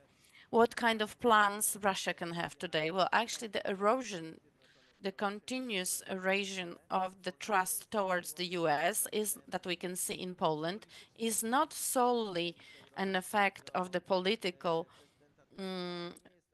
relentlessness towards President Trump. It's not an effect of the non-standard diplomacy manner of Donald Trump, but I believe it is also a result of targeted activities in nature, just like the intelligence operations that aim at reduction of this trust towards the US and NATO in countries like Poland. the recent edition of Rzeczpospolita newspaper seems like very, very similar to the propaganda in Tehran, where we have American flag changed into bombs or fighter jets. I believe this is an expression of this very bad tendency that is happening and that we can see here. And the last issue, when we talk about unity and defense.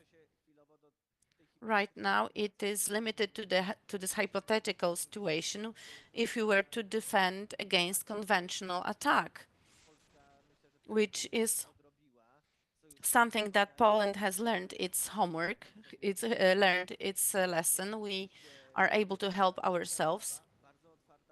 That's one thing. Another thing is that a very open discussion on the potential strategic depth. So what is the strategy if Baltic countries are attacked? Because an attack through Belarus, do we have the right to have this preventive strike? So these are the questions. Thank you very much. Of course, these are the questions from the edge of military politics, and we have to remember that we are the member of the North Atlantic Treaty. Ladies and gentlemen, I have to admit to a grave mistake. It's a personal and very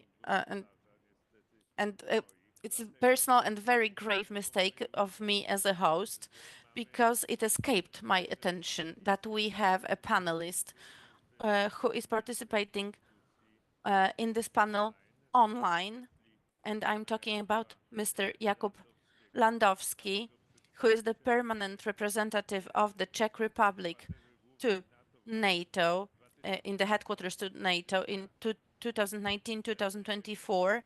He is also an international security expert, and I sincerely apologize to you for my mistake, that looking at my panelists and the names that were placed, name tags placed on the table, that's why I made this mistake. That's why I would like to apologize one more time to you and ask you for your comment on the perspective of the Central Europe with the potential engagement in, well, what kind of engagement of NATO as a whole? Because, well, it's not elected with the majority of votes. The decisions are not made by the simple majority. And if you could comment on what was mentioned by Mr. Vogel, we are, after all, mentally prepared or aware of the fact that this aggression, most probably at the beginning, will be of, aggression, Russia against the eastern flank, will be more of a hybrid nature. And with this type of actions, it's more complex when we talk about reaction of NATO, decisive and final reaction of NATO. Because, well, a hybrid war has many different stages and versions. And I would like to add that we are aware of the fact that we can expect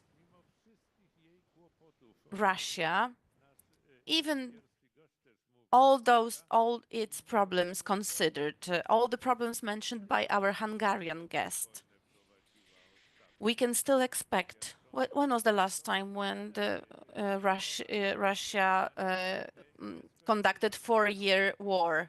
Was that the First World War?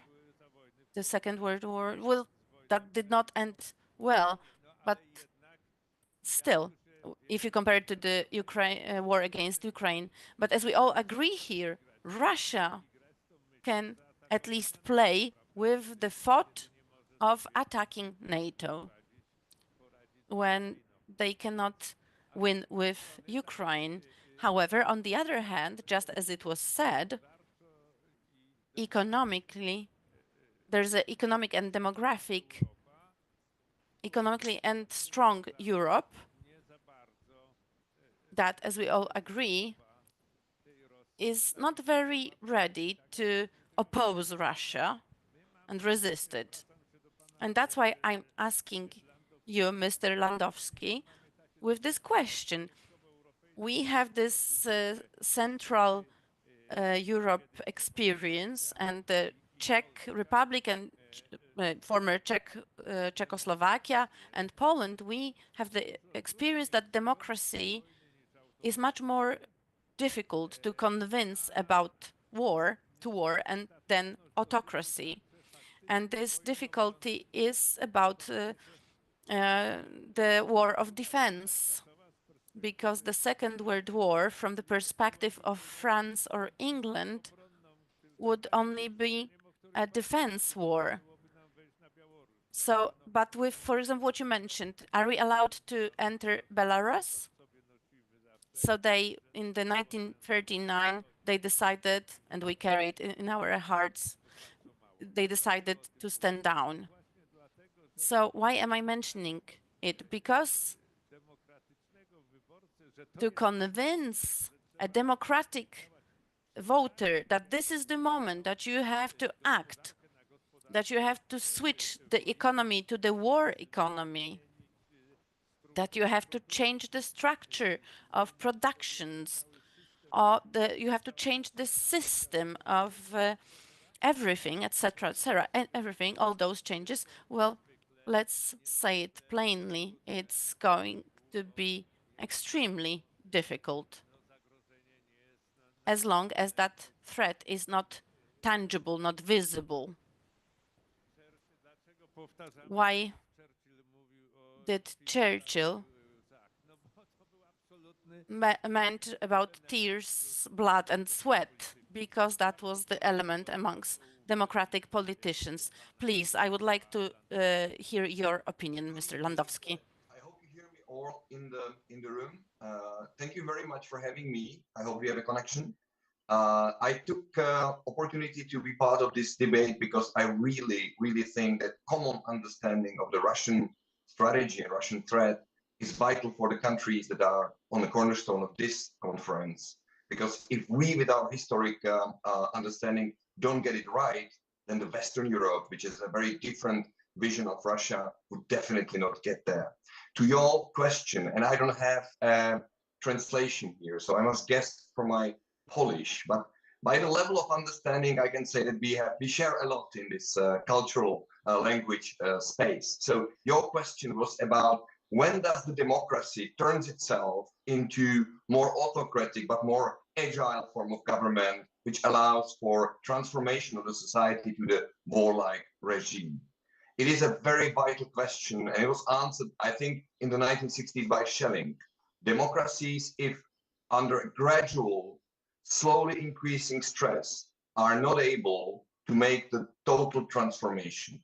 If the shock is strong enough, like the attack on Pearl Harbor, for example, or German attack on Poland, then the whole society and government form of government changes in an instant.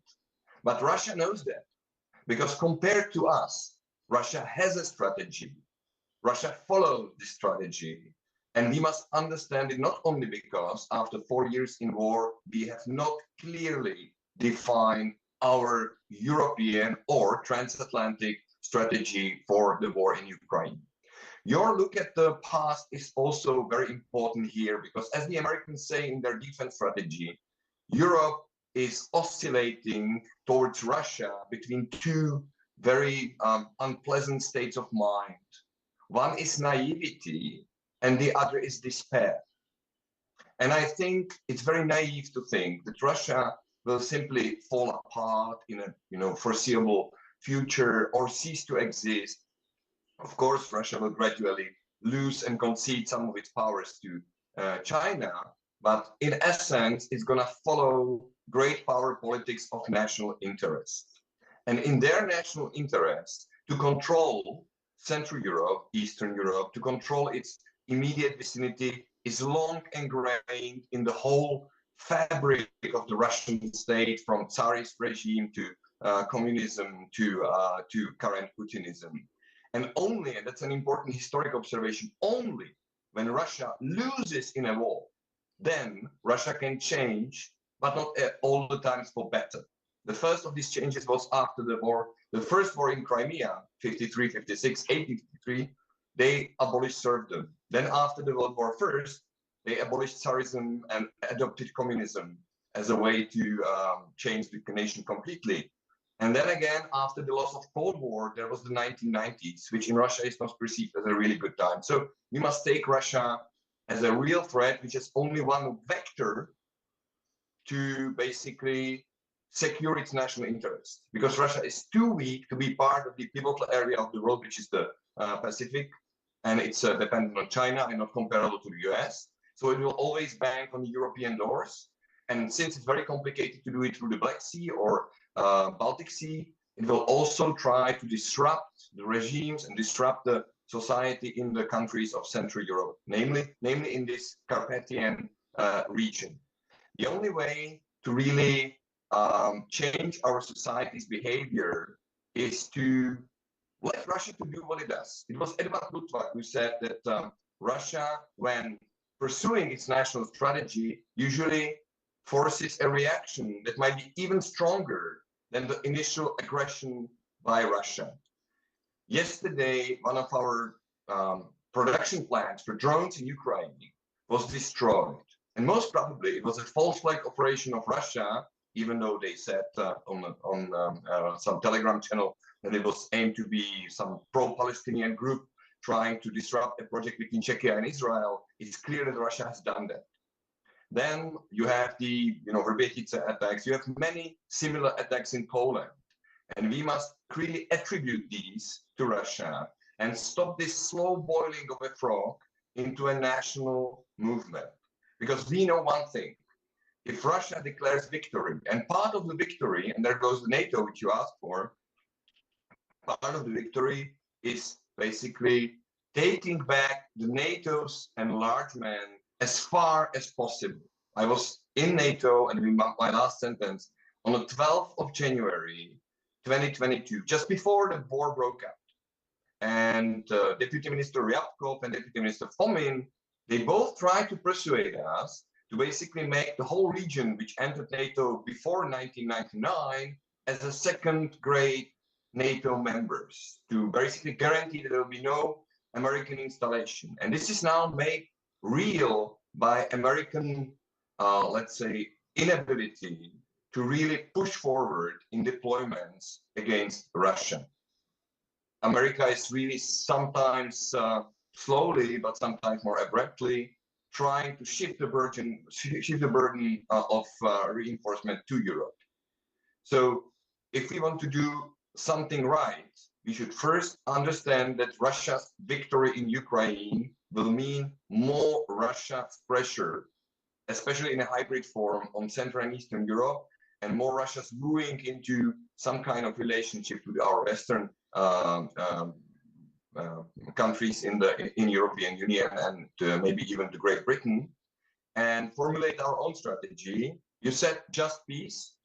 I would say stable, survivable Ukraine, which will always show to the Russian regime that even for part of the Russian Empire, there is a way forward which allows citizens to live a good life, for the country and government to be run by democratic methods, and for the industry to bring prosperity to its people. Thank you.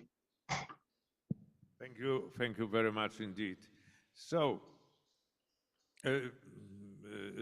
teraz, szanowni well, now, państwo, ladies and gentlemen, I would like to ask the Russian guests about their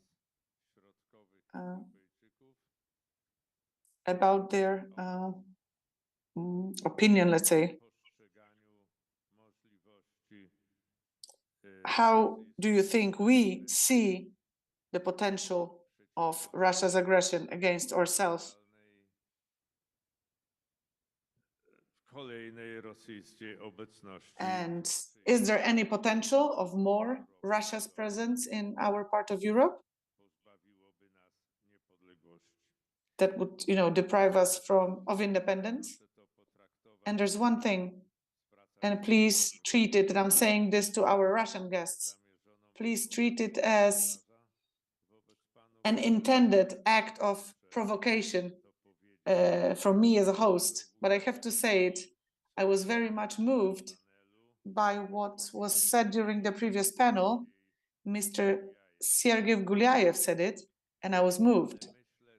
But I think he wouldn't be happy to hear what I have to say about this, because he said, do you remember that when the Soviet army was entering Czechoslovakia, on the Red Square, there were people who were protesting against this lawlessness. That's what he said. But I'm old enough, and I used to be interested in it professionally. I'm old enough to know that some divisions of the Warsaw Pact, Soviet divisions, entered Czechoslovakia, and those in the Red Square, 6 people, I think, who were protesting? 8 people, right? 8 people.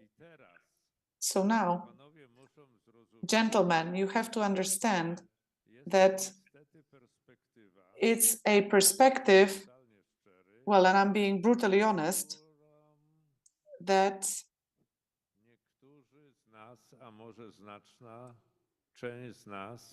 some of us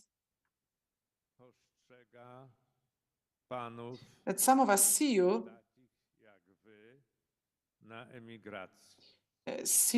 and people like you sort of in exile, and maybe they look at you differently, but that's a matter of proportion.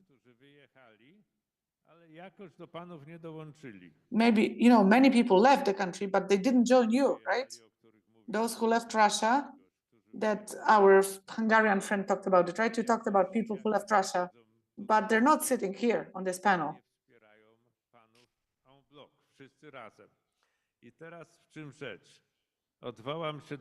So what's the point here? What point am I making? Let me mention my own experience. When back in 2023, I was making a speech as the Minister of Foreign Affairs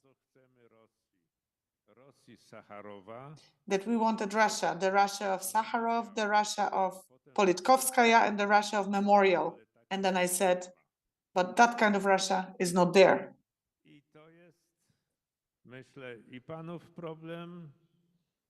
And I think that this is your problem and this is our problem.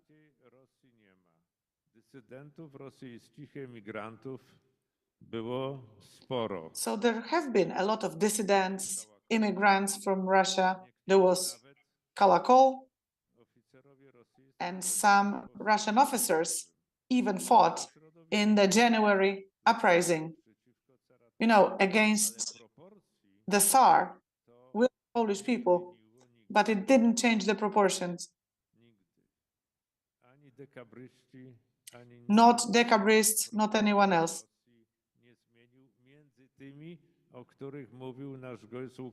And, well, there were some people mentioned by our guest from Ukraine when he showed data.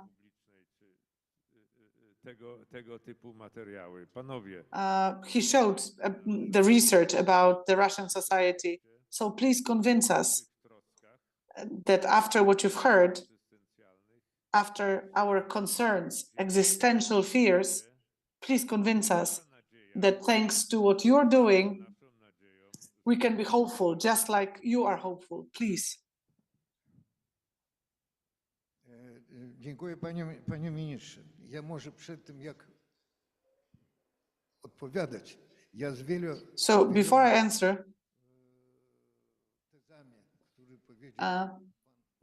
answer, I have to say that I agree with many theses that Mr. Fogel and our Ukrainian friends have said.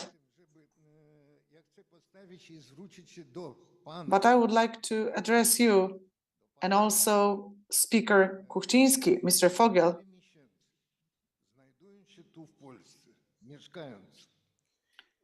I've been here in Poland for a long time because I had to leave, and my son had to leave.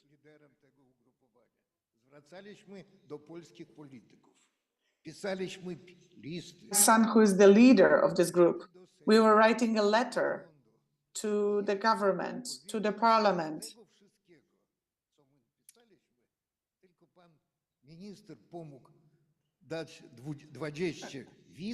The minister said he can offer 20 visas for anti-Putin people and actually saved those people.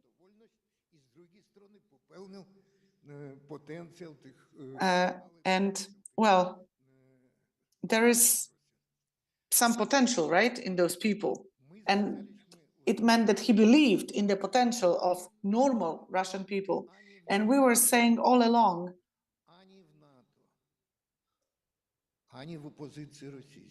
not in NATO, not in the Russian opposition, there is no strategy how to fight this regime. And until we do, or unless we do this strategy, unless we draft it, for a long time, we were speaking in hypotheses, we were speaking in ideas, we were speaking as concepts, in concepts. Indeed, but all this requires expertise, all this requires analysis and the brains of analysts. That's the work that needs to be done. So what we're trying to say here is that maybe in the parliament, it makes sense to discuss it and to create like a working group with Polish, European, and Russian experts, Ukrainian experts, to prepare, to draft a document with all those questions, with all those points. There's so many questions. I would like to say that a month ago, the situation was a little bit different than it is today.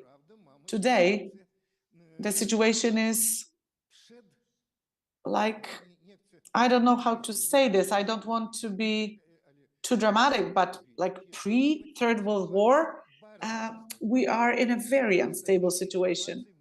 And whenever there is an unstable situation, anything can happen. Anything is possible. And when you look at documents of the Russia president's administration, there is a symbol, like a sign. It's called Trinch. China, Russia, Iran,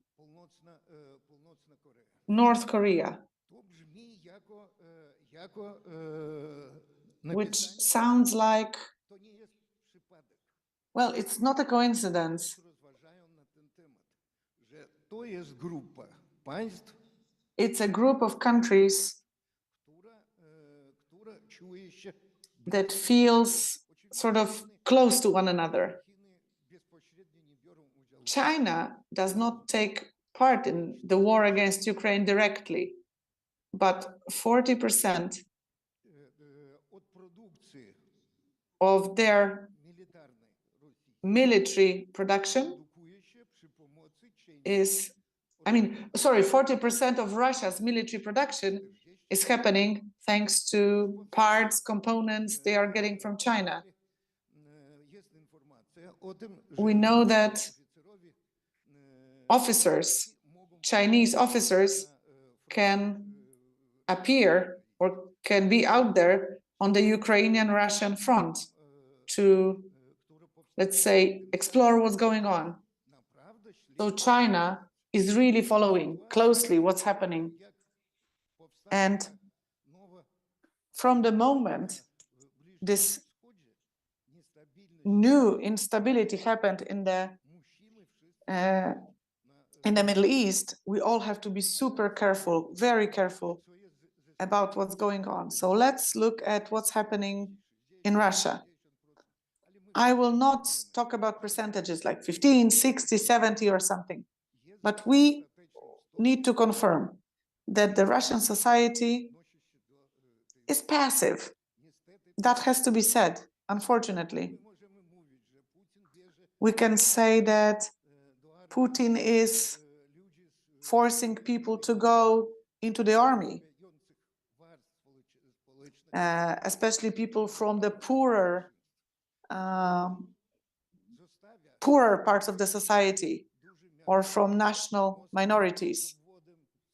And well, of course, he's not taking people from those larger cities like St. Petersburg or Moscow or Yekaterinburg, because they have very strong air defense. So in those cities, people feel normal. They don't feel dangerous. But on the other hand, you have to remember how this society has been, how it has been raised, how it has been trained. When something bad happens to the economy, they're used to it. They're used to high inflation. Of course, it's not good for them. They don't like it. They may be a little bit worried, but they're not worried enough to do something, to take to the streets, because they're used to those terrible things happening. When you look at the entire history of Russia, 300 years of slavery, of peasants, a lot of totalitarianism for ages, for centuries, and then Bolsheviks. So this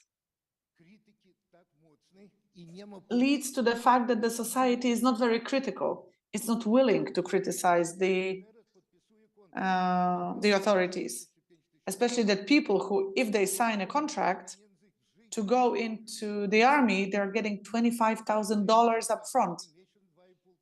For every month, they're getting $2,500. Their families, they've never seen anything like this. And if they die, $150,000. Can you imagine that? And this does not come from the budget, because it comes back to the state, because it's all about consumption. It's all about the economy to keep it going. So those people will spend the money inside Russia. Of course, there are, well, what are we even talking about? Look, Russia last year spent $150 billion on their defense, while Ukraine,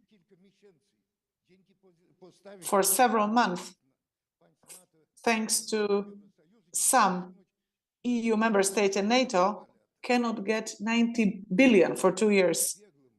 And Russia last year spent 150 billion, just 1 year. For every single month of those sanctions in this year,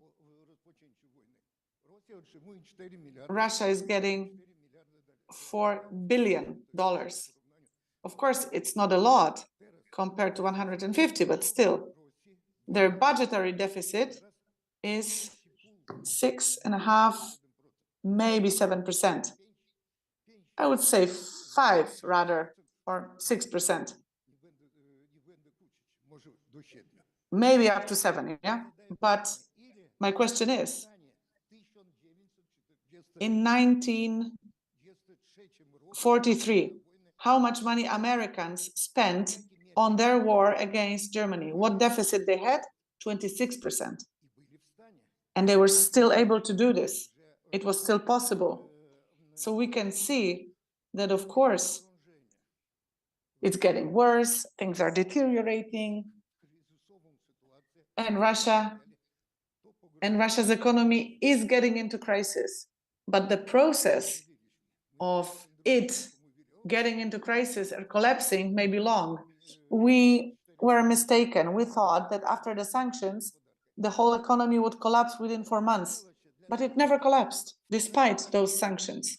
It never did, because during the war, when the war was going on, Putin ran a reform, liberalized the economy. He has great economists. There is the prime minister is also good. So they are sort of holding on. They're hanging in there. Within 20, 30 years, it will become a disaster, for sure. A disaster, not just economically speaking or from the point of view of demographics and the population, but there'll be a technological disaster. This will happen. But as I say, in 20 years' time, not now. Some politicians tell me, look at the GDP of Russia. And I tell them, and how much is GDP of Russia? Northern Korea or China?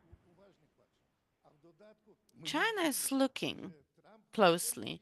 And what is more, we see that Trump, whether we want it or not, whether you love him or not, respect him or not, he will do everything to weaken Europe in the eyes of Putin. I know very good Sergei Koragan, who is the head of the Defense Council in Russia and one of the most influential advisors to Putin. I know him very well. And when he says something, he says it not because he believes it, but he says it because this is the approach of his boss. And he says, Russia's goal is to destroy European elites. European elites that belong to the Western civilization. So that is Global South with the African countries is also a main issue. I have to tell you that this is no joke. The regime created in Russia is a totalitarianism. There is no democracy. There is a terror towards their own society. Anyone can be arrested. No accusations whatsoever. Sometimes they tell us our Congress of People's Deputies has been named as a terrorist organization. As a Polish entity, we've never registered. After we've discussed with Polish authority, we said we won't register it. But it did not stop them from saying that we are terrorists. And the very last thought. Mr. Minister, you place so many questions, so many issues. And but right now I'm very pragmatic in my approach. The war now is at the point where neither Ukraine nor Russia can win quickly. They're losing people and they can't win quickly. Putin said denazification and so on and so forth. The destroyment of identity, national identity of Ukrainians. And he did not achieve that goal. Ukraine, in order to sign a treaty of any kind, needs to have guarantees. What kind of guarantees can there be other than its army? Only military guarantees. Otherwise, nothing will work. There were plenty of words. And the Polish people learned also from England and France. They did declare they will help Poland defend itself against the Germans. And what? And nothing. And the same will happen if there's no army or enough military guarantees, nothing will happen. What it means for Putin? He tells everyone openly in 2008, in 2023. And Polish politicians know what he said. And European politicians know it as well, because they were there when he said it. Till the very last Russian standing, because over the Russians there's God. And this is the task, to destroy it.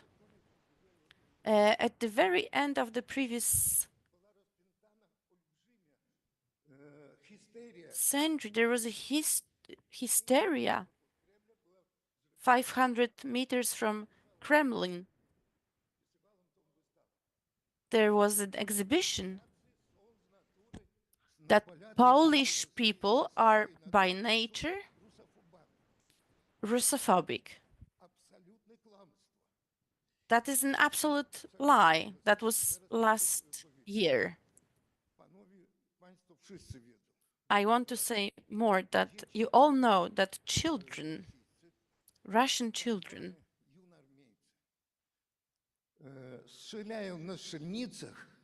are shooting at the shooting range on the cemetery of Polish officers, not because they are bad, evil, but because propaganda, the Russian propaganda, such a totalitarian, strong propaganda, that they bring those kids up in this spirit. I listened very closely. He said education, and I keep repeating, let's educate future Russians. If we have more, not 8 heroes, but 200, 300 and more Russians, yeah, it will happen that there will be some agents among them, but if we don't educate, the transformation won't happen.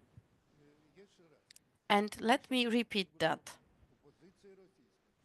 Our Russian opposition, together with the elites, European elites and Polish elites, it's most of all on Poland. It's Poland's responsibility. There will be no 3 Cs if Russia wins, I assume. And we Russians who love Polish people, 3 Cs initiative is a good program, but in this program, you have to be active. I believe that I answered all your questions, even those that you didn't ask. Yes, thank you very much. Bardzo proszę w takim razie. Nie wiem, ile panu czasu zostało. I don't know how much time we have. Do we still have someone sitting in the audience? The last person standing.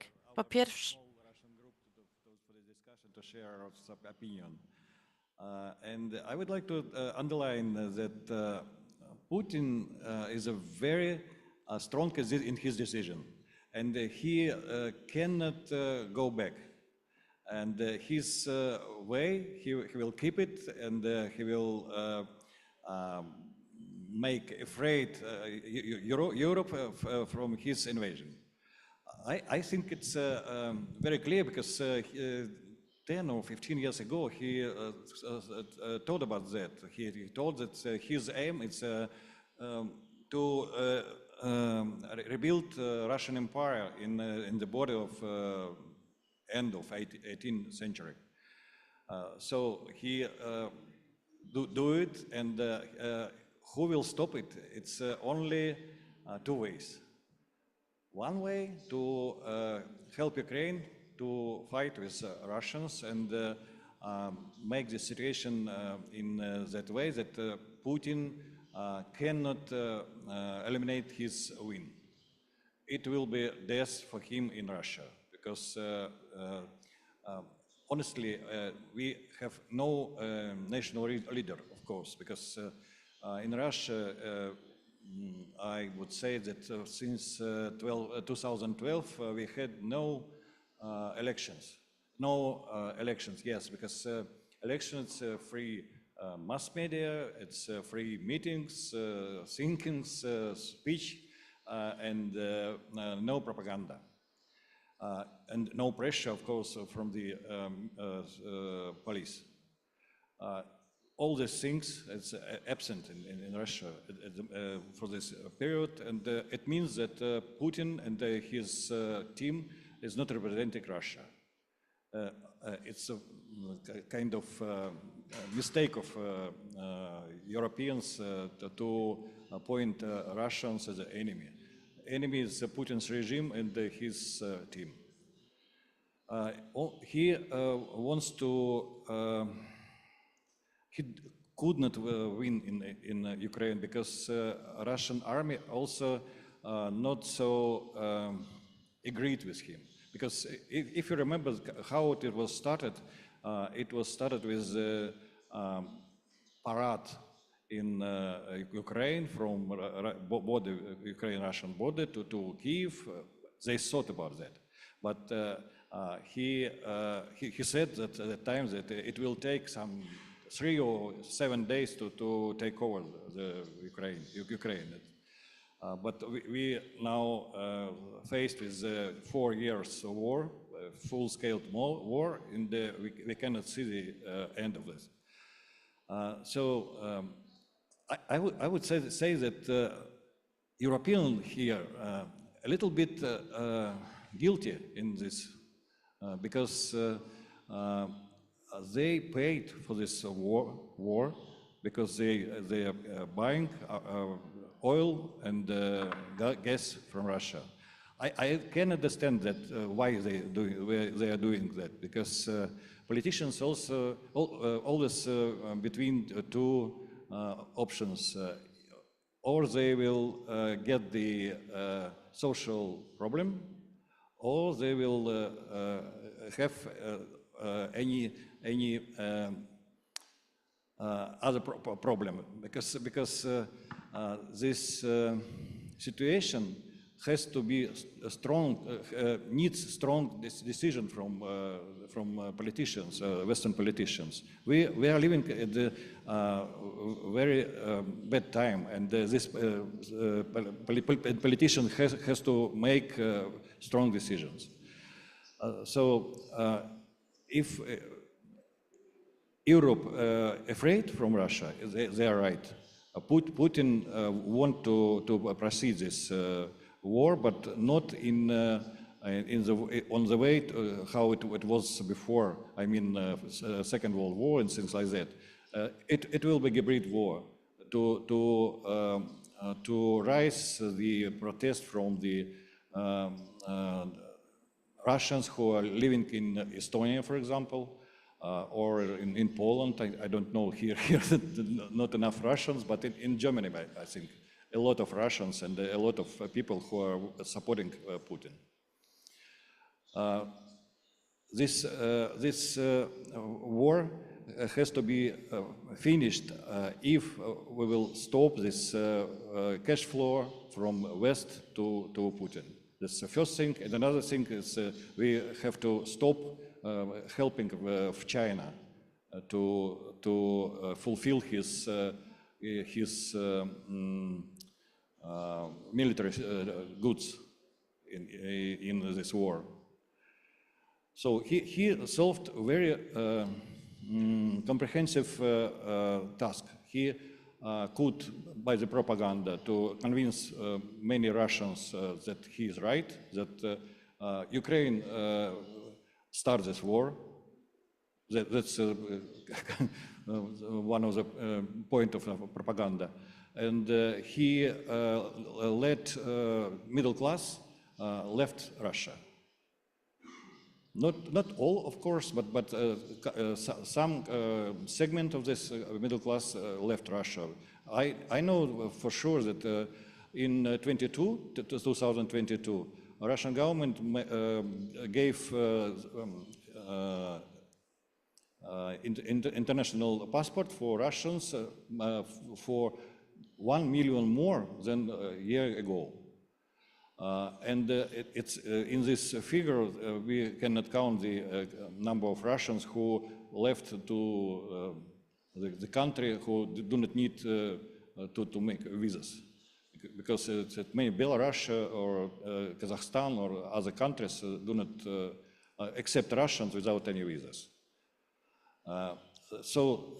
In Russia now, a very dangerous situation because many people knows that Putin is their Führer, wanted to make Russia great again. Sorry for that words. Most people who are trusting him, they want to fight because he can pay for this fight. And this money flowing from Europe. It's very simple. And many people who, let's say some 60%, it's people who just survive. And they do not want to even know about this war. It's most of people. I do not discuss about the figures which our Ukrainian friend showed here, because the statistics in dictatura, it's a very strange thing, because people are very afraid about the answers, because police will come and very often to get them in prison or to let them out of country, like it was with me. I know from the other hand for sure that there are a lot of people who do not supporting this war and silence. For example, my society, I was working for the one state university in St. Petersburg, and my society which I connected with up to this time, they are silent. They do not want to lose a job. They do not want to be in prison or killed by this regime, because we know about these cases. Colleagues said about that. So please do not be relaxed. Please try to understand this guy who are not a politician. He is kind of people from criminal, and he is thinking about their interest, his own interest by doing by any ways which normal people are not accept. It means that we can expect further expansion of Putin's troops. Thank you. Dziękuję bardzo. Szanowni Państwo. Thank you very much. Ladies and gentlemen, we've abused your patience already, but I believe that what we've learned during this panel was worth it.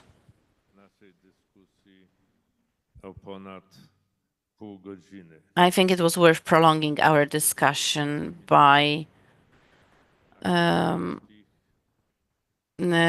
here, because in contrast to the student seminars where you just have a meeting and some conclusions and distribution of tasks, everyone knows what you should do after the seminar.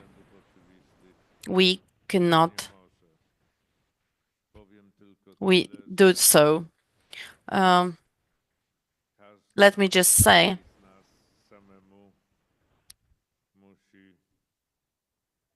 each of us has to draw conclusions from what has been said here. I am convinced, however, that what those conclusions are going to have in common is that one artist once said to his audience, Polish artist and during very difficult times. Let's keep on doing what we do. Let's keep on doing what we do. Recepta Because that's the only recipe for this very difficult reality that we find ourselves in. And if anyone believes that next to this, let's continue doing what we do, there should be other postulates which you expressed, that we should cut off money, cash flow to Russia, and to make sure that China does not stop helping Russia. If we manage to do that, that would be, in fact, much more than it seems possible right now. Thank you very much. Serdecznie dziękujemy panu moderatorowi, dziękujemy szanownym panelistom. Thank you, dear. Dziękujemy państwu. Thank you, dear Please moderator. join Thank you, panelists. us for the family photo. Thank you.